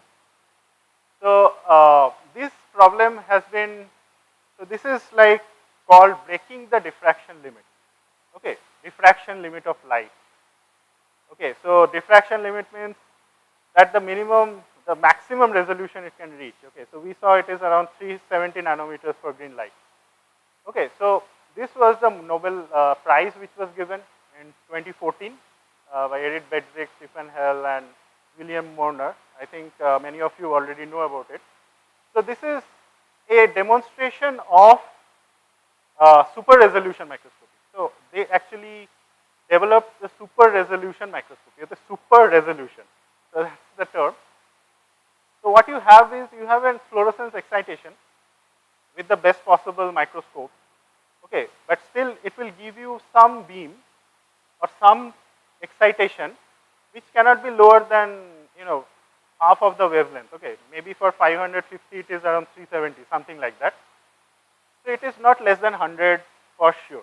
So what you do is you superimpose that with a donut shaped light. Okay, so that donut shaped light has a hole inside. Okay, have you seen donuts, everyone? Okay, so it has a hole inside. So the light is shaped like that, and this light has a special property. So wherever this light interacts with this fluorescence, okay, it actually induces a stimulated emission. Okay, so a stimulated emission is an emission which is in IR range. Okay, in this particular case, so you can filter that out. It's in a different. So what you are left is here with a very small spot. Okay, so basically, this light is eaten up by the donut. Okay, I can say, and then it leaves a very small spot, which is around 50 to 60 nanometers. Okay, so now can you image a protein which is, for example, or an entity which is around 50 nanometers? Yes, right? You can. Okay, so this is actually a very simple depiction of super resolution microscopy. So now we have a method where we have reduced the scale, okay, where we can actually go less than 100 nanometers and measure using light. Okay, so this is another depiction where you have a laser excitation and you are having something like emission over 250 nanometers. So this is diffraction limited. Now you have a state microscopy where you have a green laser and then you have a red depletion donut shaped laser, and you are having a very small spot of 15 nanometer emission. Okay, so this was a kind of discovery which kind of revolutionized optics. So it gave a very new direction to optics, which is called super resolution microscopy. Okay. So now let's see, super resolution microscopy can see the nano world basically. So if now I am dealing in nanometers, right, less than 100 nanometers. So what do you see on left? Not very clear, it's more clear on my screen, but you see a cell, I'll tell you, and this is the centrosome. Okay, so what does a centrosome do? Yeah, it helps in cell division, right? It reorganizes the actins. Yes, reorganizes the spindle fiber, right? Very nice. Yeah, so it was first, it could not be seen actually ever with a in a live cell using a microscope before. It was seen like this always, like a single blob. Single blob, okay. You see, this is a single blob. So this is actually dyed. So one particular fluorescence dye is attached to this so that you can see it. This is a fluorescence image. But this is using this super resolution microscopy. Okay, so this is using super resolution microscopy. So what do you see here? You see two different things. So now you have studied, right? So those are two kind of two entities which are there in centrosomes. Okay. So the first time using super resolution microscopy, you could actually see this kind of very detailed images. Okay. So yeah, so this is what I was talking about. So actually then what you do is, using super resolution microscopy, you see very unprecedented details inside the cell. Okay, so here it is like conventional fluorescence microscopy. Here it is super resolution microscopy. You can see what is there in cells. Okay. Is it clear to everyone till now? Okay. Okay, so few more, some very breathtaking images using super resolution microscopy. So can you guess what are these? So these are basically actin cytoskeletons. Do you know what are actin cytoskeletons? Okay. So these are the kind of like a skeleton of the cell, right? So it decides the mechanical component of the cell, okay, how it migrates, for example, and how it reorganizes. Okay.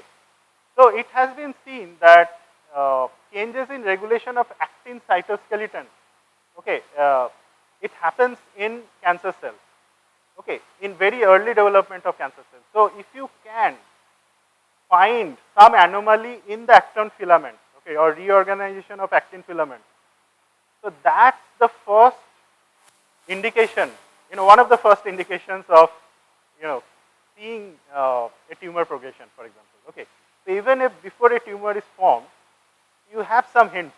Okay, seeing the cells from the inside the cells. Okay, what is happening inside the cells. Okay, so this kind of imaging gives this kind of idea. So not only cancer, but if I want to, know what is there in brain, for example. Okay, so this is some image, super resolution image of a neuron. Okay, so what do you see? You see lot of proteins. Okay, and you can even deduce the structure of some of the proteins, like not very high resolution, but in some resolution, how these proteins are oriented and how these are helping in, transmission of the signals, basically chemical signals through neurons. Okay, so these things have been possible recently, very recently. It's a very interesting, very relevant field of research which is going on. Okay, so it can actually provide insights. If more and more research is done in this case, it can provide more insights into the working of our brain.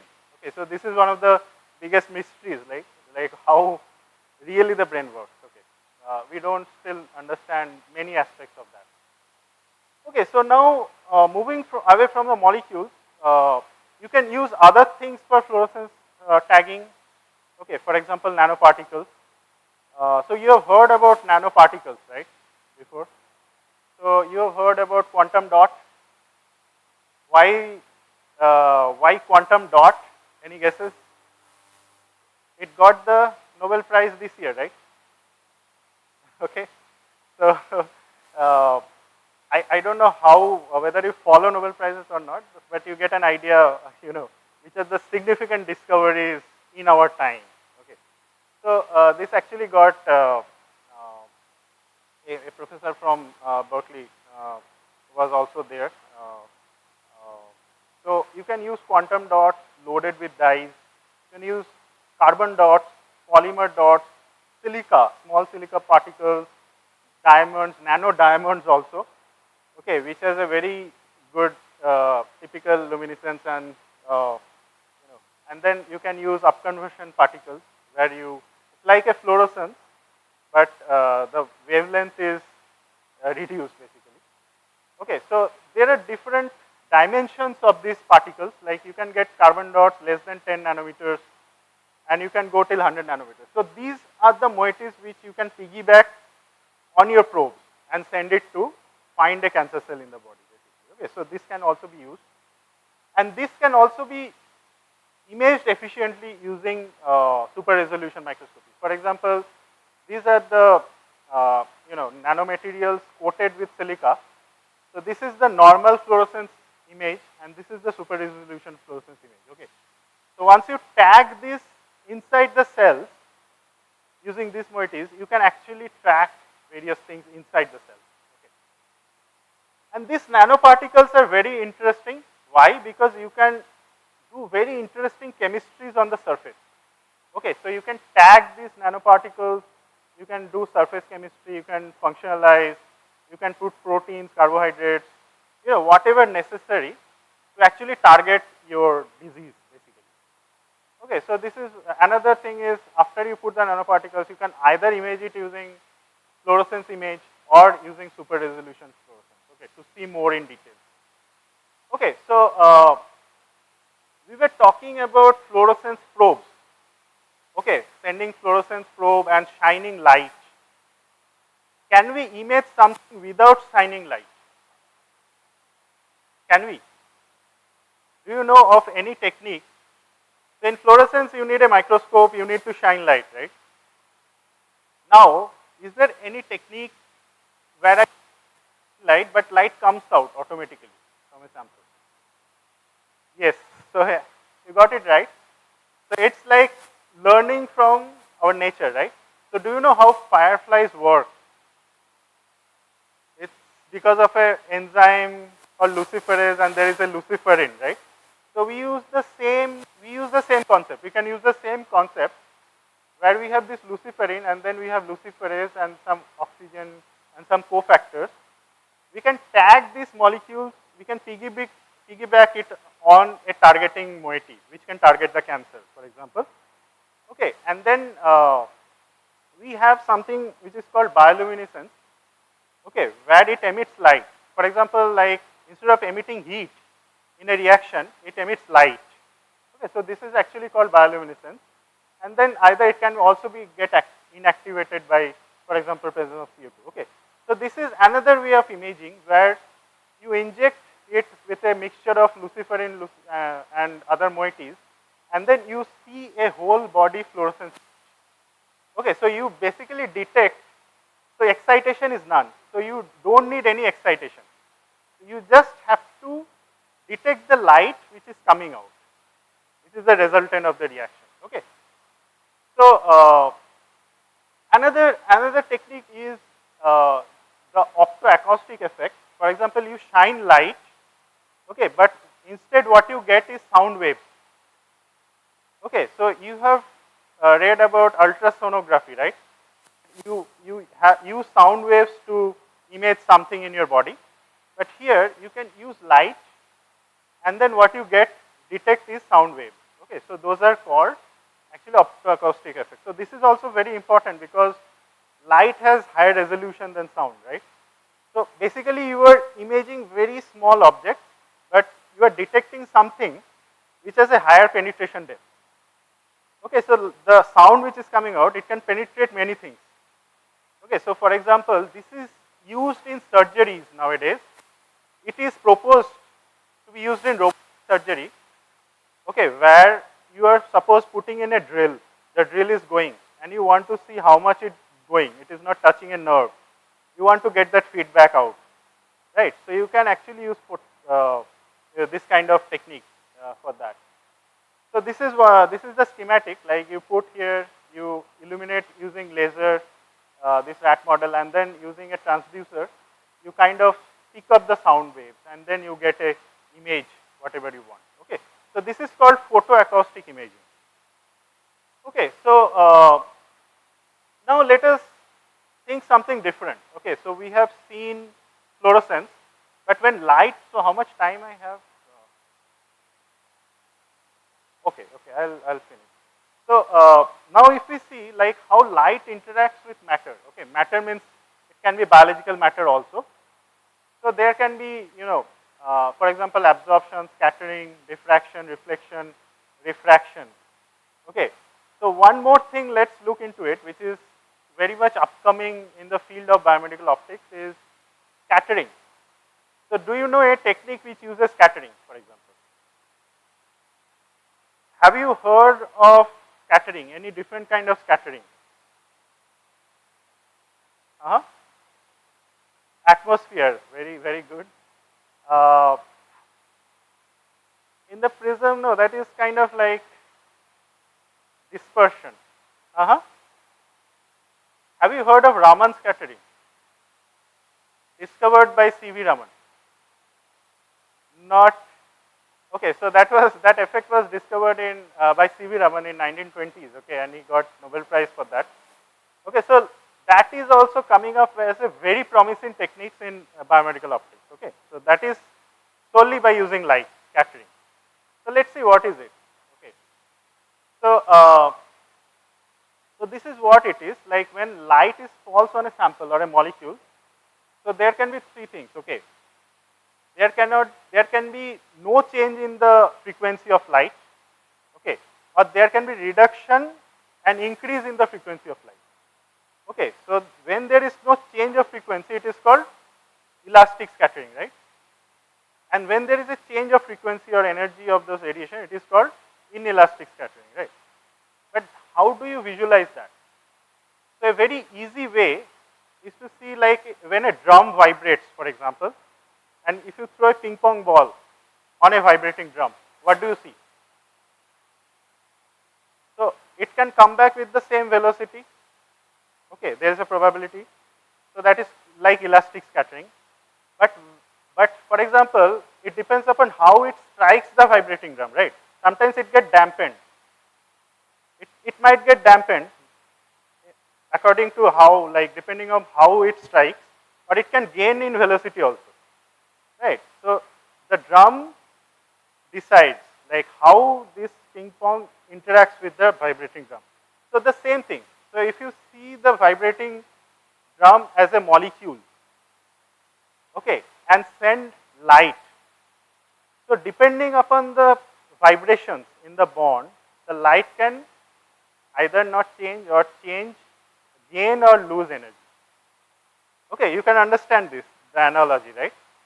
Okay, so that change of energy, or the shift in frequency, it is called Raman shift or Stokes shift, and with this technique is called Raman spectroscopy. Okay, so this gives a very unique, like if you have a lot of molecules, you get lot of frequency shifts. It gives you the identity of the molecule. For example, different bonds are present, or different molecules are present. So just by interpreting that light, the scattering, you can understand the molecule. Okay. So I wanted to show this, that you can of course disperse light, sunlight into different colors using a prism. But what C.V. Raman saw was, for example, if you send a white light and if you use a filter, okay, so they had a liquid here, okay, some solvent they took. So then they sent violet light, and then when they observed the light which was coming, so they also saw a green additional light. Okay, so that they called a new type of secondary radiation. Okay, so that was very interesting, and actually you can see Raman spectroscopy with your naked eye, the Raman scattering. For example, a blue light 488 nanometer laser is shown on a liquid cyclohexane. So this is the beam and this is the reflection on the surface. And then if you use a filter to move the Rayleigh light, you can actually see the Raman scattered light. Okay. So now how do we use it for imaging? So this is like a typical Raman spectra. So all these frequencies correspond to some of these molecular vibrations. Okay. And this is the Raman shift or the shift of frequency. So I said, right, how much it shifts from the Rayleigh. Okay, so these are very like a fingerprint of those vibrations, basically. So what you can do, so Raman spectroscopy can be used to identify molecules of substrates. Okay, so this is a recent report, like they use this technique to, they think that this technique can help detect Martian life. Okay, so a modified Raman spectrometer is there in the Martian rover, actually. Okay, so it's a modified form of Raman spectrometer, and there was a suggestion to use it in Chandrayaan also. Even it can give you clues of water, finding water on planets. Okay, because it's an identification tool. This is a very interesting thing. So what is this? Some surgery is being done, right? Some surgery is being done. And this is a Raman probe. So it's a very tiny probe which sends in laser and collects the scattered light. It's a very tiny probe, and this is brain surgery happening. Okay. So what do you think, why they are using Raman spectrometer here? So the Raman signatures can differentiate between healthy and cancer cells by its biochemical signature. Okay. Now, if I have to remove a tumor from brain, can I, if I leave some tumor parts, it will again grow back, right? It will again grow back. But if I cut more tissue, it will lead to function, loss of function, right? Because nerves cannot grow back like other body parts. So they are using Raman to find out whether they have removed even the last cell without harming healthy cells. Okay, so this is one of the very interesting recent uses of Raman spectroscopy for tumor margin detection. So that is also a very challenging thing, okay, particularly in places like brain, where you cannot make a mistake. There is no second chance, right? So in those places, this kind of technique can be used. Okay. So otherwise, Raman can be used in similar way like fluorescence, where you can tag. So this is a carcinoma cell, which has a particular, you can tag it with some antibody, okay, and then you can tag it with a Raman reporter, a nanoparticle containing Raman reporter. So because this healthy cell will not have this cancer receptors, this antibody won't attach to this healthy cell, but this will attach only to the cancer cells, and this Raman tag won't attach to a healthy cell, right? So if you inject this kind of tags into your clinical model, preclinical model like mice. See, for example, here it is normal tissue, here is a blood vessel carrying your nanoprobes, Raman nanoprobes here. So it will go and bind to the cancerous cells, not the healthy cells. And if you do a spectroscopic imaging here, you can see the presence of cancer cells in the tissue. Okay, so this is just a representation of that. So this is an experiment which I did during my postdoc. Okay, so we had a tumor in the mice, and then we used Raman actually to, see whether it's a malignant or a benign tumor. Okay, so that was pretty interesting. So this was a Raman probe needle, okay, which we used connected to a spectrometer. Okay, so now it is the closing phase of the talk. How much? 3 minutes. Okay. So there is a puzzle for you. Okay, so before this, if you see this video, okay, you see that this is a plaque, okay, inside your thing, inside your blood vessel, which has broken off, and then blood vessels are slowly starting to accumulate. So these plaques can be stable or unstable. So if it breaks off, it kind of clogs the artery because the blood starts coagulating on the broken edges. Okay. So this causes stroke, and it claims a lot of lives. Okay. So the question to you is, which patient is at higher risk? Why do you think so? Okay, the narrow spacing is okay, but I want to give you the answer here, is that this patient is more vulnerable in this case. How? Because this particular plaque is more probable to break off. This is unstable, okay. So this can actually clot the blood, not this. This is stable, this will stay like this forever, okay.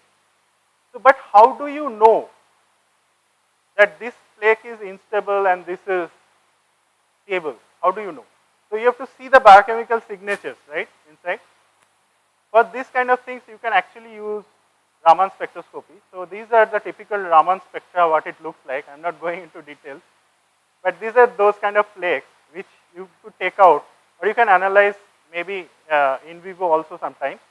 So it tells you whether those are stable or unstable. Okay. So these are still in research phase. It's still not in clinic. Maybe in future it will be, with more research, it will be there in the clinic. So these are some kind of Raman spectrometers which we use every day, and these are handheld. So these are miniaturized. Okay. And there are other diagnostic techniques which I am not discussing today because of time. So these are X-ray CT, then positron emission tomography by, you need to use radio labels. So this is very similar to fluorescence, where you label the cells using radio isotopes basically, and then you know about magnetic resonance imaging. Okay. So finally, in a nutshell, what we have is we see that the biophotonics utilizes photons to transmit, process, and store information, basically to understand the spectra, for example. And it involves the fusion of photonics and biology. Okay, light, and you have to also understand the biology of human beings. And then the underlying philosophy is to, advance this technological research and development effort, okay, and also use it with conventional techniques also, okay, compare it with conventional techniques. Okay, so as I said that many of these research are still in the research, okay, it has not come into the clinics. So there are a lot of research areas which we need to focus on. For example, so the idea is to bring these concepts from bench to bedside. Okay, so ultimately we need to have this, like you point your pen to your skin and then you get your results. Okay. So this is what I wanted to tell you about some aspects of light. But I want to end with, sorry, just 2 minutes. I want to end with something where I want to ask you, like, how do you build a spectrometer, for example? You can build one in your home. Okay, so I'm not joking. So what you need to have is a light source. You need to have a lens. You need to have a prism Or I can use a grating also. You know what is a grating? Have you seen CDs? So CDs have very fine lines, okay. So what happens, those lines bend different wavelengths of light differently. So that's why you get a spectral dispersion just like prism. So that's why you see very colored fringes on your CD, right? So if you remove the white coating, then you were left with a diffraction grating. So if you keep it instead of the prism, you can get a diffraction. You have a slit where you choose one particular wavelength to pass through, then you can pass it through a sample, and then you have a digital display. It can be photodiode. This detector can be a photodiode and gives you the value. If something is present in the solution, it will absorb the light, and you get a different reading, right? So this is how you can build. So what can you detect? Can you detect something which comes in your mind, which you want to detect? So this is absorbance measurement. So can you think of something which you can detect, which you want to detect? For example, I want to detect chlorophyll in an olive oil sample. Okay, or I want to detect some kind of bacteria which has grown in my food. Anything else comes to your mind? Think about it. Okay, so so the detector can be our eyes also. Okay, so it's a very complicated instrument where we have the optic nerve as the detector, and you can have a retinal spectral response. We can also use CCD kind of detectors where we can differentiate the light and we have a spectral response. Okay, so these are the detector level things. So you can of course use a mobile camera also, which has the same capability as shown here. Okay, so the detector is taken care of. The grating is your home. You can cut a part of CD. You can use a white LED as your light source. Now what do you want to detect? Okay, so that you have to tell me. So if you tell me, if you give me good ideas, I can give you a miniature 3D printed spectrometer as a gift. Okay, so I have a replica of this 3D printed spectrometer. All you need to, the grating and the mirror is here already. So you need to have a light source. Okay, so if you come up with a good idea, you can have a look later also after the session using in the design. Okay, so it can be used to detect various things like from food components, okay, for example. And then if you combine microscope with this kind of spectrometer, you have a spectrophotometer. Okay, so you have a so what is a spectrophotometer? It gives you image plus the molecular component. Okay, for example, you can couple microscope with Raman spectrometer, for example. Okay, so this is the final question. So now we have seen very complicated microscopes and techniques, but can you build a small microscope from paper? You have seen this, right? You have seen the foldscope. Okay, so I have few foldscopes with me. So if you want to, so if somebody has not seen it, they are welcome to come and tinker with it. Okay, so this has been developed by someone called Manu Prakash at Stanford. So it has a ball length and it looks like this. I have 3 pieces, so you are welcome to come. So I got this, I have a gram-positive and negative bacteria, which is very important to stain. So I have these samples with me. It looks like this in the foldscope, this gram-negative bacteria. So this is basically E. coli. And these are some of the very nice images I got from a $1 microscope basically. So you need not always have very sophisticated instruments, but you can improvise, okay, and build something very cheap and effective. Okay, so thanks everyone, and thank you, and thanks to my lab members.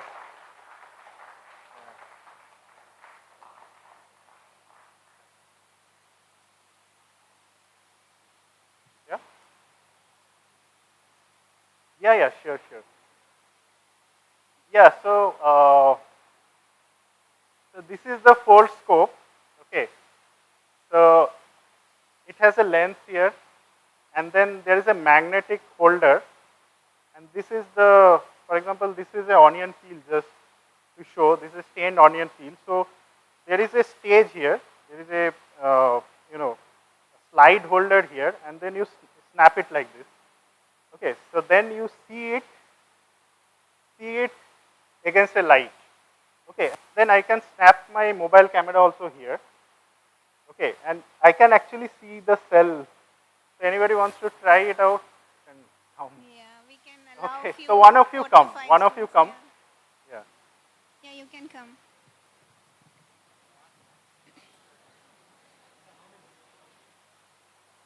One, he said. Many of them are there, Dr. Soumik. Okay, so okay, you will get a chance. I will keep it there. Wait. Oh. Okay.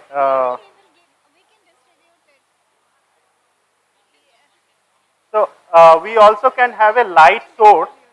Okay, a LED light source here, which can be magnetically attached here. Okay, now I can see.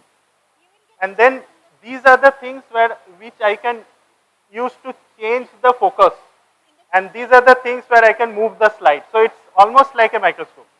Okay, so one of you come one by one. So you see inside. Actually, we can even try, distribute it, and we can send samples to your schools. Great. Yeah, so all of you can get a chance to see it. Yes. No? So those are onion cells. Yeah. Yeah, so what do you see? Can you tell in the mic? Here. Just tell your experience. I see polygonal shaped Onion cells, onion cells. Yeah, stained onion cells. Very easy. Yeah. Okay, so I have my light source here. So that is, I have to ask. I think, I don't remember. You can see this. You can hold. And you can see through. No. Yeah, see through using one eye. What do you see? Polygons, right? So those are cells, basically. Right? You also see? Okay, so meanwhile I can take some questions if you have. If you have any questions. Right? You can see the cells. Yeah, you can see diseases like different bacterial strains, for example. Okay, you can see bacterial strains, you can recognize what kind of things. So based upon that, you can, treat the patient basically. So this has been, thousands of these microscopes have been distributed all across Africa to detect many things, but they don't have facilities. Okay, you can see, right? That I have to check. Okay, but around 10 microns you can see the resolution. Okay. So all of you have seen here. So it seems all of you they have seen here, but I will keep it outside so you guys can. Yeah, so we can take few questions now, maybe 2 or 3, and then you can interact with sir in the tea break. So any questions? Yes, ma'am. Ma'am. From where? You can ask whosoever is there. Can we locate the exact position of electron by using super resolution microscopy? Where did you? Okay. Can you please stand there? Can you repeat once? Sorry. Can we locate the exact position of an electron by using the super resolution microscopy? Detect the what? Exact electron. Exact position of an electron. Electron. Exact position of an electron. That is not possible at all. Okay. But you can see, through fluorescence, you can see electronic transitions and emission. You cannot see an electron, but you can see an electronic Why, sir? Because electrons are, like I said, zero-dimensional objects, right? So, if you can really see an electron, you are violating the uncertainty rule. So, it's not possible quantum mechanically. Okay, so when you will read more about quantum mechanics, you will be able to see the uncertainty in position and momentum of this electron. So then you will be able to understand this concept better. Thank you, sir. Okay, we can take another questions. Maybe a girl at that side. तुम्हें पता है? No, let her ask, then I can give you a chance. Mike, you can take.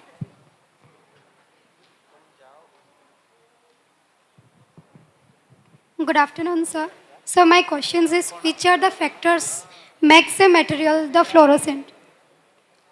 Okay, to increase the intensity of fluorescence, right? Yes. Nice, sir. Which factors are making a material fluorescent? Okay, okay. So that's a very good question. So if you have a, for example, dye molecule, if you have a molecule, okay, so the conjugation, the pi conjugated system, where the electrons can move, through a chain of pi conjugation, so those actually seem to show more fluorescence. Okay, so your electrons should be delocalized over quite a long distance. So those are very good fluorescence systems. And in terms of inorganic materials, you need to have semiconductors, for example, which are very tiny in size. Okay, so that you can open up the band gap and you can tune the band gap in that case by controlling the size of the nanomaterial. So the size and the nature of the material matters a lot. Okay. Thank you, sir. Sir, why color of gold change? Why color of gold changes? Sir, There. last. Yeah, so Sir, why color of gold changes to red by reducing to its nano size? yeah, so that's a very interesting question. So uh, it takes the color like wine red. Okay, that's a color of nano gold basically. So that comes because of surface plasmon resonance. Okay, so that is not because of absorption, typical absorption or fluorescence, but that is because of surface plasmon. So these are electron waves on the surface of gold. Okay, so what happens is when light falls on it, so these nanoparticles are smaller than the wavelength of light. Okay, so because of the time varying electromagnetic fields, these electrons oscillate, okay, in resonance with the incident light, and then they form dipoles which actually vibrate with the frequency of light, right? So that actually gives rise to the secondary, very intense red color, for example. So that is because of some phenomena which is called surface plasmon resonance in gold nanoparticles. ठीक अछि आउ बहुत questions थिबो तुम मानक पाखरे but सांग संगरे चा बेले डिस्कस करि नबो because in the interest of time we will move to our next speaker.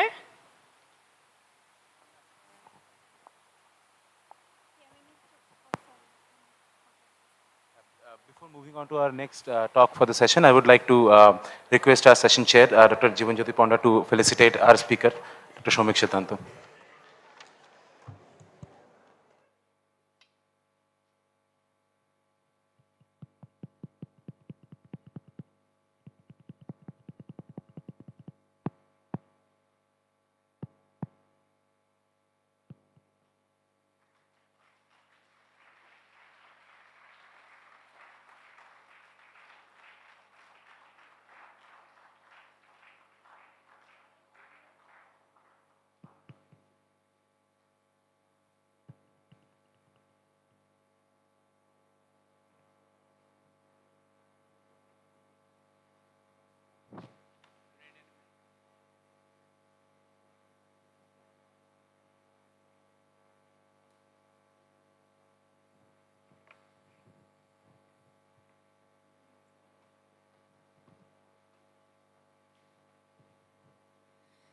Hello. So our next speaker is Professor Rajesh Prasad. So Professor Prasad studied metallurgy and he obtained his BTech from BHU. Then did his masters from IISc and he was awarded Krishnan Gold Medal during his master studies. Then he obtained his PhD from University of Cambridge and during his PhD he received Overseas Research Fellowship. His current research dwells with elastic anisotropy and plastic deformation of crystalline solids. And he is a very renowned teacher and teaches material science at IIT Delhi. And for his excellent skills of teaching, he has been awarded Teaching Excellence Award. And with this, I would like to invite Professor Prasad to the stage to deliver his lecture.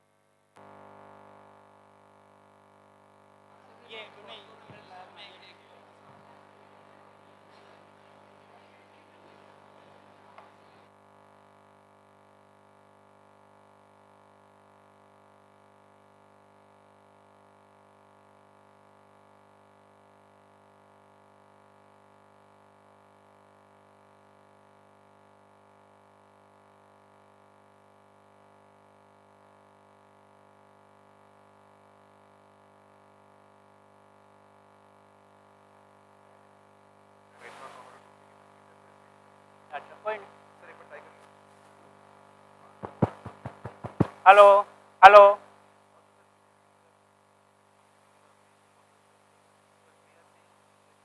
Hello, आवाज आ रही है?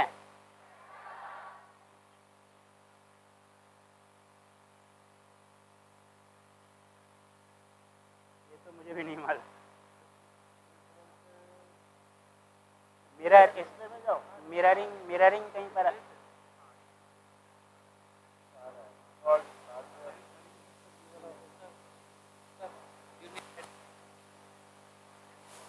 Hat ले लूं क्या? ले लो।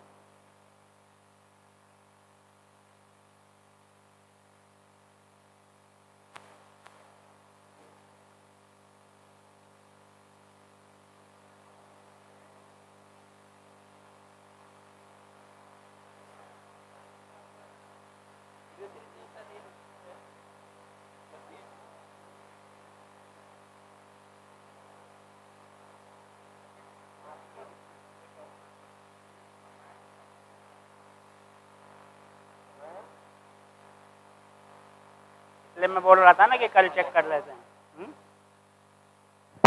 अरे नहीं नहीं, इधर पॉकेट में, पॉकेट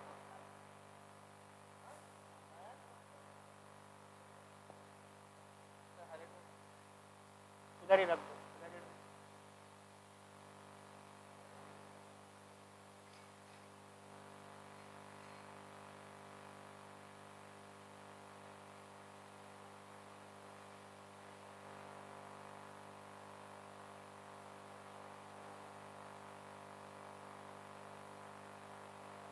लिक्विड नाइट्रोजन जाइएगा नहीं, देखते रहिएगा। Liquid nitrogen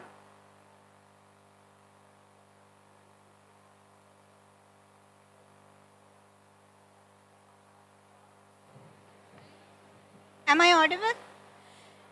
Please, please keep silence. Hello. ମୁଁ ଜାଣିଛି ବହୁତ excited ଅଛ, କିନ୍ତୁ ଏବେ ସାର୍ ଯାହା କହିବେ ଶୁଣନ୍ତୁ ପ୍ଲିଜ। Please please.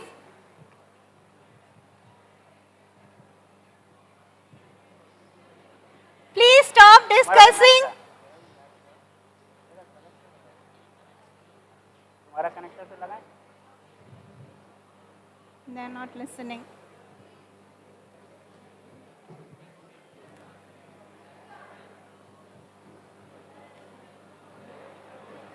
वो एक्साइटेड हो गए हैं।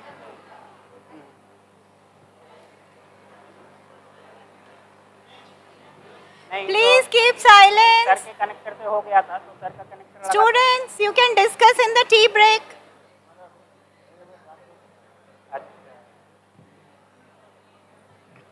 Each person should have 3 color of sticker and 1 balloon, please. Okay? So you got stickers and the balloon, 3 stickers and balloon.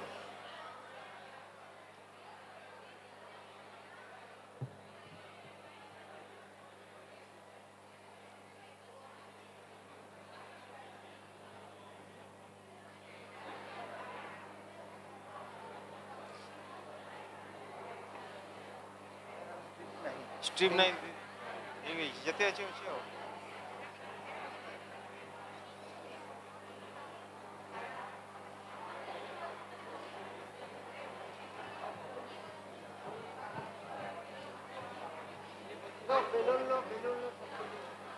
अच्छा ये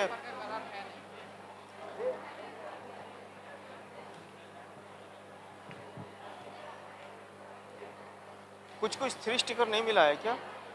कुछ को 3 कलर स्टिकर नहीं मिला है, खाली 2 कलर स्टिकर। अच्छा अच्छा। इसको माला बना दो अच्छे से। हाँ, बड़ा वाला माला। हाँ, बड़ा माला बना।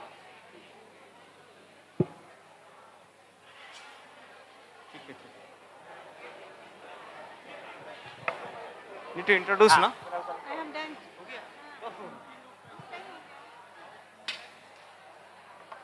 ऑडियो बहुत इम्पोर्टेंट है, बॉलीवुड सॉन्ग है। यहाँ पे वो लगाने का जगह नहीं। नहीं, ये तो HDMI में तो सीधा ऑडियो हो जाता है। हाँ, आ जाना चाहिए, अब नहीं आया तो मेरा दुर्भाग्य। नहीं, हाँ ठीक है।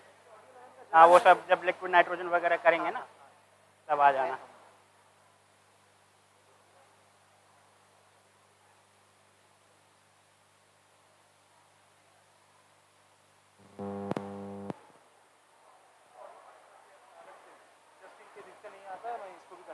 अच्छा, कहीं कोई ज़्यादा ना हो जाए।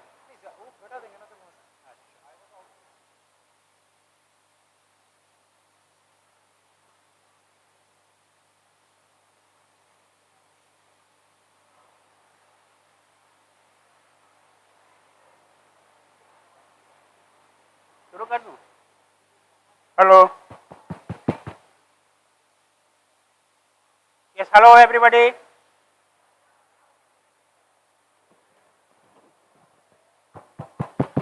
हेलो,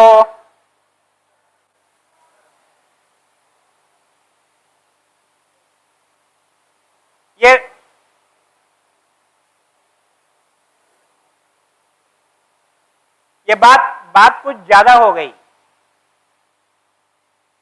ये मुझे भी कुछ ज्यादती सा लग रहा है। छोटे छोटे बच्चे हैं, 2 दिन से लेक्चर पिला रहे हैं उन्हें, सारे थक गए हैं। थक गए हो कि नहीं? और थके हारे बच्चे को क्या टॉपिक चूज किया? How things deform and break. मतलब ये तो बच्चे भी ब्रेक डाउन हो जाएगी, ऑलरेडी हो रहा है लगता है। लेकिन चलो, सिंकिंग ऑफ टाइटैनिक है तो थोड़ा बहुत मतलब कुछ तो इंटरेस्टिंग हो सकता है।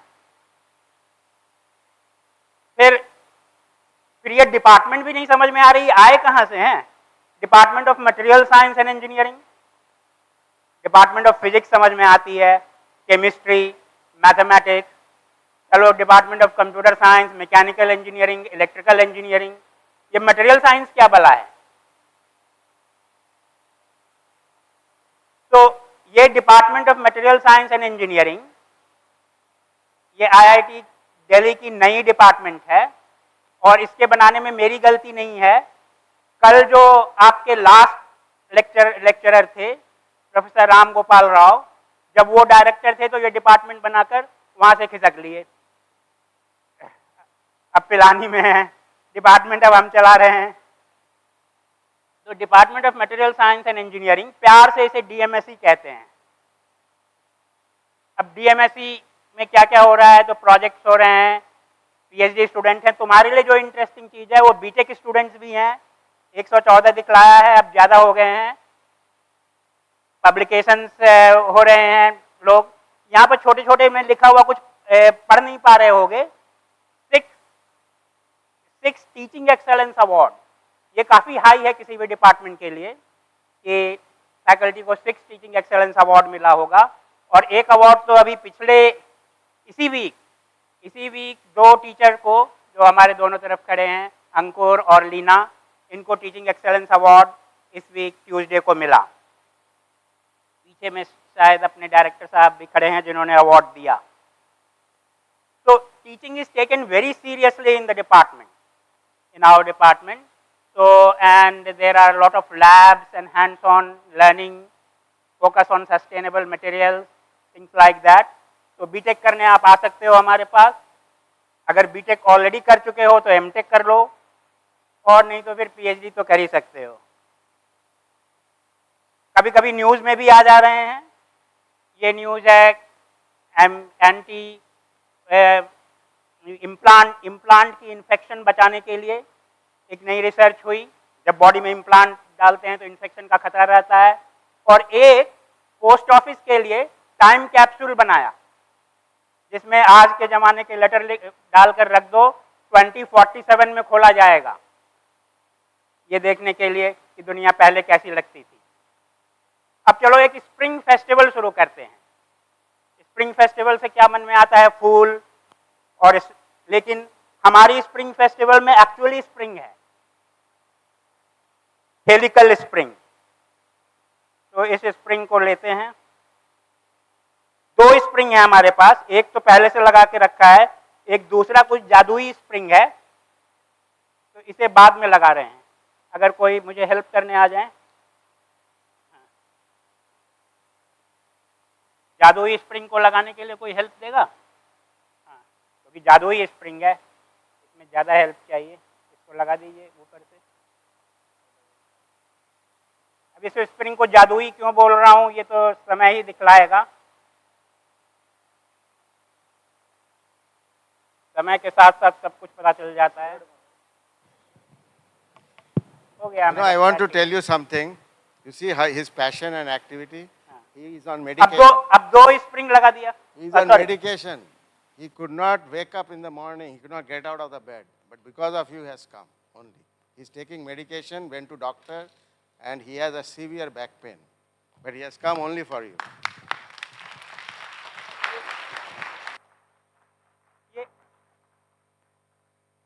ये डायरेक्टर साहब ये मैं पहले भी देख चुका हूँ। अगर फीवर ओवर सुबह में आ रही है और दिन में लेक्चर है और मन कर रहा है कि लेक्चर कैंसिल कर दूं, फिर सोचता हूँ कि लेक्चर दे ही दूं, और लेक्चर देने के बाद फीवर ठीक हो जाती है।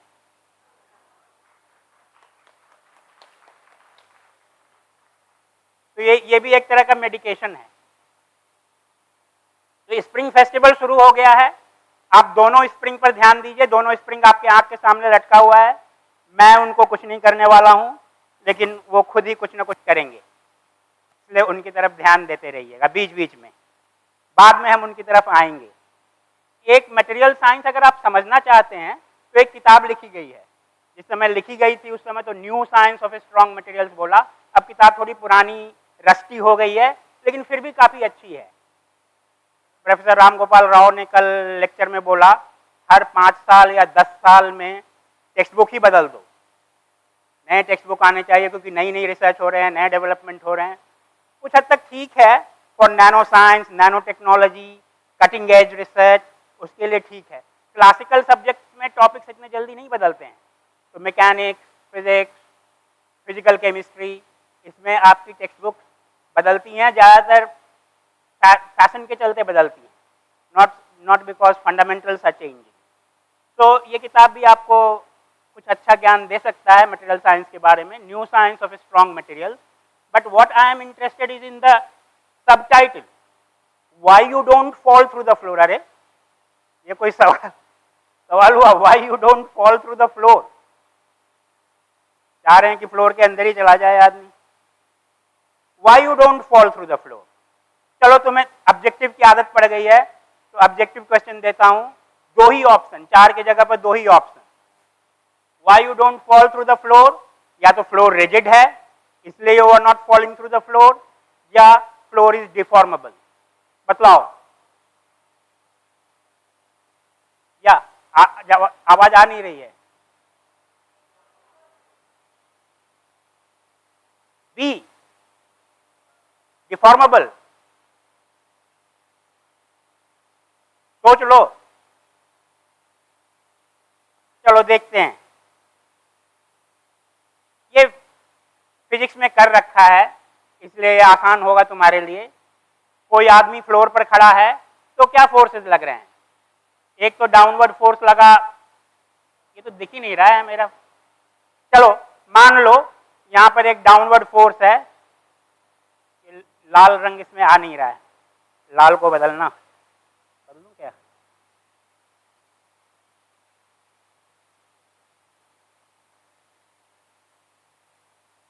वाइट ही कर देता हूं।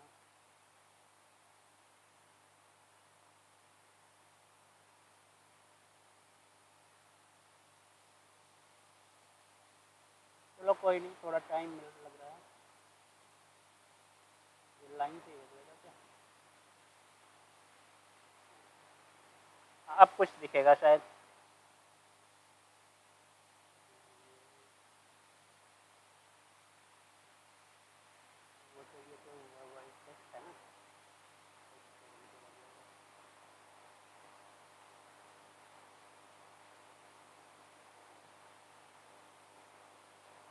फैशनेबल रंग डालने के चक्कर में फंस गया।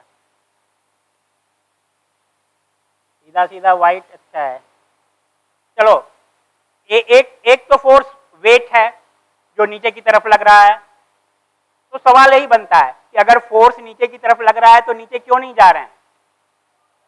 ऊपर भी फोर्स लग रहा है, ऊपर भी लगा लो। ऊपर कौन सा फोर्स लग रहा है? नीचे तो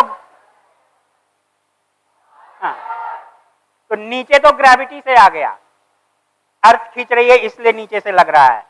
ऊपर कौन लगा रहा है? ऊपर फ्लोर लगा रहा है। ग्रेविटी का तो कानून मालूम है। ग्रेविटी का क्या कानून है?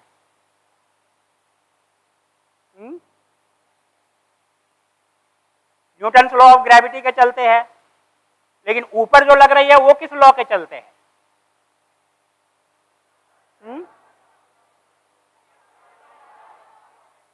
रिएक्शन आ कहां से रही है? कोई मैग्नेट लगा है जो रिपेल कर रहा है, या मेरा चार्ज उल्टा है, पॉजिटिव नेगेटिव रिपल्सन हो रहा है, या ग्रेविटी ऊपर से भी खींच रही है, कोई चांद सितारा। कहां से ये ऊपर फ्लोर ऊपर फोर्स लगा कैसे रहा है? तो यहां पर आ जाओ। अगर फ्लोर रिजिड है, अगर फ्लोर रिजिड है तो ऊपर रिएक्शन लग ही नहीं सकता है। Rigid solid can not apply normal force. The only way you get a normal force that the floor under my weight is deforming like a spring. जब वो स्प्रिंग रहेगा तभी स्प्रिंग दबेगा, और स्प्रिंग दबने के बाद तुम्हें फोर्स ऊपर की तरफ लगती है। Floor is also a spring. अच्छा ये बतलाओ, ये स्कूल का फिजिक्स तुम्हें बतलाता हूं। नहीं ठीक है, कौन कौन बोल रहे हैं फर्स्ट लॉ? हाथ उठाओ। कोई नहीं। Second law? कोई नहीं। Third law? सारा हॉल उठ गया। Third law. लेकिन दुख की बात है, सारे हॉल को गलत करना ठीक नहीं लग रहा है, लेकिन दुख की बात है कि वो गलत है। एक्शन और रिएक्शन दो ऑब्जेक्ट्स के बीच में होते हैं। ए अगर बी पर एक्शन लगा रहा है तो बी ए पर रिएक्शन लगाता है। इसमें तो बेचारा एक ही आदमी खड़ा है और उस पर ही वेट लग रही है, उस पर ही रिएक्शन लग रहा है। ऐसा एक्शन रिएक्शन पेयर से नहीं हो सकता है। तो न्यूटन का प्रथम सिद्धांत लगाओ। प्रथम सिद्धांत क्या बोल रहा है कि अगर एक्सेलरेशन नहीं है तो नेट फोर्स 0 होगा। तो अब अगर आदमी खड़ा है चुपचाप शांति से तो एक्सेलरेशन तो नहीं है, तो नेट फोर्स 0 होगा, इसलिए नीचे का फोर्स इज इक्वल टू ऊपर का फोर्स। एक्शन रिएक्शन पेयर नहीं है।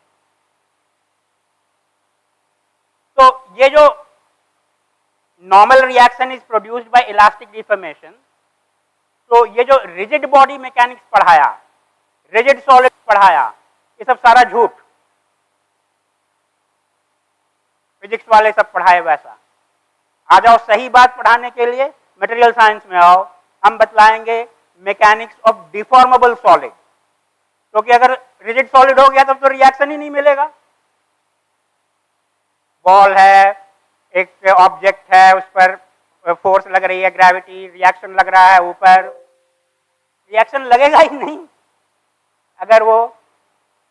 तो there is no such thing. उसी किताब का कोट दिखला रहा हूं जो आपको रेकमेंड किया। There is no such thing as truly rigid material. होता ही नहीं है rigid material. Springiness being a property of every structure and every solid. हर चीज स्प्रिंगी है, इसलिए स्प्रिंग। अरे ये स्प्रिंग का क्या हो गया?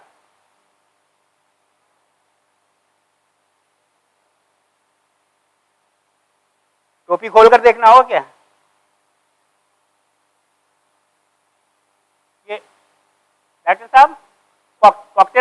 कराया था कल? मैं ठीक देख रहा हूँ? एक लंबा है एक छोटा है, आपको भी यही दिख रहा है? तो मानना होगा, एक लंबा एक छोटा। मेटल ही है कि कुछ और है? अब बाद में आके छू कर देख लेना, मेटल ही है दोनों, लेकिन एक तो आराम से बैठा है, दूसरा बढ़ता चला जा रहा है।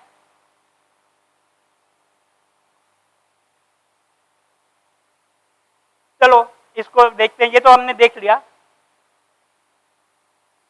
अब एक क्विज, क्विज की आदत पड़ी हुई है सभी को। एक क्विज है, 2 मिनट की क्विज है, 5 नंबर हैं, सारे क्वेश्चन का जवाब देना है। पहला question, who gave us the law of gravity, gravitation तो न्यूटन बाबा, लेकिन इलास्टिसिटी की थियरी किसने दी?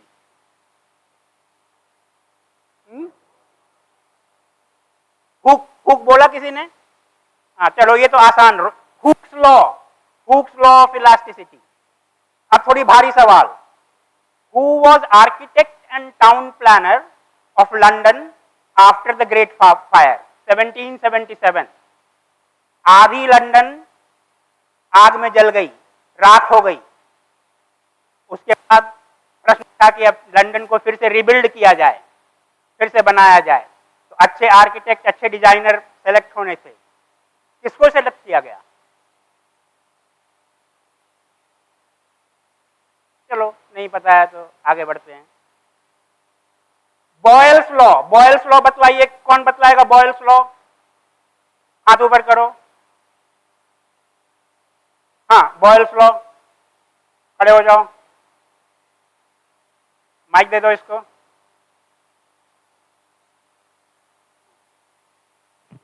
For a given mass of dry gas, if the temperature remains constant, then pressure and volume are inversely proportional to each other. Pressure and volume, thank you. Pressure and volume are inversely proportional. Boyle साहब, Robert Boyle Oxford के professor थे, लेकिन उनके साथ professor तो professor होते हैं, जो टेक्निकल काम करना होता है, इंस्ट्रूमेंट बनाना होता है, वो तो कोई अच्छा टेक्नीशियन करता है। वो अच्छा टेक्नीशियन कौन था जो बॉयल साहब को बॉयल्स लॉ बनाने में हेल्प किया? उसका बेचारा का तो नाम नहीं है इतिहास में, नाम तो बॉयल्स लॉ है, लेकिन कोई टेक्नीशियन था, और वो टेक्नोलॉजी जरूरी थी क्योंकि उस समय प्रेशर बढ़ाना घटाना, प्रेशर को मेजर करना इतनी खेल बात नहीं थी जितना आज है, डिस्प्ले में चमकता हुआ आ जाएगा इतना पास्कल। तो ये सब चीजें कठिन काम थी, उस कठिन काम को किसी ने किया, और वो किसने किया? अब ये तो काफी खतरनाक सवाल है। Newton Baba, Mahatma, Newton's law of gravitation, Principia Mathematica, मोटी किताब। गैलीलियो तो बेचारा, उनसे गैलीलियो, ये भी एक अच्छी कहानी है, गैलीलियो जिस साल मरा उसी साल न्यूटन का जन्म हुआ, इसलिए गैलीलियो तो चैलेंज कर नहीं सकता है। तो किसी ने ओपनली इस तरह के प्लेटफॉर्म पर खड़ा होकर के बोल रहा है ये न्यूटन लॉ ऑफ ग्रेविटेशन इन्होंने मेरी चोरी की है,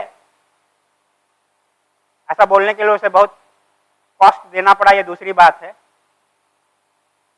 इसलिए लोगों को पता नहीं है। Who wrote the first book on optical microscopy? अभी माइक्रोस्कोपी की बात किया सिद्धांत साहब ने, इतना अच्छा टॉक, एडवांस्ड माइक्रोस्कोपी, लेटेस्ट, लेकिन उस सारे की ओरिजिन एक कोई फर्स्ट माइक्रोस्कोपी और फर्स्ट माइक्रोस्कोपी बुक से हुई। वो माइक्रोस्कोपी, अरे तुम तो really you have a very good knowledge, but उसने किताब नहीं लिखी, किताब किसी और ने लिखा। अब इन सारे प्रश्नों का हिंट ये है कि उत्तर एक ही है, रॉबर्ट हुक। कृपया रॉबर्ट हुक की आत्मा को प्रणाम करें। Heavy genius, great genius who had all these things. So it's the same Robert Hooke who used this microscope, Robert Hooke's microscope, and wrote his first book on optical microscopy. And it's the same Robert Hooke who constructed this monument, designed and built this monument as part of rebuilding of London after the Great Fire. तो hook साहब का बहुत बड़ा role है, लेकिन हमारे लिए तो ये जो हुक्स लॉ पढ़ते हैं हम, वो एक छोटी सी स्लाइस है, एक फुटनोट है उनके काम का, but that's what we learn Hooke's law. Excuse me, one announcement I have to make some. Yeah. Yeah, so one of the teachers might have parked their car in the ITI ground. So can that teacher take care of his or her car? Car number, you know? Color or anything?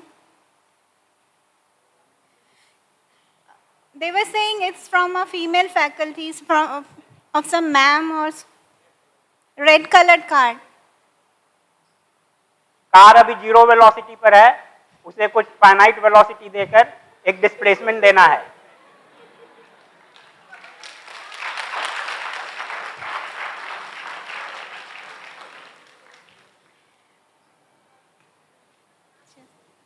क्या?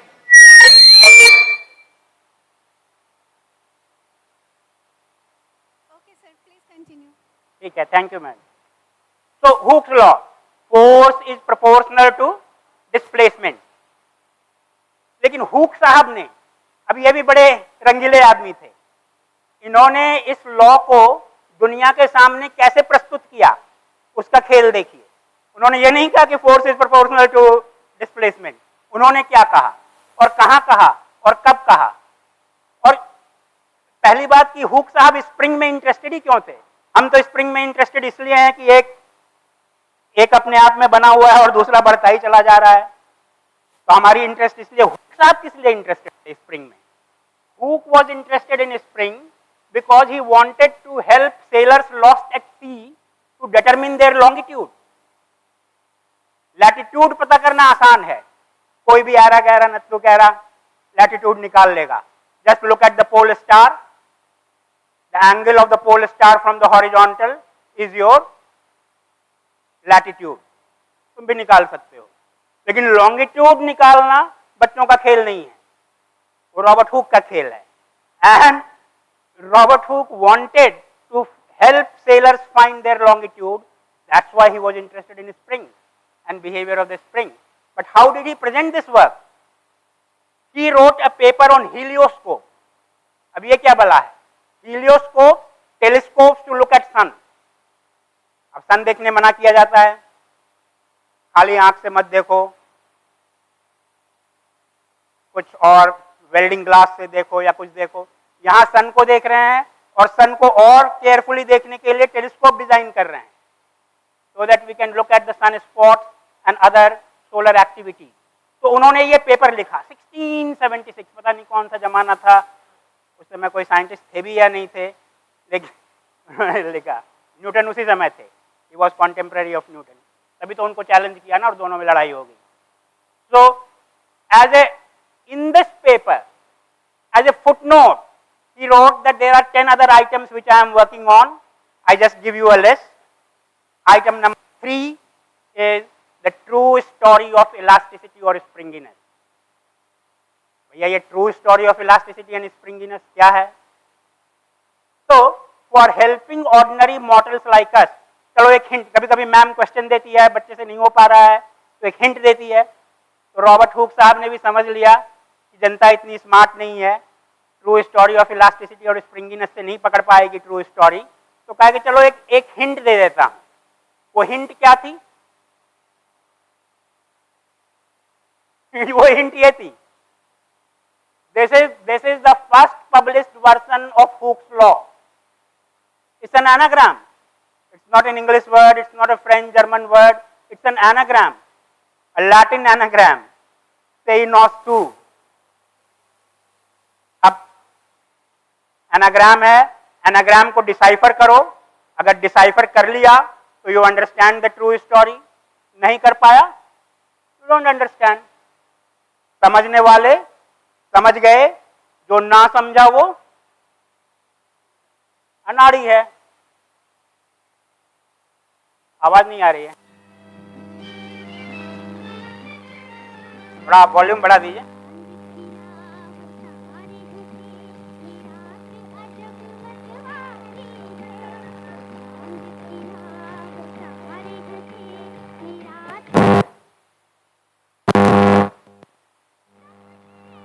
गए?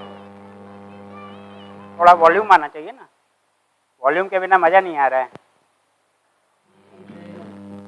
हैं? इससे ज्यादा नहीं आएगा?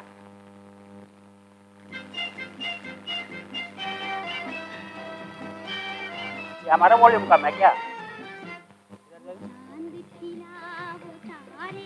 Volume कहाँ पर आता है? अजब मतवारी है, वो चांद खिला वो तारे हंसे, रात अजब मतवारी है, समझने वाले समझ गए हैं, ना समझो वो अनाड़ी है।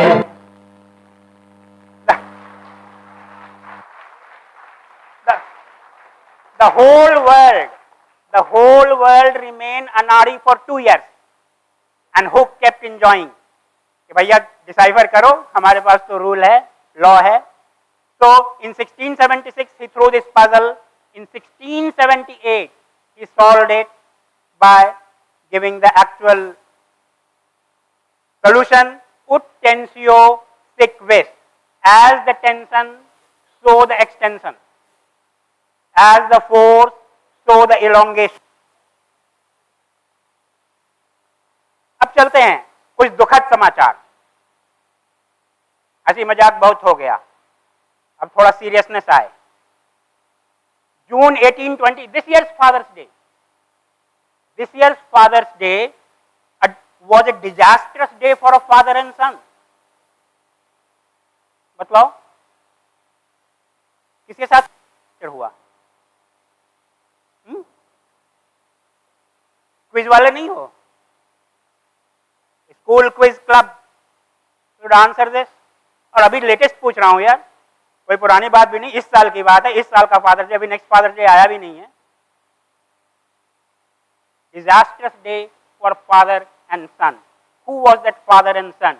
शहजादा Daud 48 and Suleiman Dawood only 19. Yeah, submersible. They decided, along with 3 other co-passengers, to go inside a submersible under the. This was their submersible, Titan. बहुत ही छोटा सबमरीन, बस 5 ही लोग के बैठने की जगह थी, हाउसफुल। लेकिन जैसे ही ये फादर्स डे में अंदर गया, उसके बाद तुरंत ही दुनिया से कांटेक्ट खत्म हो गई और it was actually exploded. It turned out that it exploded. Why were they going and where were they going? What was there under the sea? Yeah, the Titanic. So now we are coming to Titanic. They wanted to explore the Titanic wreckage, 3.8 kilometers of water under the sea. अब Titanic क्या है ये तो सभी जानते हैं, बहुत बड़ा जहाज, 600 टन तो कोयले जलती थी हर दिन, 600 tons of coal a day to run this machine, to run this ship. So it was really huge ship. It was the largest ship of its time. It was the largest man-made moving object of that time. इससे बड़ा कभी कोई न सोचा था, न बनाया था, न देखा था। अंदर की लग्जरी देखिए, लगता है कोई 5 स्टार होटल है, वेरी नाइस लग्जूरियस रूम। और टेक्नोलॉजी की भी बात थी, क्लेम था कि ये अनसिंकेबल है। कोई भी जहाज अनसिंकेबल कैसे हो सकता है? क्लेम थी कि there 16 water tight compartment, 16 water tight compartment, और 2-3 कंपार्टमेंट, एक कंपार्टमेंट में पानी भरेगा, दूसरे में नहीं जाएगा, दूसरे में भरेगा, तीसरे में नहीं जाएगा, वाटर टाइट। और 16 में 4-5 कंपार्टमेंट पानी से भर भी जाएं, जहाज तैरता रहेगा, डूबेगा नहीं, अनसिंकेबल। और ऐसी जहाज जो आप इतिहास जानते हो, अपने पहले ही यात्रा में 10 अप्रैल 1912 को स्टार्ट किया, 5 दिन के बाद 15 अप्रैल 1912 में एक आइसबर्ग से टकराकर टूट गया और पानी के अंदर डूब गया। Why did Titanic sink so easily? Juice वाले के पास जाते हो, बर्फ मांगते हो, बर्फ किससे तोड़ता है? बर्फ किससे तोड़ता है? हथौड़े से। हथौड़ा किसका बना होता है? स्टील का बना होता है। हथौड़ा है कि नहीं है? एक हथौड़ा भी होना चाहिए।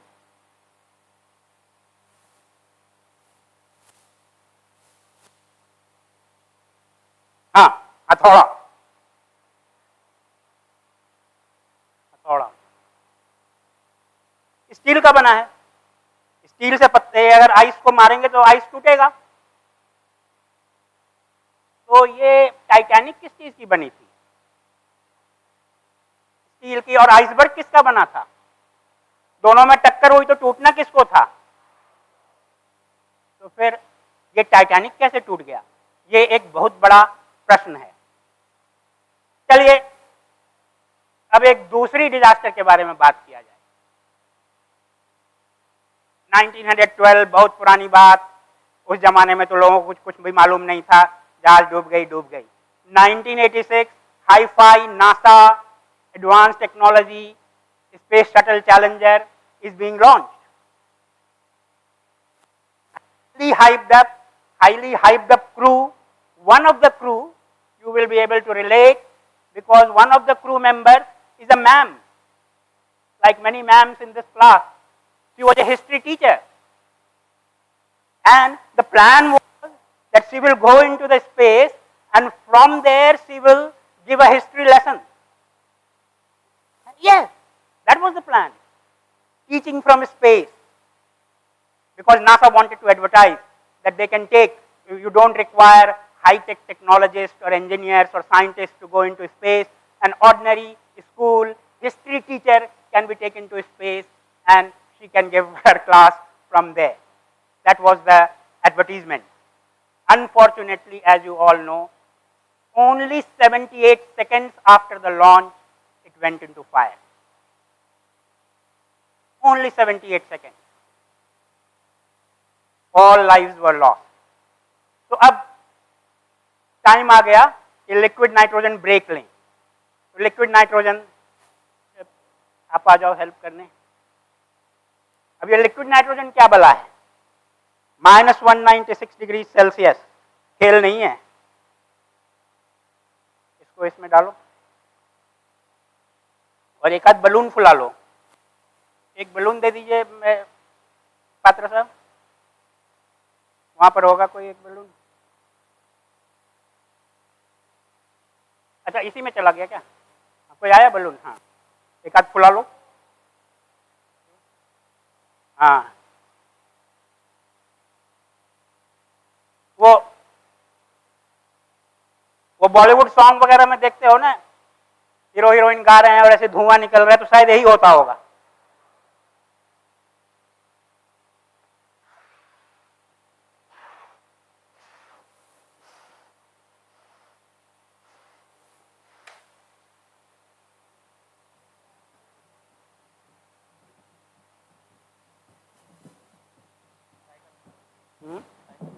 ठीक है, एक काफी है,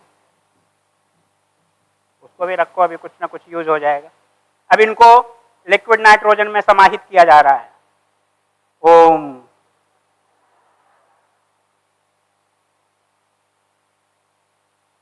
अब इनके रूप में आप नहीं, अब रहने दो, धीरे धीरे बच्चे देखेंगे ना। धीरे धीरे क्या हो रहा है? सूर्य अस्त हो रहा है। क्यों हो रहा है श्रिंक? गैस है, गैस को ठंडा कर रहे हो। अभी तो किसी ने लॉ बतलाया, लेकिन वो लॉ नहीं लगेगा, बॉयल्स लॉ। कौन सा लॉ लगेगा? हाँ, चार्ल्स लॉ लगा दो, कोई ना कोई लॉ लगा दो, हो ही जाएगा।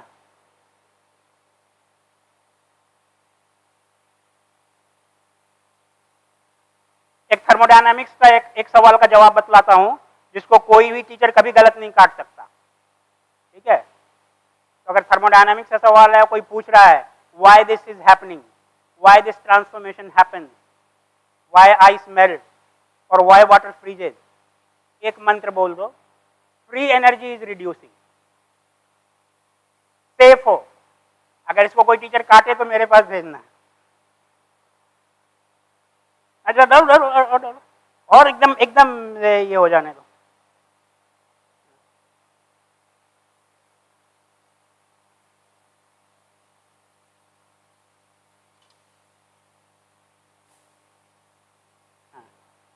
अब यहाँ पर निकाल के रखो। अब एक जादू होगा, अब मैजिशियन हैट की जरूरत है। अब ये भूल गया कि मैं बलून हूं, तो इसको याद दिलाया जाए, तुम बलून हो, वापस आ जाओ, वापस आ जाओ, वापस आ जाओ।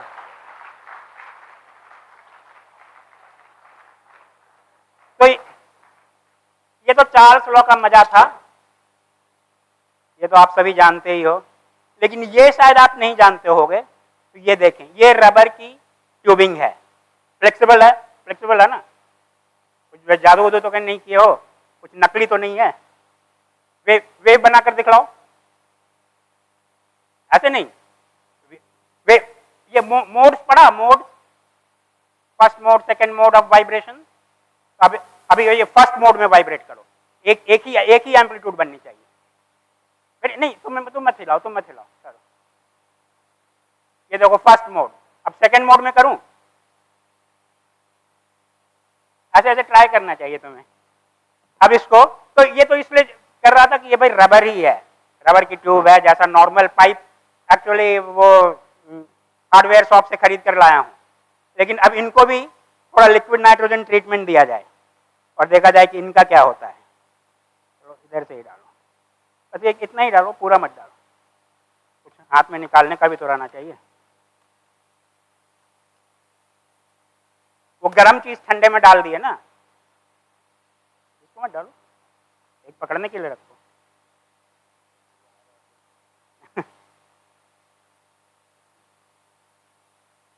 इनका देखा जाए क्या होता है। अरे ये तो कुछ नई चीज दिखी, मैं भी नहीं देखा था।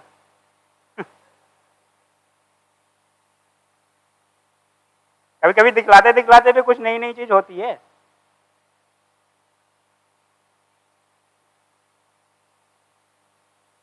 अब इसको यहां पर रखिए।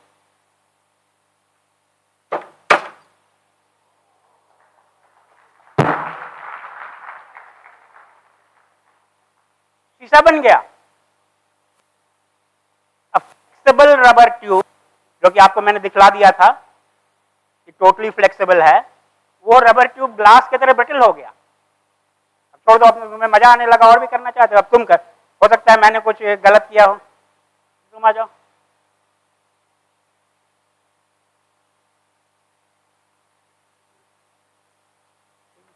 अरे ये तो और भी अच्छा, मजा आ रहा है।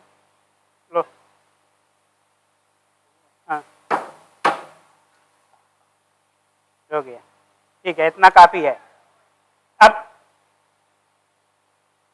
अब रबर ट्यूब की तो वो हाल हुई। अब फूलों के माला की क्या होगी? तो मान लो कि वो क्या होता है, कौन सा दिन जिसमें अपना प्यार दिखलाते हैं?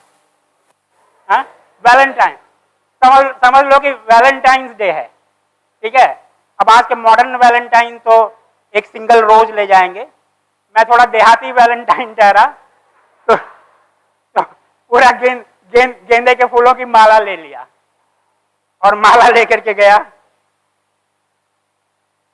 जिसको मिला पसंद नहीं आया, लिक्विड नाइट्रोजन में डाल दी गुस्से में। आजकल मॉडर्न लड़कियां हैं ना, उनको पास लिक्विड नाइट्रोजन होता है।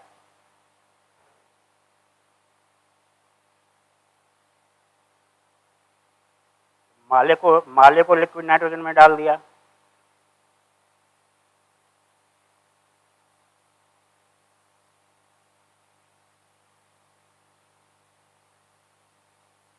और लिक्विड नाइट्रोजन में डालने के बाद उतने से भी नहीं मानी, उसे निकालकर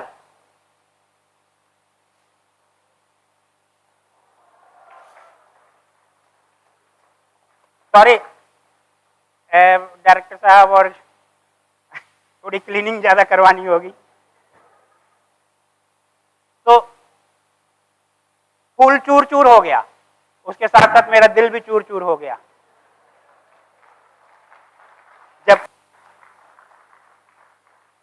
जब दिल ही टूट गया तो जीकर क्या करेंगे?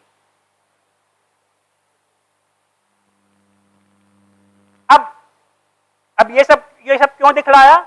चैलेंजर डिजास्टर इसीलिए तो हुई, इसी बात को नहीं समझने के चलते हुई कि ठंडे में जो आपकी रबर ओरिंग आप डाल रहे हो और उसको ठंडे में एक्सपोज कर दिए हो, वो स्पेस में जाने के बाद वो रबर नहीं रहेगा, ब्रिटल हो जाएगा। तो rubber O-ring in solid rocket booster became brittle eight low temperature. चलो रबर तो रबर है, ब्रिटल हो गया। मेटल तो मेटल है, स्ट्रांग होता है, वो क्यों ब्रिटल होने लगा? लेकिन मेटल भी ये एनर्जी अब्सॉर्ब्ड इन फ्रैक्चर है। कोई भी मेटल जब टूटता है तो टूटने में एनर्जी अब्सॉर्ब होती है, और एनर्जी अब्सॉर्ब्ड इन फ्रैक्चर को वाई एक्सिस पर डालो, एक्स एक्सिस पर टेम्परेचर डालो। तो अगर टेम्परेचर हाई है तो एनर्जी अब्सॉर्ब्ड हाई है, उस समय मटेरियल डक्टाइल है, वो तुम्हारे मेटल की तरह लग रहा है, डिफॉर्मेबल। लेकिन अगर ठंडा करना शुरू किए, ठंडा होते होते बहुत लो टेम्परेचर पर उसकी एनर्जी अब्जॉर्प्शन कैपेसिटी ही चली गई, थोड़ी सी एनर्जी में ही टूट जाएगा, उसे ही ब्रिटल कहते हैं। तो even metal, not only the flower which I showed you, not only the rubber tube which I showed you, metal I cannot show you in a demonstration like this, but in laboratory, in IIT, we have systems by which we can test steel and show it to you that this is what is happening. At room temperature, the steel which is ductile, at low temperature, it will become brittle. Ductile to brittle transition of metal. Metals में भी ductile to brittle transition होती है। ये बात भी 1912 में Titanic engineers को नहीं मालूम थी। अब टाइटैनिक कैसे पानी में जा रहा था, याद कीजिए। आइसबर्ग से टकराया तो बर्फीले पानी में ही था ना। तो जब डॉकयार्ड्स में शिप बन रही थी तब तो मेटल बहुत अच्छा बिहेव कर रहा था, डक्टाइल था, उसे हैमर करो, मोड़ो, तोड़ो। लेकिन जब वो ठंडे में था तो वो इस तरह से ब्रिटल हो गया। एक्चुअल टेस्ट है। अब किसी ने पानी के अंदर, मैं दिखलाऊंगा किसने गया, पानी के अंदर जाकर टाइटैनिक जहाज से कुछ पीसेस निकालकर ऊपर लेबोरेटरी में ले आया और टेस्टिंग की। तो ये मॉडर्न स्टील है तो काफी हाई एनर्जी एब्जॉर्ब कर रहा है, मतलब ज्यादा डक्टाइल है। टाइटैनिक स्टील आप ऑलरेडी देख रहे हो काफी कम एनर्जी अब्सॉर्ब कर रहा है, मतलब काफी ब्रिटल है टू स्टार्ट विद, और वो भी फिर टेम्परेचर घटने पर और ज्यादा ब्रिटल होता जा रहा है। ये टेस्टिंग पता चली कि टाइटैनिक का स्टील इस पर्टिकुलर एप्लीकेशन के लिए सही नहीं था।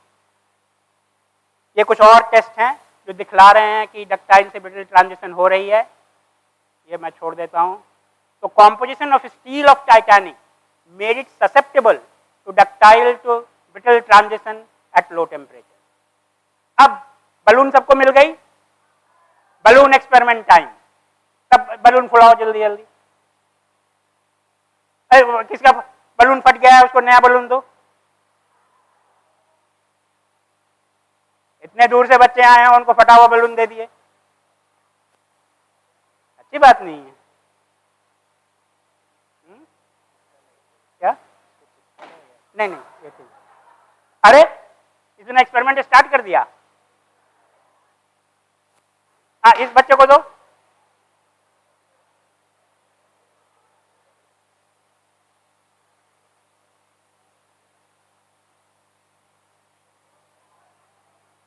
एक तुम भी तो फुलाए हो। चलो हम लोग भी एक एक फुला लेते हैं, जो बच्चों के साथ, बच्चों के संग बच्चे बनकर।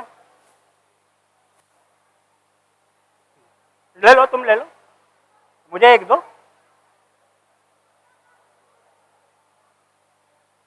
मुझे एक बलून दो मैडम, मुझे भी एक बलून, मुझे भी एक बलून। मुझे कोई दिया ही नहीं। एक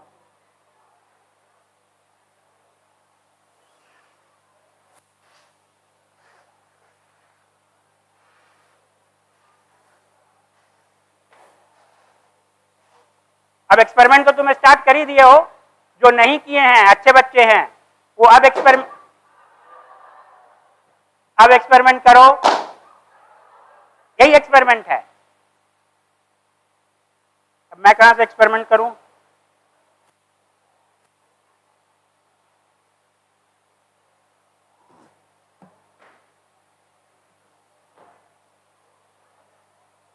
नहीं हो रहा है। कुछ शार्प चीज लाओ।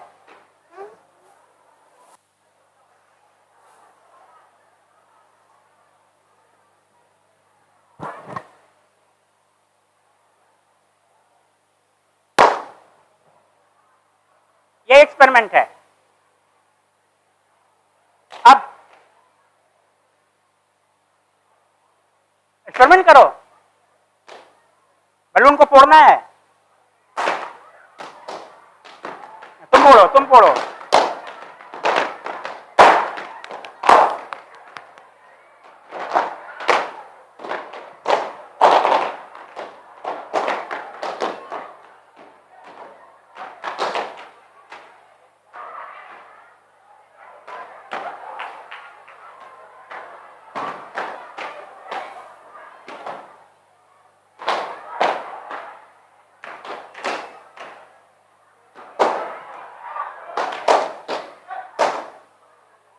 अभी एक्सपेरिमेंट नहीं किए हो, करो। अपना बलून बचा रहे हो।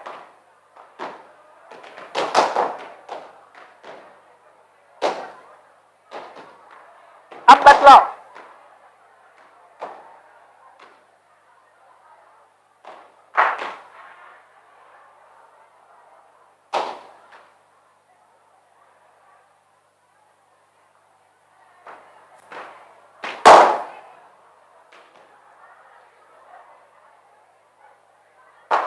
बतलाओ। अब बतलाओ।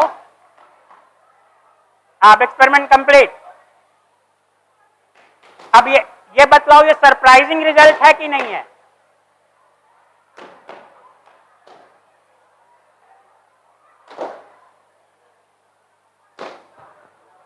पांच मिनट।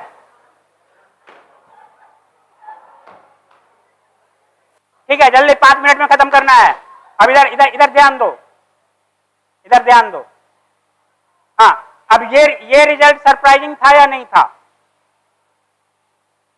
बलून में तो तुम एक छोटा छेद कर रहे थे। छोटा छेद ना हो करके बलून पूरा का पूरा क्यों फट गया?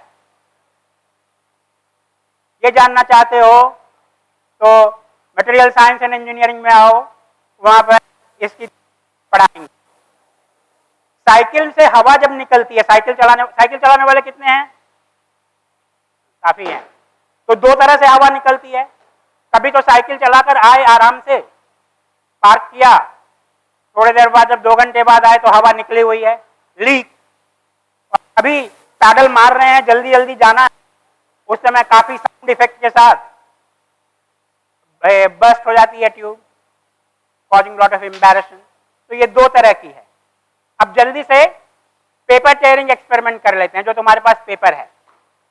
तो 3 तरह के पेपर दिए हैं। जो ग्रीन वाले है वो कट नहीं है, और एक नए तरीके से पेपर फाड़ेंगे।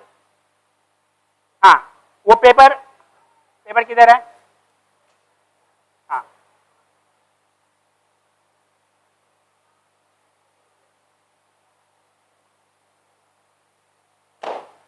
तो नए तरीके से फाड़ेंगे, ठीक है।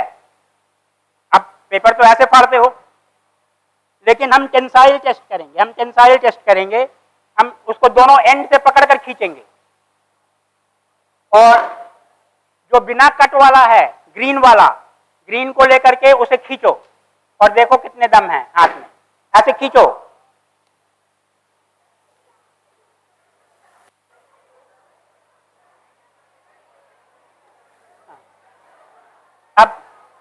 अब लाइट बंद कर दो। या तो बिना कट वाले को खींचो, देखो कितना फोर्स लगा, फील करो। स्मॉल कट वाले को खींचो, देखो कितना फोर्स लगा। लार्ज कट को खींचो तो फोर्स घटता जाएगा। तो कोई भी चीज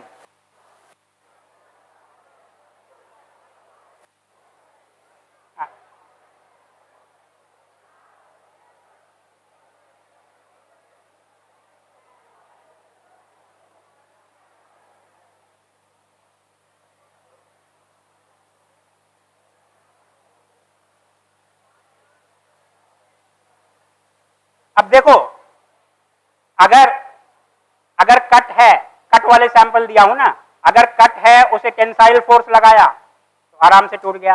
लेकिन वही कट है, अगर टेंसाइल की जगह कॉम्प्रेसिव लगाने लगे तो क्रैक नहीं ग्रो करेगा। तो compressive stress is safe, tensile is dangerous. ये मोबाइल फोन यूजर्स को पता होना चाहिए, क्योंकि उनकी जो ग्लास है they are reinforced by introducing compressive stress in the glass. उसी से गोरिल्ला ग्लास बनती है। So there are different methods by which you can introduce the compressive stress.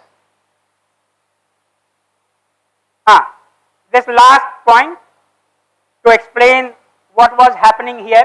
बस मैडम 2 मिनट, ये लास्ट इसका बतला देते हैं, क्योंकि इतनी देर से देखा ये स्प्रिंग बढ़ रही है, तो ये स्प्रिंग का बढ़ना क्या है। तो ग्लेशियर कैसे डिफॉर्म करते हैं? Glacier, flow of glacier is actually deformation of ice. Electric bulb fuse करता है। कैसे फ्यूज करता है? पिघलता नहीं है, क्योंकि टंगस्टन का बना है। Fusion is melting, but bulb filament cannot fuse bye melting, तो इट सिंपली ब्रेक। और ये क्विज वालों के लिए सवाल, रोल्स रॉयस क्या बनाता है? गलत। रोल्स रॉयस जेट इंजन बनाता है। कार की कंपनी तो कब की बिक गई, जर्मन से बनाते हैं रोल्स रॉयस कार। तो ये जो डिफॉर्मेशन मैकेनिक्स जो तुम्हें दिखलाया यहां पर, एक स्प्रिंग बढ़ती गई, वो बढ़ रही है बिना किसी फोर्स के, एट कांस्टेंट फोर्स। तो एक डिफॉर्मेशन मैकेनिज्म होती है जिसे कहते हैं क्रीप। तो क्रीप बिना फोर्स बढ़ाए कांस्टेंट फोर्स पर, कांस्टेंट लोड पर डिफॉर्मेशन होते जाती है। तो एक स्प्रिंग हमारा क्रीप कर गया। ये सब बाद में जब तुम IIT आओगे तब समझाऊंगा। डायरेक्टर साहब कंप्लीट करने कह रहे हैं, तो मैडम भी आ गई है। तो सिर्फ इतना बतला कर अब बंद करते हैं कि मटेरियल साइंस एंड इंजीनियरिंग में हम इलेक्ट्रिकल प्रॉपर्टी और मैग्नेटिक प्रॉपर्टी भी पढ़ सकते हैं, मैकेनिकल प्रॉपर्टी पढ़ सकते हैं, केमिकल प्रॉपर्टी पढ़ सकते हैं। मैंने जो दिखलाया वो एक स्लाइस दिखलाया मैकेनिकल प्रॉपर्टी का, और मैकेनिकल प्रॉपर्टी में फिर इलास्टिसिटी दिखलाया, यहाँ पर देख नहीं सकते हो, इलास्टिसिटी, फिर क्रीप दिखलाया, फिर फ्रैक्चर दिखलाया बलून का, और भी चीजें हैं जो बाद में हम देख लेंगे। So with this I end with Robert D. Ballard's slide. यही वो आदमी है, अब देखो ये महात्मा है, ये वो आदमी है जो समुद्र के नीचे जाकर टाइटैनिक को पहली बार खोजा। उस जमाने तक टाइटैनिक को कोई अंदर जाकर देखा नहीं था। इन्होंने बचपन में ही डिसाइड कर लिया। अब तुम बोलो, तुम छोटे बच्चे हो, जाकर के अपने मम्मी पापा से बोलोगे कि मैं बड़ा होकर समुद्र के नीचे जाकर टाइटैनिक खोजूंगा, क्या बोलेंगे? चुपचाप बंद करो, होमवर्क करो। तो I did not listen. All kids dream a marvelous image of what they want to do, but the society tells them they can't do it. Society tell करेगा, parents tell करेंगे, professors बोलेंगे you can't do it. I did not listen. I wanted to live my dream. Live your dream. Thank you very much.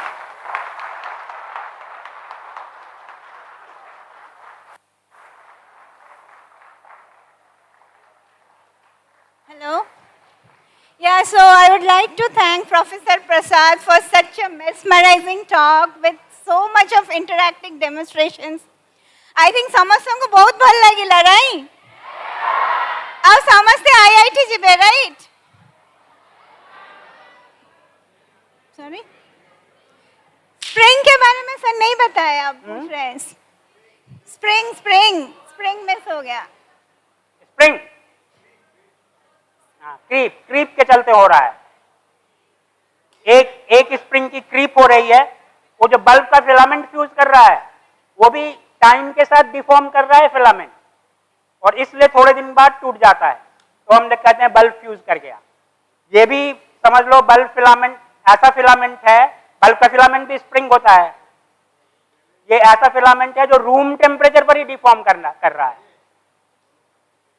हाँ, अब एक room temperature पर ही deform कर गया और दूसरा बैठा है, ये डिफरेंस क्या है?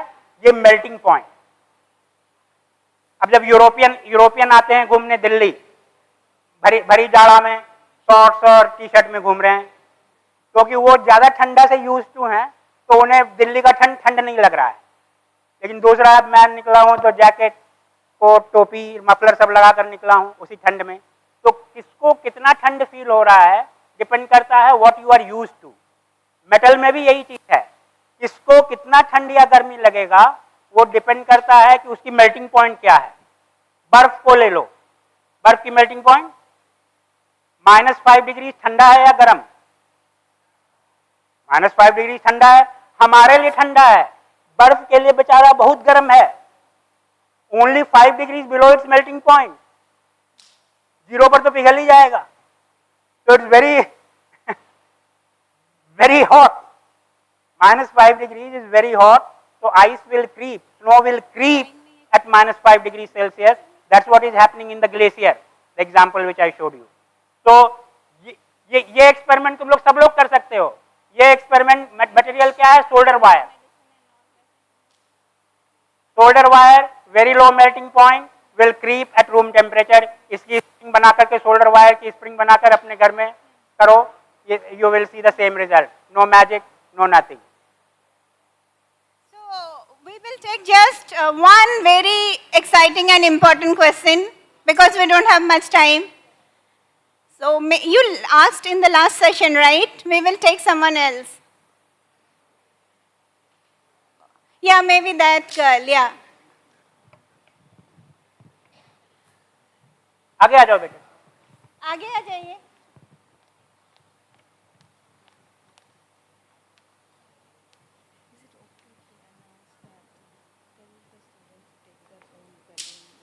बोलो। Good afternoon. अपना नाम बतलाओ। सुभश्री पल्लाई, स्कूल? ओईवी कुसुमी। कहाँ से? गंजाम से ही हूँ मैं। ओईवी कुसुमी कुकड़ाखंडी के पास है, कुकड़ाखंडी ब्लॉक वहाँ वेरी पर। गुड। हाँ बतलाओ, सवाल बतलाओ। So my question is there any material which won't be broken under low temperature? Yes, there are. So what I showed you, very good question. So ductile to brittle transition, ordinary steel of which we make bikes, cars, ships are called mild steel. Okay, तो वो mild steel में ये बीमारी है। लेकिन जिस बर्तन में तुम खाना खाते हो, ठीक है, स्टील, जो स्टील की कटोरी और ग्लास कहते हैं, that is stainless steel, that will not show this ductile to brittle transition. इसलिए अगर सब कुछ ब्रिटल होने लगता तो ये फ्लास्क किसका बनाते? ये फ्लास्क जो है स्टेनलेस स्टील की बनी है, तो वो ब्रिटल नहीं होगा। तो why some so become brittle, why not? Come to material science and engineering, take the course on mechanical behavior, we will teach you. Thank you. Okay, thank you, sir. And one announcement, you can talk to sir in the tea break. Okay, at the end you can talk. So one announcement, see, amar eti motto kon country ra, ajika date re, Swachh Bharat mission, right? Samaste balloon experiment bahut enjoy kala. So now jo balloon guda ko छिड़ेचो, फोड़ीचो, ताको नहीं कि समस्ते निजो निजर pocket रे नहीं कि बाहर फोपाड़ीव, ठीक अछि? डस्टबिन रे फोपाड़ीव, डस्टबिन अछि खोजी के फोपाड़ीव। Thank you. Papers as well. The papers. And the papers, Madam. papers as well. Madam, चादर, मेरा चादर। Yeah, so as sir said, sir ka chadar, I would like to request the chair to felicitate the speaker. इतनी मेहनत करने के बाद वो चादर छूट रहा था।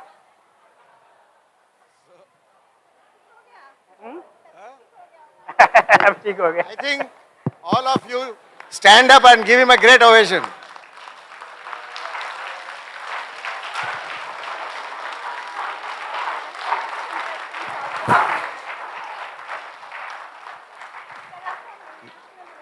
He could not get up from his bed at morning 6:30. I got an SMS, and then I had to call a doctor.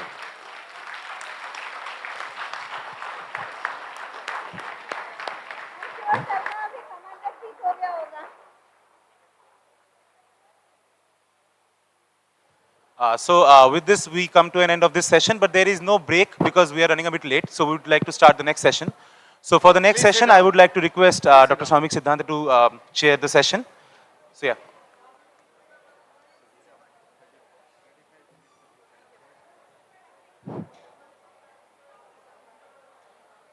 Okay, so hello, hello, hello. Okay, please settle down, everyone. Please settle down. Yeah.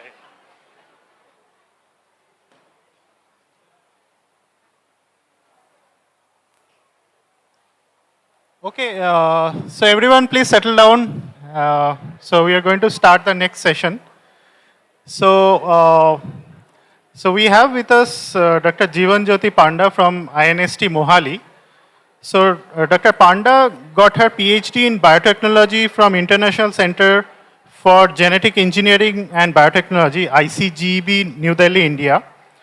So she was the UNESCO Laureate International Fellow at the University of Colorado, Denver, USA. Please settle down, please. Uh, please lower, please don't talk right now.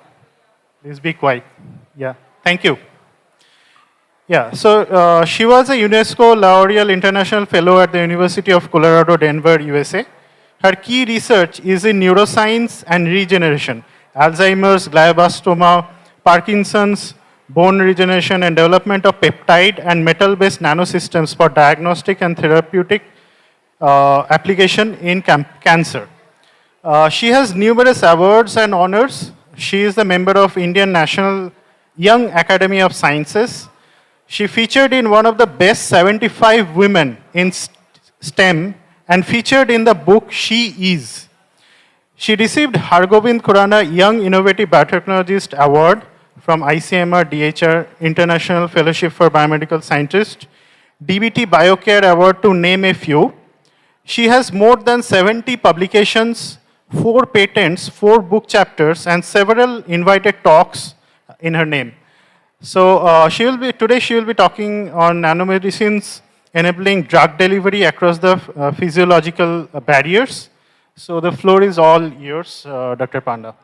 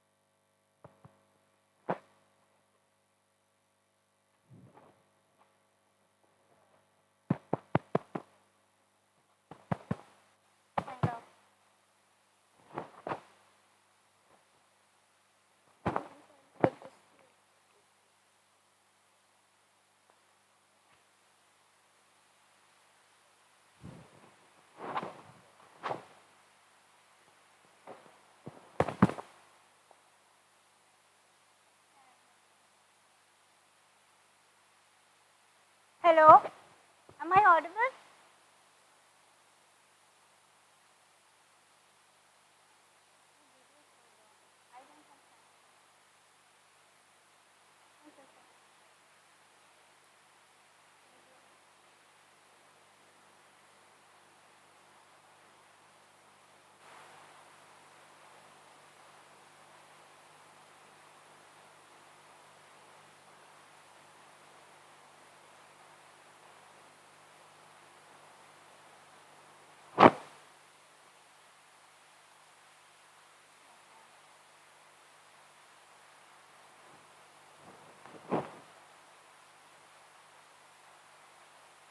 good evening everyone. I think ସବୁ ପିଲାମାନେ ବହୁତ excited, sir ଏତେ ଭଲ talk ଦେଲେ, ଆଗରୁ ବି ଏତେ ଲୋକଙ୍କୁ ଶୁଣିଲ, like you heard about nanotechnology, quantum mechanics, basics of material science, so many things, right? And about biology, Snigdha ma'am mentioned so many, good things about biology, basic biology. Then Dr. Somik's talk. So I think my job is done. I don't have much to say. So basically I work in the field of nanomedicine, like where we try to use nanotechnology for medicine. So just I would like to tell you that why this program has been hosted, right? What is the motto? Because as we are scientists, we want to promote science and we want to reach out to all of you so that you get interested in doing good science, and that is like being put forward by our Prime Minister, Honorable Prime Minister. And then my interest in outreach, I can say I dedicate it to Professor Ganguly, Director ISER Barampur. You guys all heard him, he's a great speaker. Professor Grover said he is a person like Ruchiram Sahani, and me and Snigdha ma'am was discussing that maybe the next generation will remember him as Professor Ashok Kumar Ganguly, and as a person who is so much involved in popularizing science. So he was our founding director, and he started the INST outreach program. So when I joined INST, I got exposed to outreach activities under his guidance. So there we actually went to different schools. I also gave so many lectures in Odisha. We went to tribal areas like Baripada, that Mayurbhanj district tribal areas ku jainki seti ka student mananga sangare interaction kartilu. Tapare ame Himachal Pradesh and all rural areas, and especially we had some women outreach team where we tried to connect with all the women, underprivileged ladies like maids and all, and we developed kits for them and we try to educate them for various activities so that they can earn money and they can take care of their hygiene and everything. So that's what my exposure to outreach is because of him. So I am grateful to him for this, and I am also thankful to Dr. Nihar and Professor Ganguly for giving me this opportunity to come and interact with you guys. And additionally, as Dr. Somik said, I am member of Indian National Young Academy of Science. So this is a body under INSA, Indian National Science Academy, and here we all young scientists are involved. We all are young, like Professor Sharma says, young and younger. So you guys are youngest, we are younger, and all of them like Professor Ganguly and all are young. So here we actually try to reach out to students, college students, and we hold lots of outreach activities. So in this we have Vinyas, that is all women members of the Inyas family. We come together and we hold lecture series to specially encourage girl students. So we talked about eminent women scientists of India like Kamala Sohini, who is the first lady Indian women scientist to be awarded PhD degree. So Professor Dr. Somik talked about Raman spectroscopy, right? So she was under Professor C.V. Raman, and there is Kamala Sohini and so many other, Janaki Ammal, Dr. Janaki Ammal. So we talked about many leading ladies, leading women scientists to encourage about girls in science, and these videos are available in the INYAS website. So especially my girl students, if you are interested, you can go and visit INYAS site and go through these videos. So you all heard excellent lectures by all the eminent scientists, Professor Ganguly, Professor Patnaik, Professor Anil, and all other scientists, and they talked about basics, right? Basics of science. So why should you be doing science? And Professor Prasad demonstrated it in such a nice way. But now, what I want to tell you is that we work in the field of nanoscience and technology, because I am working in Institute of Nanoscience and Technology. think you all by now know at the end of these 2 days lectures, you know what is nanoscience, right? All of them talked about nanoscience, there are various applications. So you know all this, I don't need to repeat it. So Dr. Richard Feynman is the person who conceptualized it, and now I could, from your answers, I could make it out that you all know about nanoscience. So we all discussed about the diameter of a hair, which is like 80 to 90, microns and all, and that you can imagine what a nanometer is. So in nanotechnology, what we do, we use the knowledge of nanoscience to make devices, structures, and various kind of systems which we can use for our own benefit, right? So this is like going small for big advances. Like we go to real nanometer size to make newer structures, devices which we can have applications in our day-to-day life. So now you saw about DNA, right? DNA is a nanometer. It's a biological nanosystem, and you see its diameter is 2 nanometer. Then you have this. What is this? Can anyone tell me? From the picture, what is this? Cell membrane. Is it complete cell membrane or what is this? The lipid bilayer, right? Phospholipid bilayer, very good. So that is like also in nano range. Then what is this? Professor Ganguly showed this one. ATPase, right? This is a molecular motor. It's also in nanometer diameter. And what is this? Virus, right? So, can you name few viruses? Coronavirus, what is its exact name? SARS-CoV-9. SARS-CoV-2. You know about its family? Which family it belongs to? There is it belongs to a specific class of viruses. This is called coronaviridae, right? So this is also in nanometer range. Like Dr. Siddhant was saying that we cannot visualize viruses using a normal microscope, but we have electron microscope, tri-electron microscopy through which we can see viruses. Now this, I don't want to repeat, you can go through this because this is getting live streamed, so you can go through this. So what are the advantages? What advantages we have when we go to nano dimension?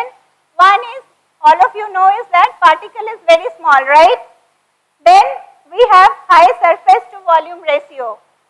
So this I will tell you how this is important in terms of medicine, right? And they have various properties, right? What properties we discussed? I know you guys are tired. I will not take much time, but tell me what properties we discussed. Any specific properties? They exhibit different colors, they exhibit fluorescence, they exhibit SPR, surface plasmon resonance, they exhibit photothermal effect. So these are different things which can be used in the field of nanomedicine. And the best thing when we talk about using nanoparticles in the field of nanomedicine is that I showed you DNA and other structures are in nanometer range, right? So when we use nanoparticles, we can have better interaction of the structures with the biological structures, with the cell membranes, etc., right? So that's how this is a very important point. And as you might have seen, they all showed that different types of structures can be made, right? So that is one interesting feature. We can make various types of structures that suits our application. Amuku jemitiya darkar, ame semtiya structure banai pariba with proper design. So in our lab, we work with peptide nanoparticles. Sometimes we make tubes, sometimes we make vesicles, sometimes we make sheets. So that depends like what is our area of requirement, right? So ame jemiti darkar semti banai pariba. So isn't it interesting? If you need something, if you need a sheet with, flat that should be interacting with the flat surface, you can make a sheet. So that is the best thing about nanotechnology. So applications, I am leaving it because you all have heard lots of applications of nanoscience and technology in previous lectures. So this is like one I want to tell is that consumable goods, right? So girls are using creams, right? Sunscreens and all, they have nanoparticles. Can you name which one is there? Titanium dioxide, right? What else? Any other nanoparticle which is being used? Zinc oxide. So that is like these creams and all use nanoparticles. So that is a good thing. They are in consumable goods. So now come to nanomedicine. So what is nanomedicine? It is the application of nanotechnology in medicine, where we try to, have a combined therapy. Like we want to have a combinatorial approach. We actually try to use it for imaging. You saw how Dr. Soumik used it for imaging brain tissues and cells. Then we can have it for targeted therapy, that I will show you how it can target different structures, different tissues of the body. Then we can use it for tissue engineering based applications. And the last one is theranostics. Can you tell me what you understand by theranostics? It is a combination of two words. Thera means it's a therapeutic molecule, right? And gnostics, from where? Diagnostics, very good. So when you combine a system which can have both therapeutic and diagnostic properties, you call that system as a theranostic system, right? And our nanoparticles can act as a theranostic system. So this is the best and modern application of nanotechnology.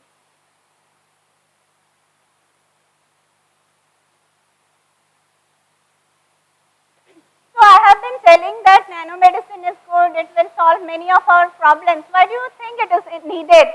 So what are these things? You use it in your everyday life, right? Our medicines, right? What is this? Tablets, granules, ointments, syrups, suppositories. What problems they have? Why should we make nanoparticles for nanomedicine based applications? Side effects, someone is saying side effects, right? Unwanted side effects. What else? Yes, they cannot reach the specific place where we want them to go, right? They cannot reach their intended location in the body. What else can be the problem? Okay, in the interest of time, let me summarize that for you. So basically, many of the drugs, if you see, so majority of drugs are like, they are either isolated from plant products or they are being synthetically made. And if you see, majority of the drug molecules are hydrophobic in nature, right? You understand what hydrophobic and hydrophilicity is, right? So majority of the drug molecules are hydrophobic in nature. So what will be the problem if they are hydrophobic? What is the constitution of our body, our cells? We are majorly water, and if our drug molecule is hydrophobic, it will not reach the cytoplasm, right? We will not have a good bioavailability. That is the term you should know, bioavailability inside the body. So most of the drugs are hydrophobic in nature, so that's the problem. That's what I told, poor bioavailability.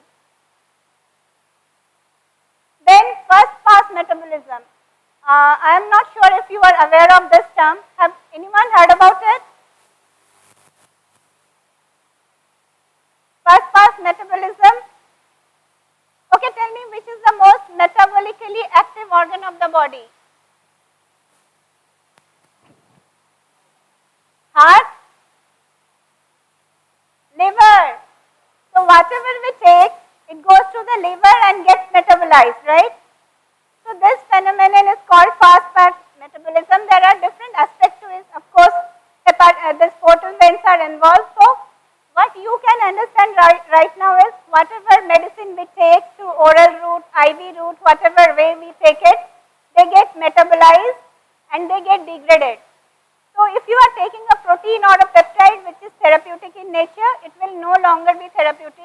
passing to the fast metabolic system, right? So that's why we need a system of carrier which can take it safely through our body. Then where it works, in the plasma, right? Where it circulates, all the therapeutic molecules, all drugs, through our blood, right? How they reaches the tissues, the diseased organs? Through our blood circulation, right?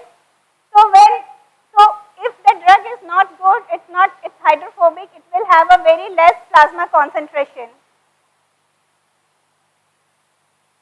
And then excretion, which organ is involved in that? Kidney, right? So whatever we take get excreted out. So only very few percentage of the drug molecules are available to function. So excretion is a problem, premature excretion from the body. And that's, so what is the consequence of all this? If our drug molecules have so many problems, what will be the consequence? So you take this big medicine, tablets, right? Why do you take that? Because you need higher dose. Only few percentage. If you talk about eye or some other organ, only 5% of the drug which we take reaches the ocular tissues. If we talk about brain, only 1%.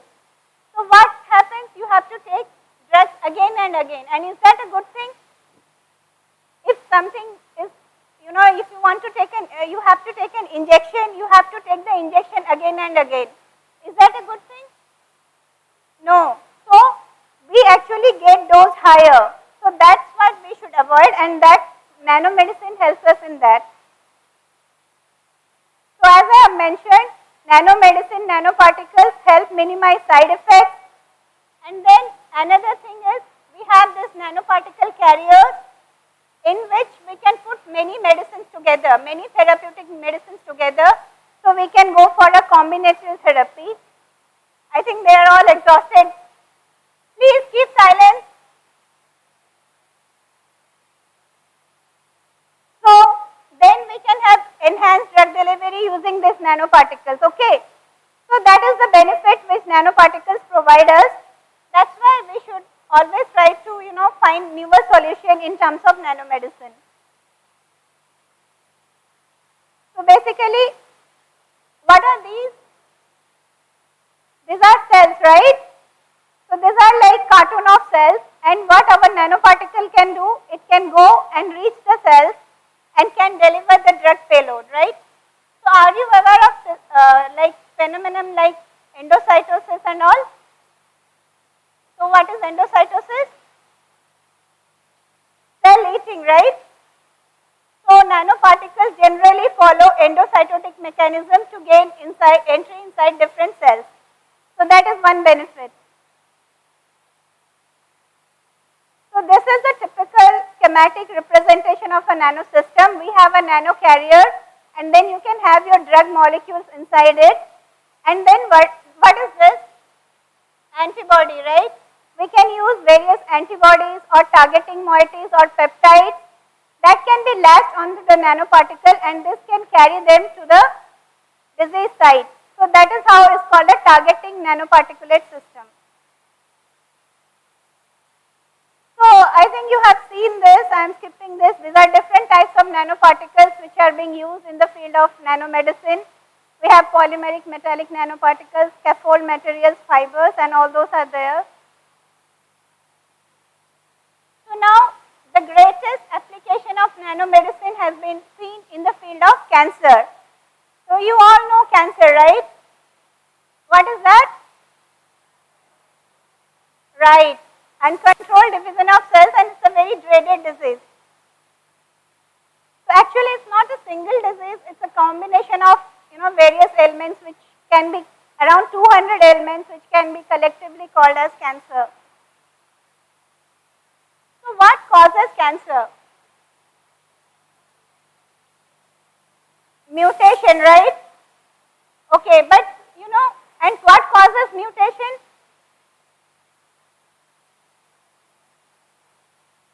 Mutation is change in the genetic material, but what causes it?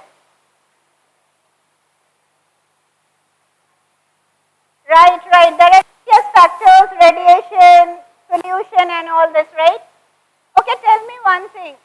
We all get exposed to different types of radiations, pollution, all sorts of material, but the rate of cancer is not equivalent to what the rate at which we get exposed to these mutagens, right? Why so?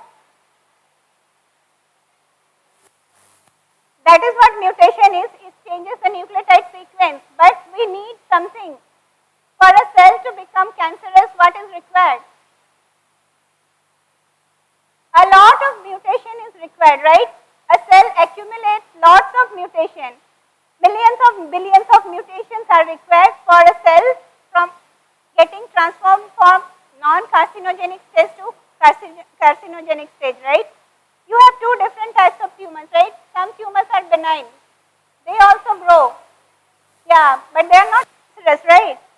But only metastatic tumors are cancerous. So we have moles and all. They are also kind of tumors.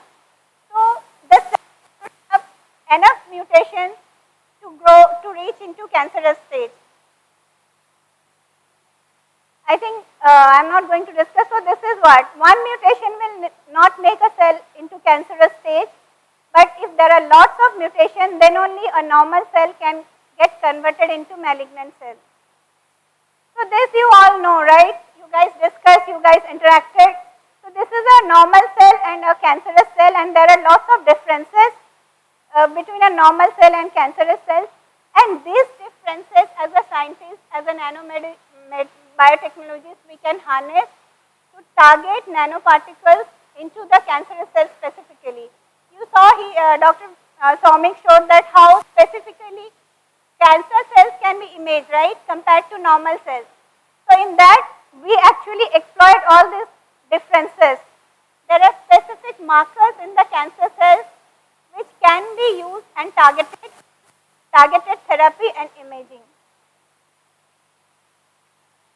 So basically, if I would like to summarize, so nanoparticles or nanomedicine can help in early detection of cancer, early diagnosis, and in having enhanced therapeutic response in curing cancer. So this you can see. So these are magnetic nanoparticles. Dr. Patnaik was talking about it. So we have the nanoparticles, and this is like a tumor. You can see how the nanoparticles are going and getting accumulated inside the tumor, right? So what is this? This is targeted therapy, right? So you inject the tumor particles and they get accumulated inside the tumor. So this is going to cure the tumor in a better way.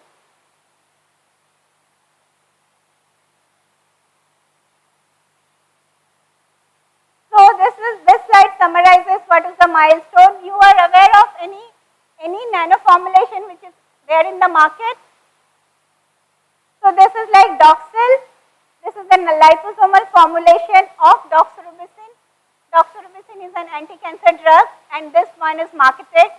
It is being administered to the patient. Then we have many other Abraxane. This is also a nano formulation which is being marketed. And this slide shows all the history of nanoparticles, how they progress. So apart from drug delivery, we can use nanoparticles for tissue engineering.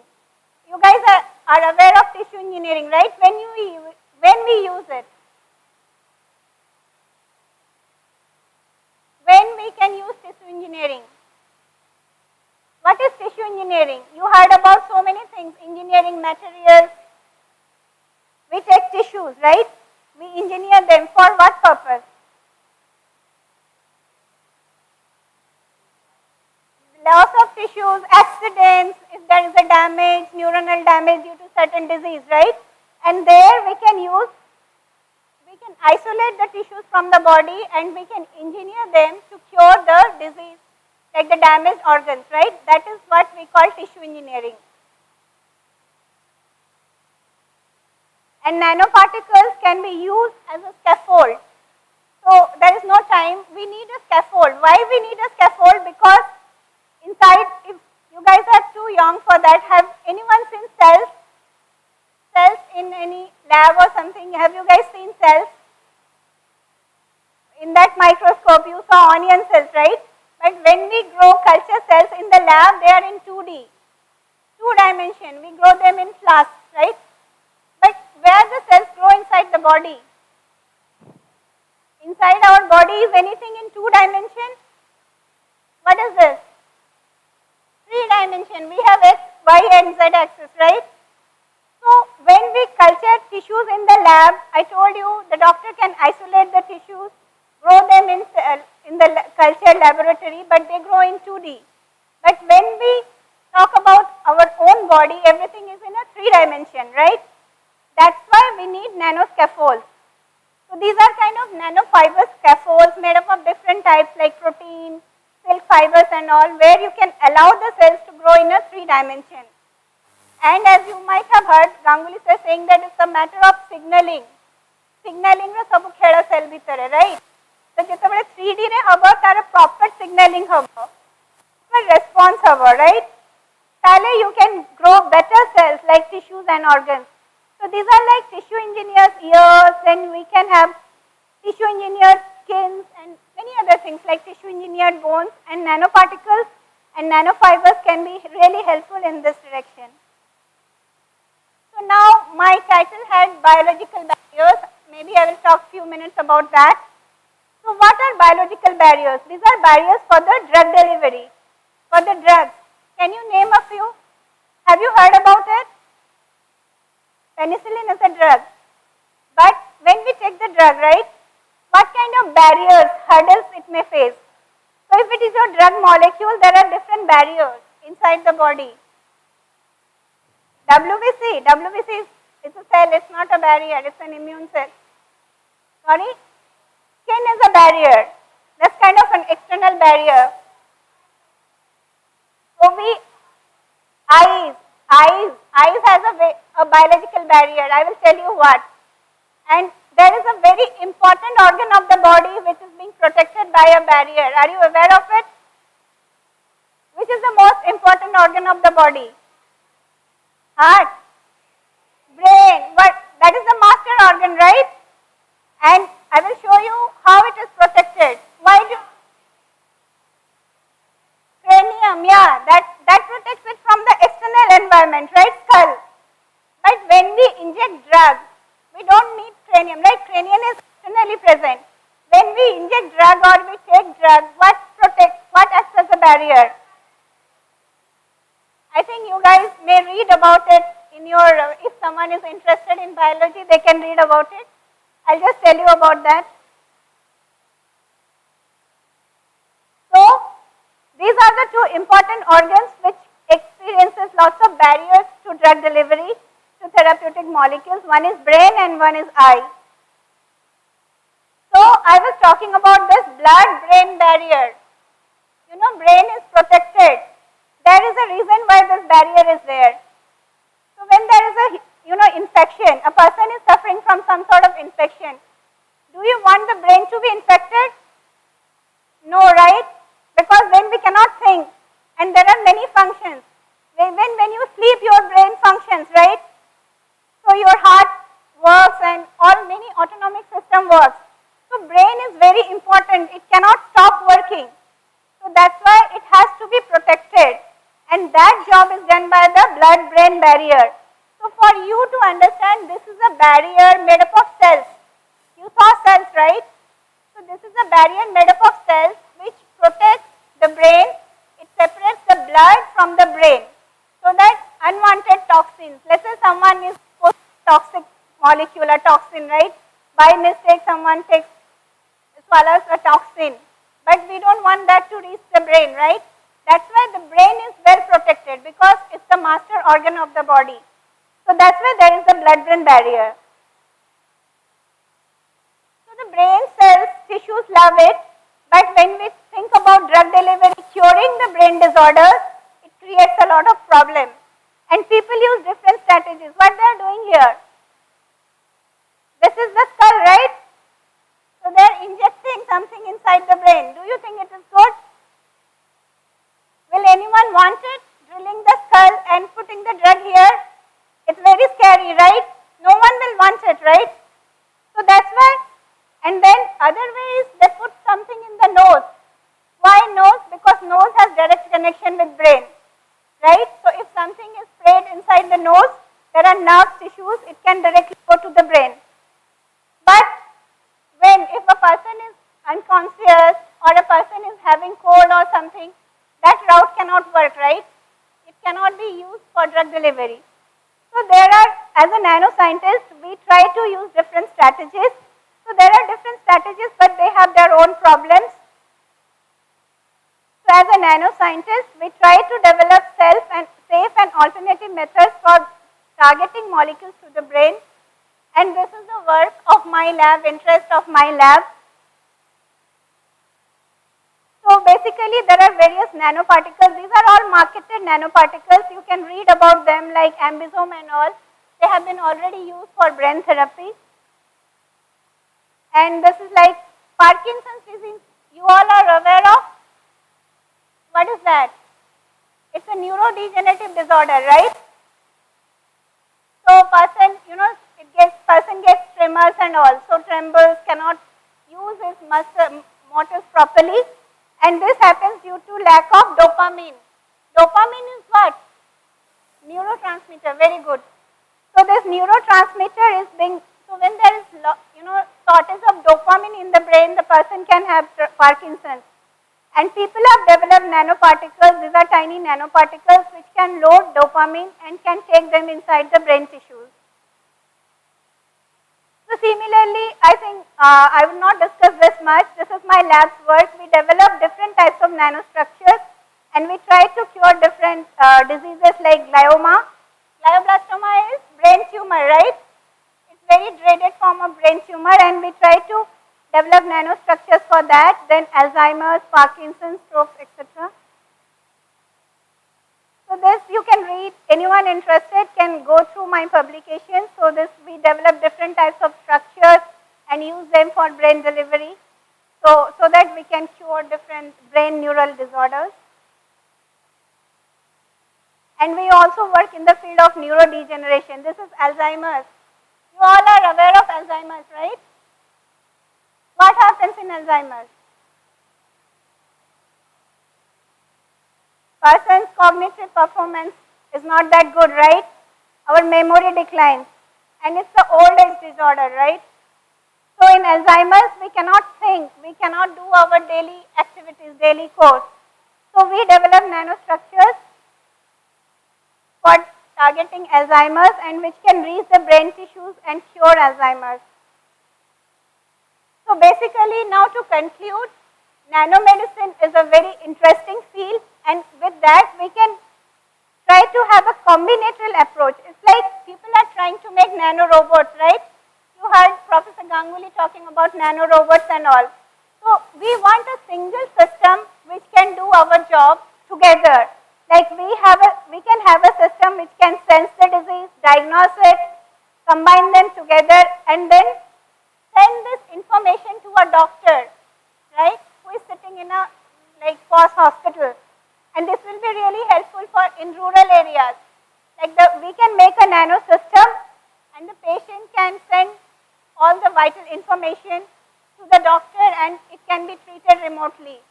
In COVID, you all used it, right? We had online classes, we had online meetings and all. So similarly, in future, we can have online treatment.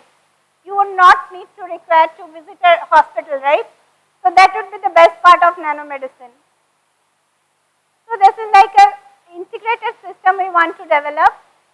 And to conclude, I would like to say that it is the future of medicine, right?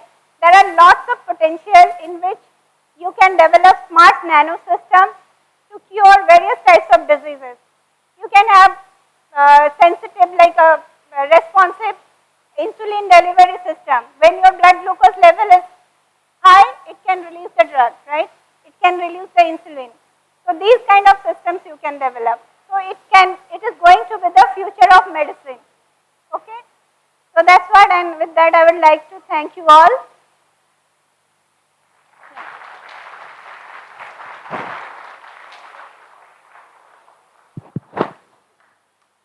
So thank you very much, Dr. Panda, for the fascinating talk in the field of nanomedicine and describing so many different important aspects of it. So maybe we have time for a couple of questions. quick questions. Yeah, there seems to be a lot of questions, so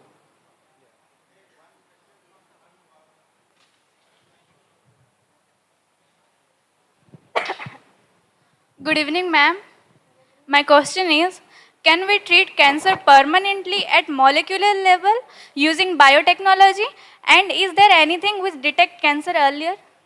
Yes, yes, that is actually, I showed you many drugs which are already in the market. So that is what we all are trying to do, all the scientists and doctors. So at the molecular level, cancer can be treated. In any medicine you see, any chemotherapeutic molecule, it acts at the molecular level, majority of them. Like you try to stop a specific signaling cascade. So cancer is a complicated disease. There are many factors which control it. So if you want to treat it, it has to be in the molecular level. So that is possible. And early detection, there are many sensors being developed which can be used for detecting cancer at the earliest stage. Though we are not very successful in that, but the future is there. Good evening, ma'am.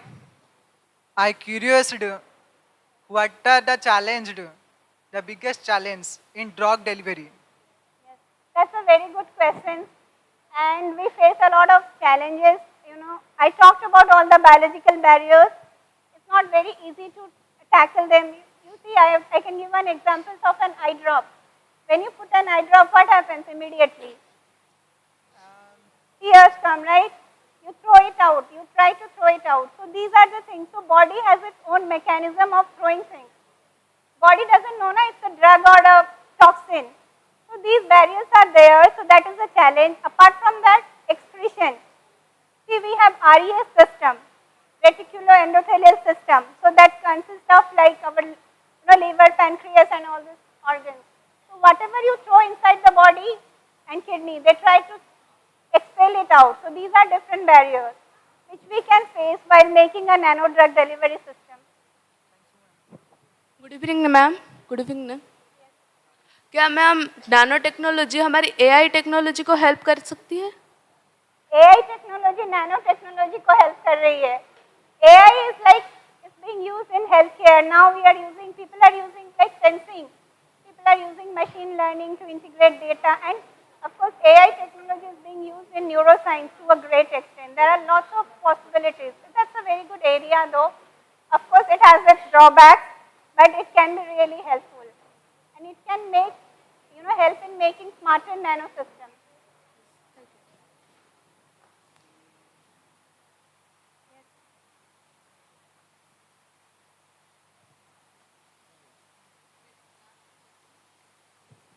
Good evening, ma'am. Don't you think that if we use nanoparticles, then nanoparticles for curing diseases, there can be a problem in biocompatibility?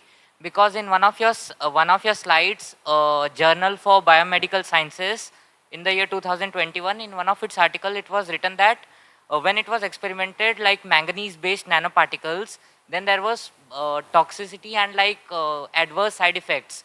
So biocompatibility is a major problem. So how can it affect nanoparticles from being the future of medicine? What's your name? Abhijit Majhi. Which school? DePaul School, Berhampur. Yeah, it's a very good question. Expecting this, I didn't talk about it because I don't have much time. And you guys are I could feel that you guys had a lot of dose of information. But this is very good, and it's a separate area. There are scientists who work in the field of nanotoxicology. So yes, there could be toxic effects, and that's why you have to choose your nanosystems properly. Like they talked about many different types of nanoparticles in material science, in battery, in the quantum materials and all. But as a biologist, we cannot use it. We have to think about its biocompatibility, and that's why I would suggest we use gold. Gold is inert, right? It doesn't have much reactivity inside the body, and my group works in the field of peptide and protein-based nanoparticles. So these are our own molecules. So if you take dipeptides and all, so metallic nanoparticles can be coated with this biocompatible molecule. So we choose the material properly. As a biologist, we cannot use anything, and that's also one kind of problem we face. We have to be very selective. People go for kind of testing. There are various assays which can be used to test the toxicity of nanoparticles, but this is a challenge. Very good. Thank you, Miss.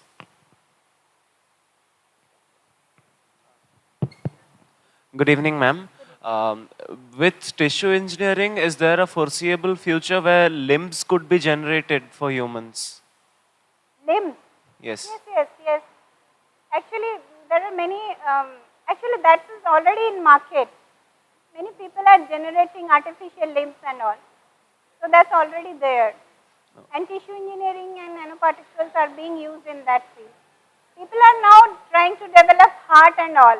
Even they have shown that the heart, which is being grown on a nano scaffold on a chip, can beat heart cells, the tissue, cardiac tissue.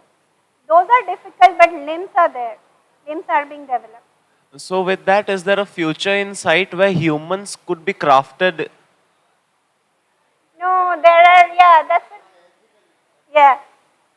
So, by the way, there are many papers. Read a paper, you can Google Nature paper, where a pig's stomach has been recreated and put it back. Okay, there are many things. People have grown ears and all those things. It is possible. Many things are possible, but there are ethical questions. So government does not allow some of these things. Okay, but many of these things are already in the lab. They have done and published papers several years back. So there is this Nature paper where a pig's stomach has been made by tissue engineering, and there's a whole field on tissue engineering, and there is a very famous Yale University professor. There's a book on, what is it called? Bioengineering, right? Bioengineering. There are cells called chondrocytes, right? Chondrocytes. Okay, so, hello. Okay, so in the interest of time, we have to conclude this session. So thank you very much, again, Dr. Panda. It's a big round of applause. Okay. Yeah, so we'll now I would like to proceed request our chair, Dr. Shomik Siddhanto, to felicitate our last speaker of the day, Dr. Jeevanjyoti Panda.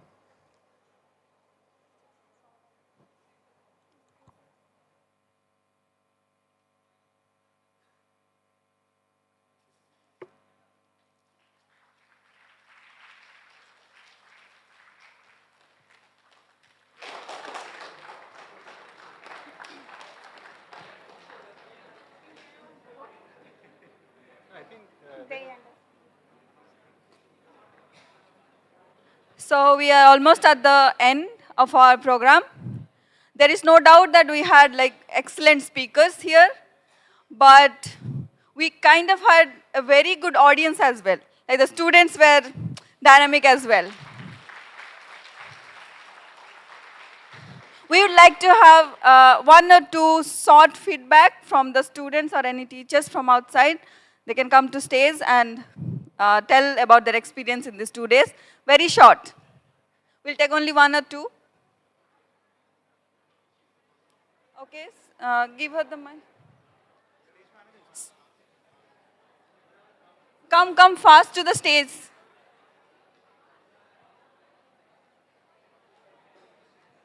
Stage, come to the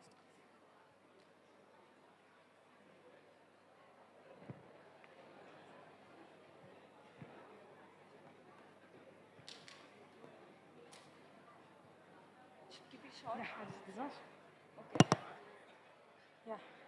So, a very good evening to all the dignitaries present over here. So, I will not take a long time. So, first of all, we would obviously thank you. We would like to thank Isa Bharampu for giving us this wonderful opportunity. All of us a wonderful opportunity to be here today. And as we all know, we are youngsters and we always have been very much fascinated about science and technology. And we would like to thank, obviously, Isa that they gave us a wonderful opportunity to be here and explore more about science and all its aspects. And I think all of us enjoyed a lot here, but the most fascinating or interesting, sessions were yesterday's Professor Uday's session, I guess, Chemistry 1. Everyone enjoyed a lot. And today's Rajesh Prasad's Professor Rajesh, I guess. So thank you very much. That's it.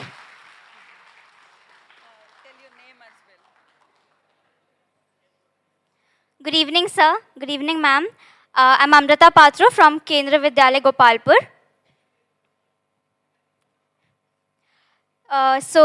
First, I would like to show my sincere gratitude to all the esteemed guest of honor speakers and my school for giving us this opportunity to attend this seminar. This seminar has been a wonderful opportunity for us because यहाँ आके हमें बहुत सारी यादगार चीज़ें सीखने को मिली हैं, बहुत विज्ञान के बारे में बहुत कुछ जानने को मिला है, छोटी से छोटी चीज़ें जो हम जानते थे उसको आँखों के सामने देखने को मिला है और ये बहुत ही ज़्यादा यादगार और सारे लम्हे बहुत ज़्यादा यादगार थे. Definitely I can say that इस सेमिनार के बाद छोटी छोटी चीज़ों में हम विज्ञान का कोई ना कोई अंश देखेंगे और हमें ये सेमिनार जो भी हमें चीज़ें सिखाई गई है वो हमें अपने दिनचर्या में कहीं ना कहीं देखने को ज़रूर मिलेगा और इस सेमिनार से हमने बहुत कुछ सीखने को मिला है. इस सेमिनार के बाद जाके हम डेफिनेटली अपने जूनियर्स और सीनियर्स को सारी चीज़ें बता पाएंगे और उन्हें भी इन चीज़ों से इंस्पायर कर पाएंगे.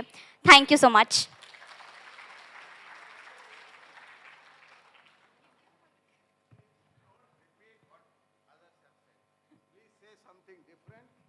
Or what is your experience? Otherwise, don't repeat the same thing. That's also important. Good evening, everybody. I'm Anushmita Panigrahi from Day-2 Public School, Berhampur. I think this seminar was a great opportunity for all of us. We had students from so many schools. We had teachers from so many schools. We had such eminent speakers who spoke about different topics, new topics. And I think many of the topics were completely new to us. And we have so much to take away from this seminar. So I'm really thankful to Professor Ashok Ganguly, sir, for this wonderful opportunity.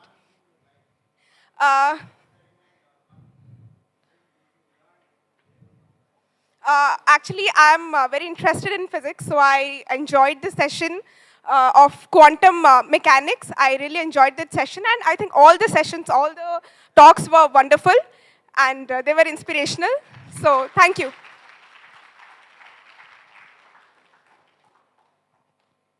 One thing what you like, that's all you say. What is it? Why did you like one thing? Good evening, everyone. I'm Sri Ashmin, a student of class 11 from DePaul School. It's such an unique experience to be over here. Especially, it's hard to believe that we have such a great institution like ISO in Berhampur, in a city like Berhampur. And I think each of the sessions, each of the professors was as unique as the experiments were, including physics, chemistry, biology, everything was so special and so you will unique. Get 0 in this exam because I said you have to tell one thing. The question, you have to answer I said one thing which you liked. I think the chemical part of this seminar was the best thing. All the experiments. What was that? What is one thing? Which experiment or which phenomenon? The nitrogen was quite fascinating. Nitrogen. The liquid nitrogen. The one with liquid nitrogen was quite fascinating. Was it chemistry experiment or physics experiment? No, it was chemistry experiment, obviously. That was a chemistry experiment? Yeah, liquid.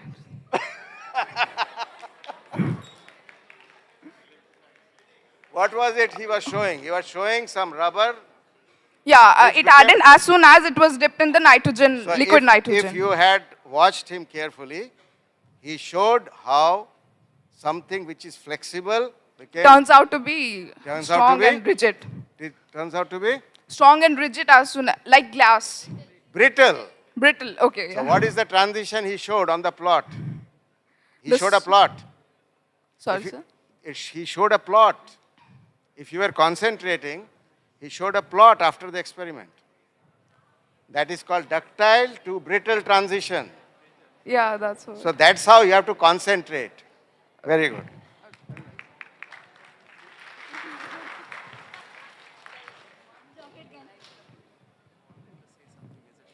Good evening, everyone. Myself, Ayush Chandra Sao from Saraswati Vidya Mandir. And here I have been standing to give one opinion that I like the most in these 2 days. That is the Titanic one. Because so many experiments that we have done and learned from that. Basically, it was not only an experiment, but it was a proper learning that science is not only about physics, chemistry, mathematics, and biology. It's about material science, and which can be felt very easily. also involves physics, chemistry, mathematics. Yes. No, but very good, very good. Congratulations. And the Titanic experiment was very interesting. So I think he wants to say something last. Okay, stand here. Thank you. Thank you. Good evening, everyone. So, the very fact that I could be here watching the people that I am chasing right now to become a scientist myself, that is my aim. That was the best thing here. And all this exposure, I used to think, no, how to become a scientist? What is the path I must take? So, seeing them, I got to know, okay, this is the route. So, that was the best thing I got from here.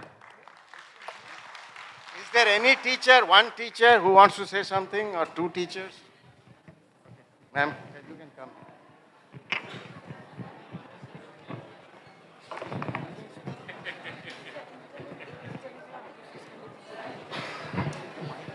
Good evening, everyone. Good evening to all the eminent personals that are present over here. Yes, sir.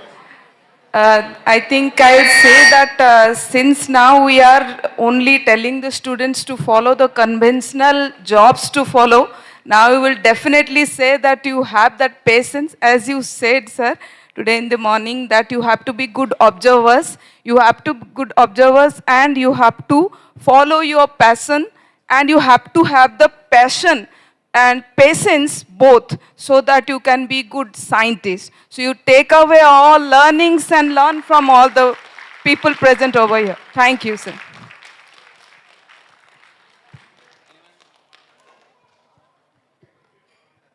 Good afternoon, sir. I'm from the Science College in Ligat. At least I want to tell one thing. What I learned from Professor Amlan Kumar Das. If you are going for if you are going to perform some experiments, it's not that every time you will get a result. You fail sometimes, you will gain sometimes. So from that one, I could learn many things. And most of the young students are there. They will go for the higher studies and go to research. In that case, everyone must ask three things, three W's: why, what, and how. This is basically research. And when I was doing PhD, my professor used to tell me one thing: if something is there, you mix it off, do research, that is cooking. If something is not there, make it work, that is called research. So I wanted to know this one. Thank you. Professor Patnaik wants to say something.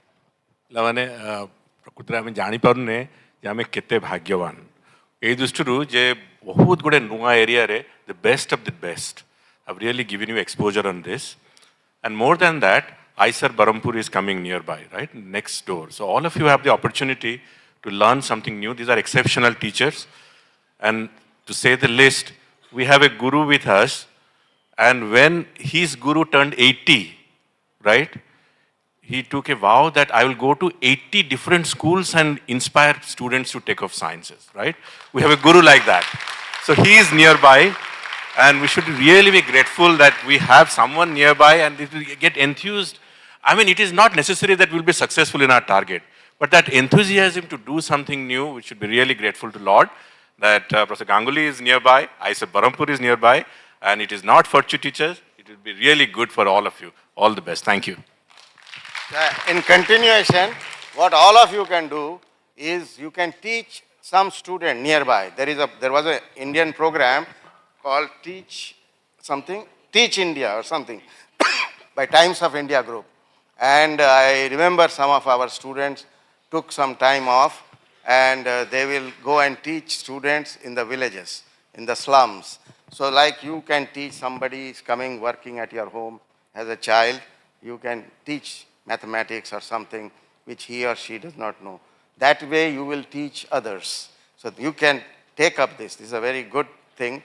Costs no money, you know, you have your mind and you have some knowledge and you can pass that knowledge to others, okay? Okay, I think we can stop.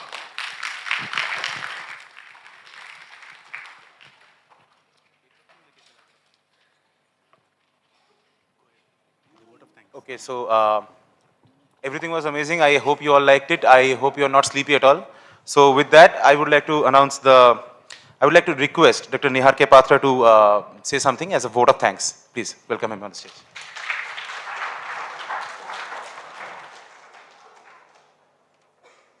Good evening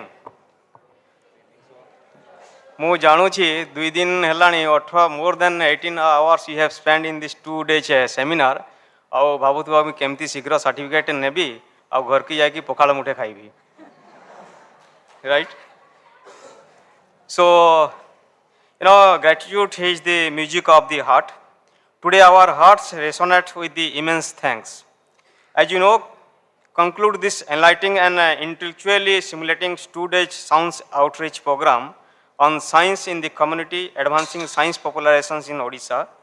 It is my privilege to express our deepest gratitude to everyone who has contributed to success in these events. First and foremost, I'd like to extend our heartfelt thanks and sincere appreciations to Professor Ashok K. Ganguly, our Honorable Director, IJA Berhampur, and the chairperson of this event. His inaugural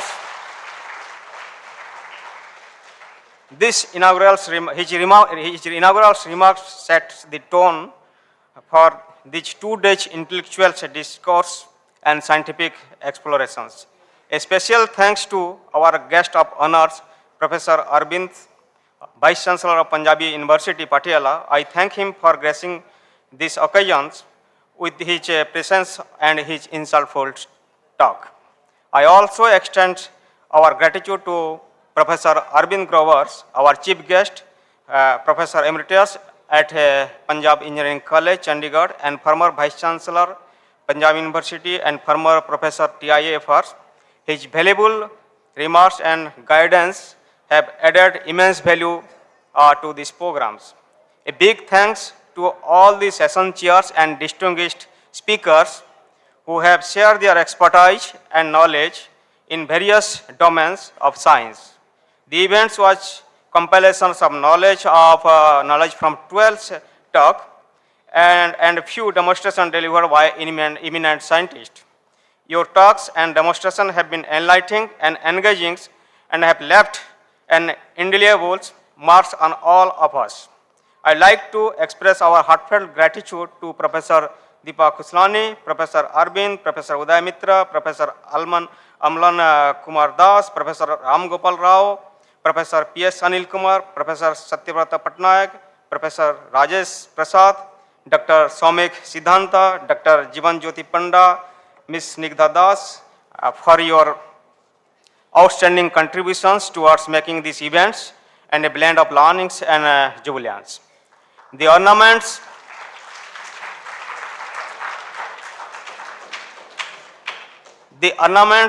of an event is participants. They are the students and teachers from the 22 schools and colleges. Without them, an event is meaningless. A heartfelt gratitude to all the participants for your active involvement in these programs, for making it vibrant through your engaging questions. A special thanks to Dean Academic Affairs, Professor Jadip, Dean Research Development, Professor Biswas, our organizing committee members, Dr. Natasha, Sir, Dr. Vyas, Dr. Rahul, for their everlasting support and encouragement for this event. I also thanks Registrar Mr. P.K. Rai, Assistant Registrar Manjunath, Dharmendra, Mr. Swarup, Executive Engineer Mr. Majhi, and other staff who put their efforts into making this event successful. I would like to thank the team of our dedicated computer center teams, Mr. Devasmith and Mr. Deepak, successfully for designing this, especially for designing the seminar website and live streamings of these 2-day events. And the team of the Director Office, Registrar Office, Transportation Team, Guest House, IWD, Security Officers, and my library teams, namely the Ms. Sai Sangita. Without you, this event would not have been possible. Thank you very much again. And all the, my sincere thanks to Dr. Tushar, Ms. Bandita, and Mr. Indra for nicely anchoring this event, and other students, volunteers, and everyone behind the scene who have worked tirelessly. ITI, yeah. I'm coming. Who have worked tirelessly to ensure the smooth execution of these programs. Special thanks goes to Dr. Rajat Kumar Panigrahi, ITI principals, for facilitating this beautiful auditorium and gave us opportunity to showcase their Waste to Wealth Park. I also thanks to press and media for their coverage of these events. So as we conclude these events, let us carry forward the knowledge and inspiration gained here to contribute positively to the world of science and academia. Thank you. Thank you all for your active participations, and we look forward to future endeavor to foster such intellectual platform for the people of Odisha. So please collect, now you can collect, one teacher from the East School, you can come and collect the certificate of your participation students from Miss Sai Sangita, she is sitting there. Thank you all.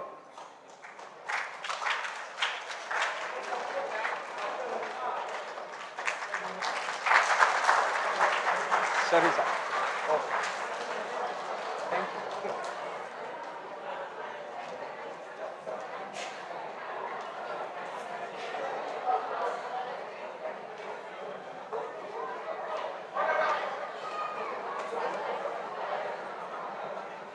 There is tea and coffee outside. You can have it before going.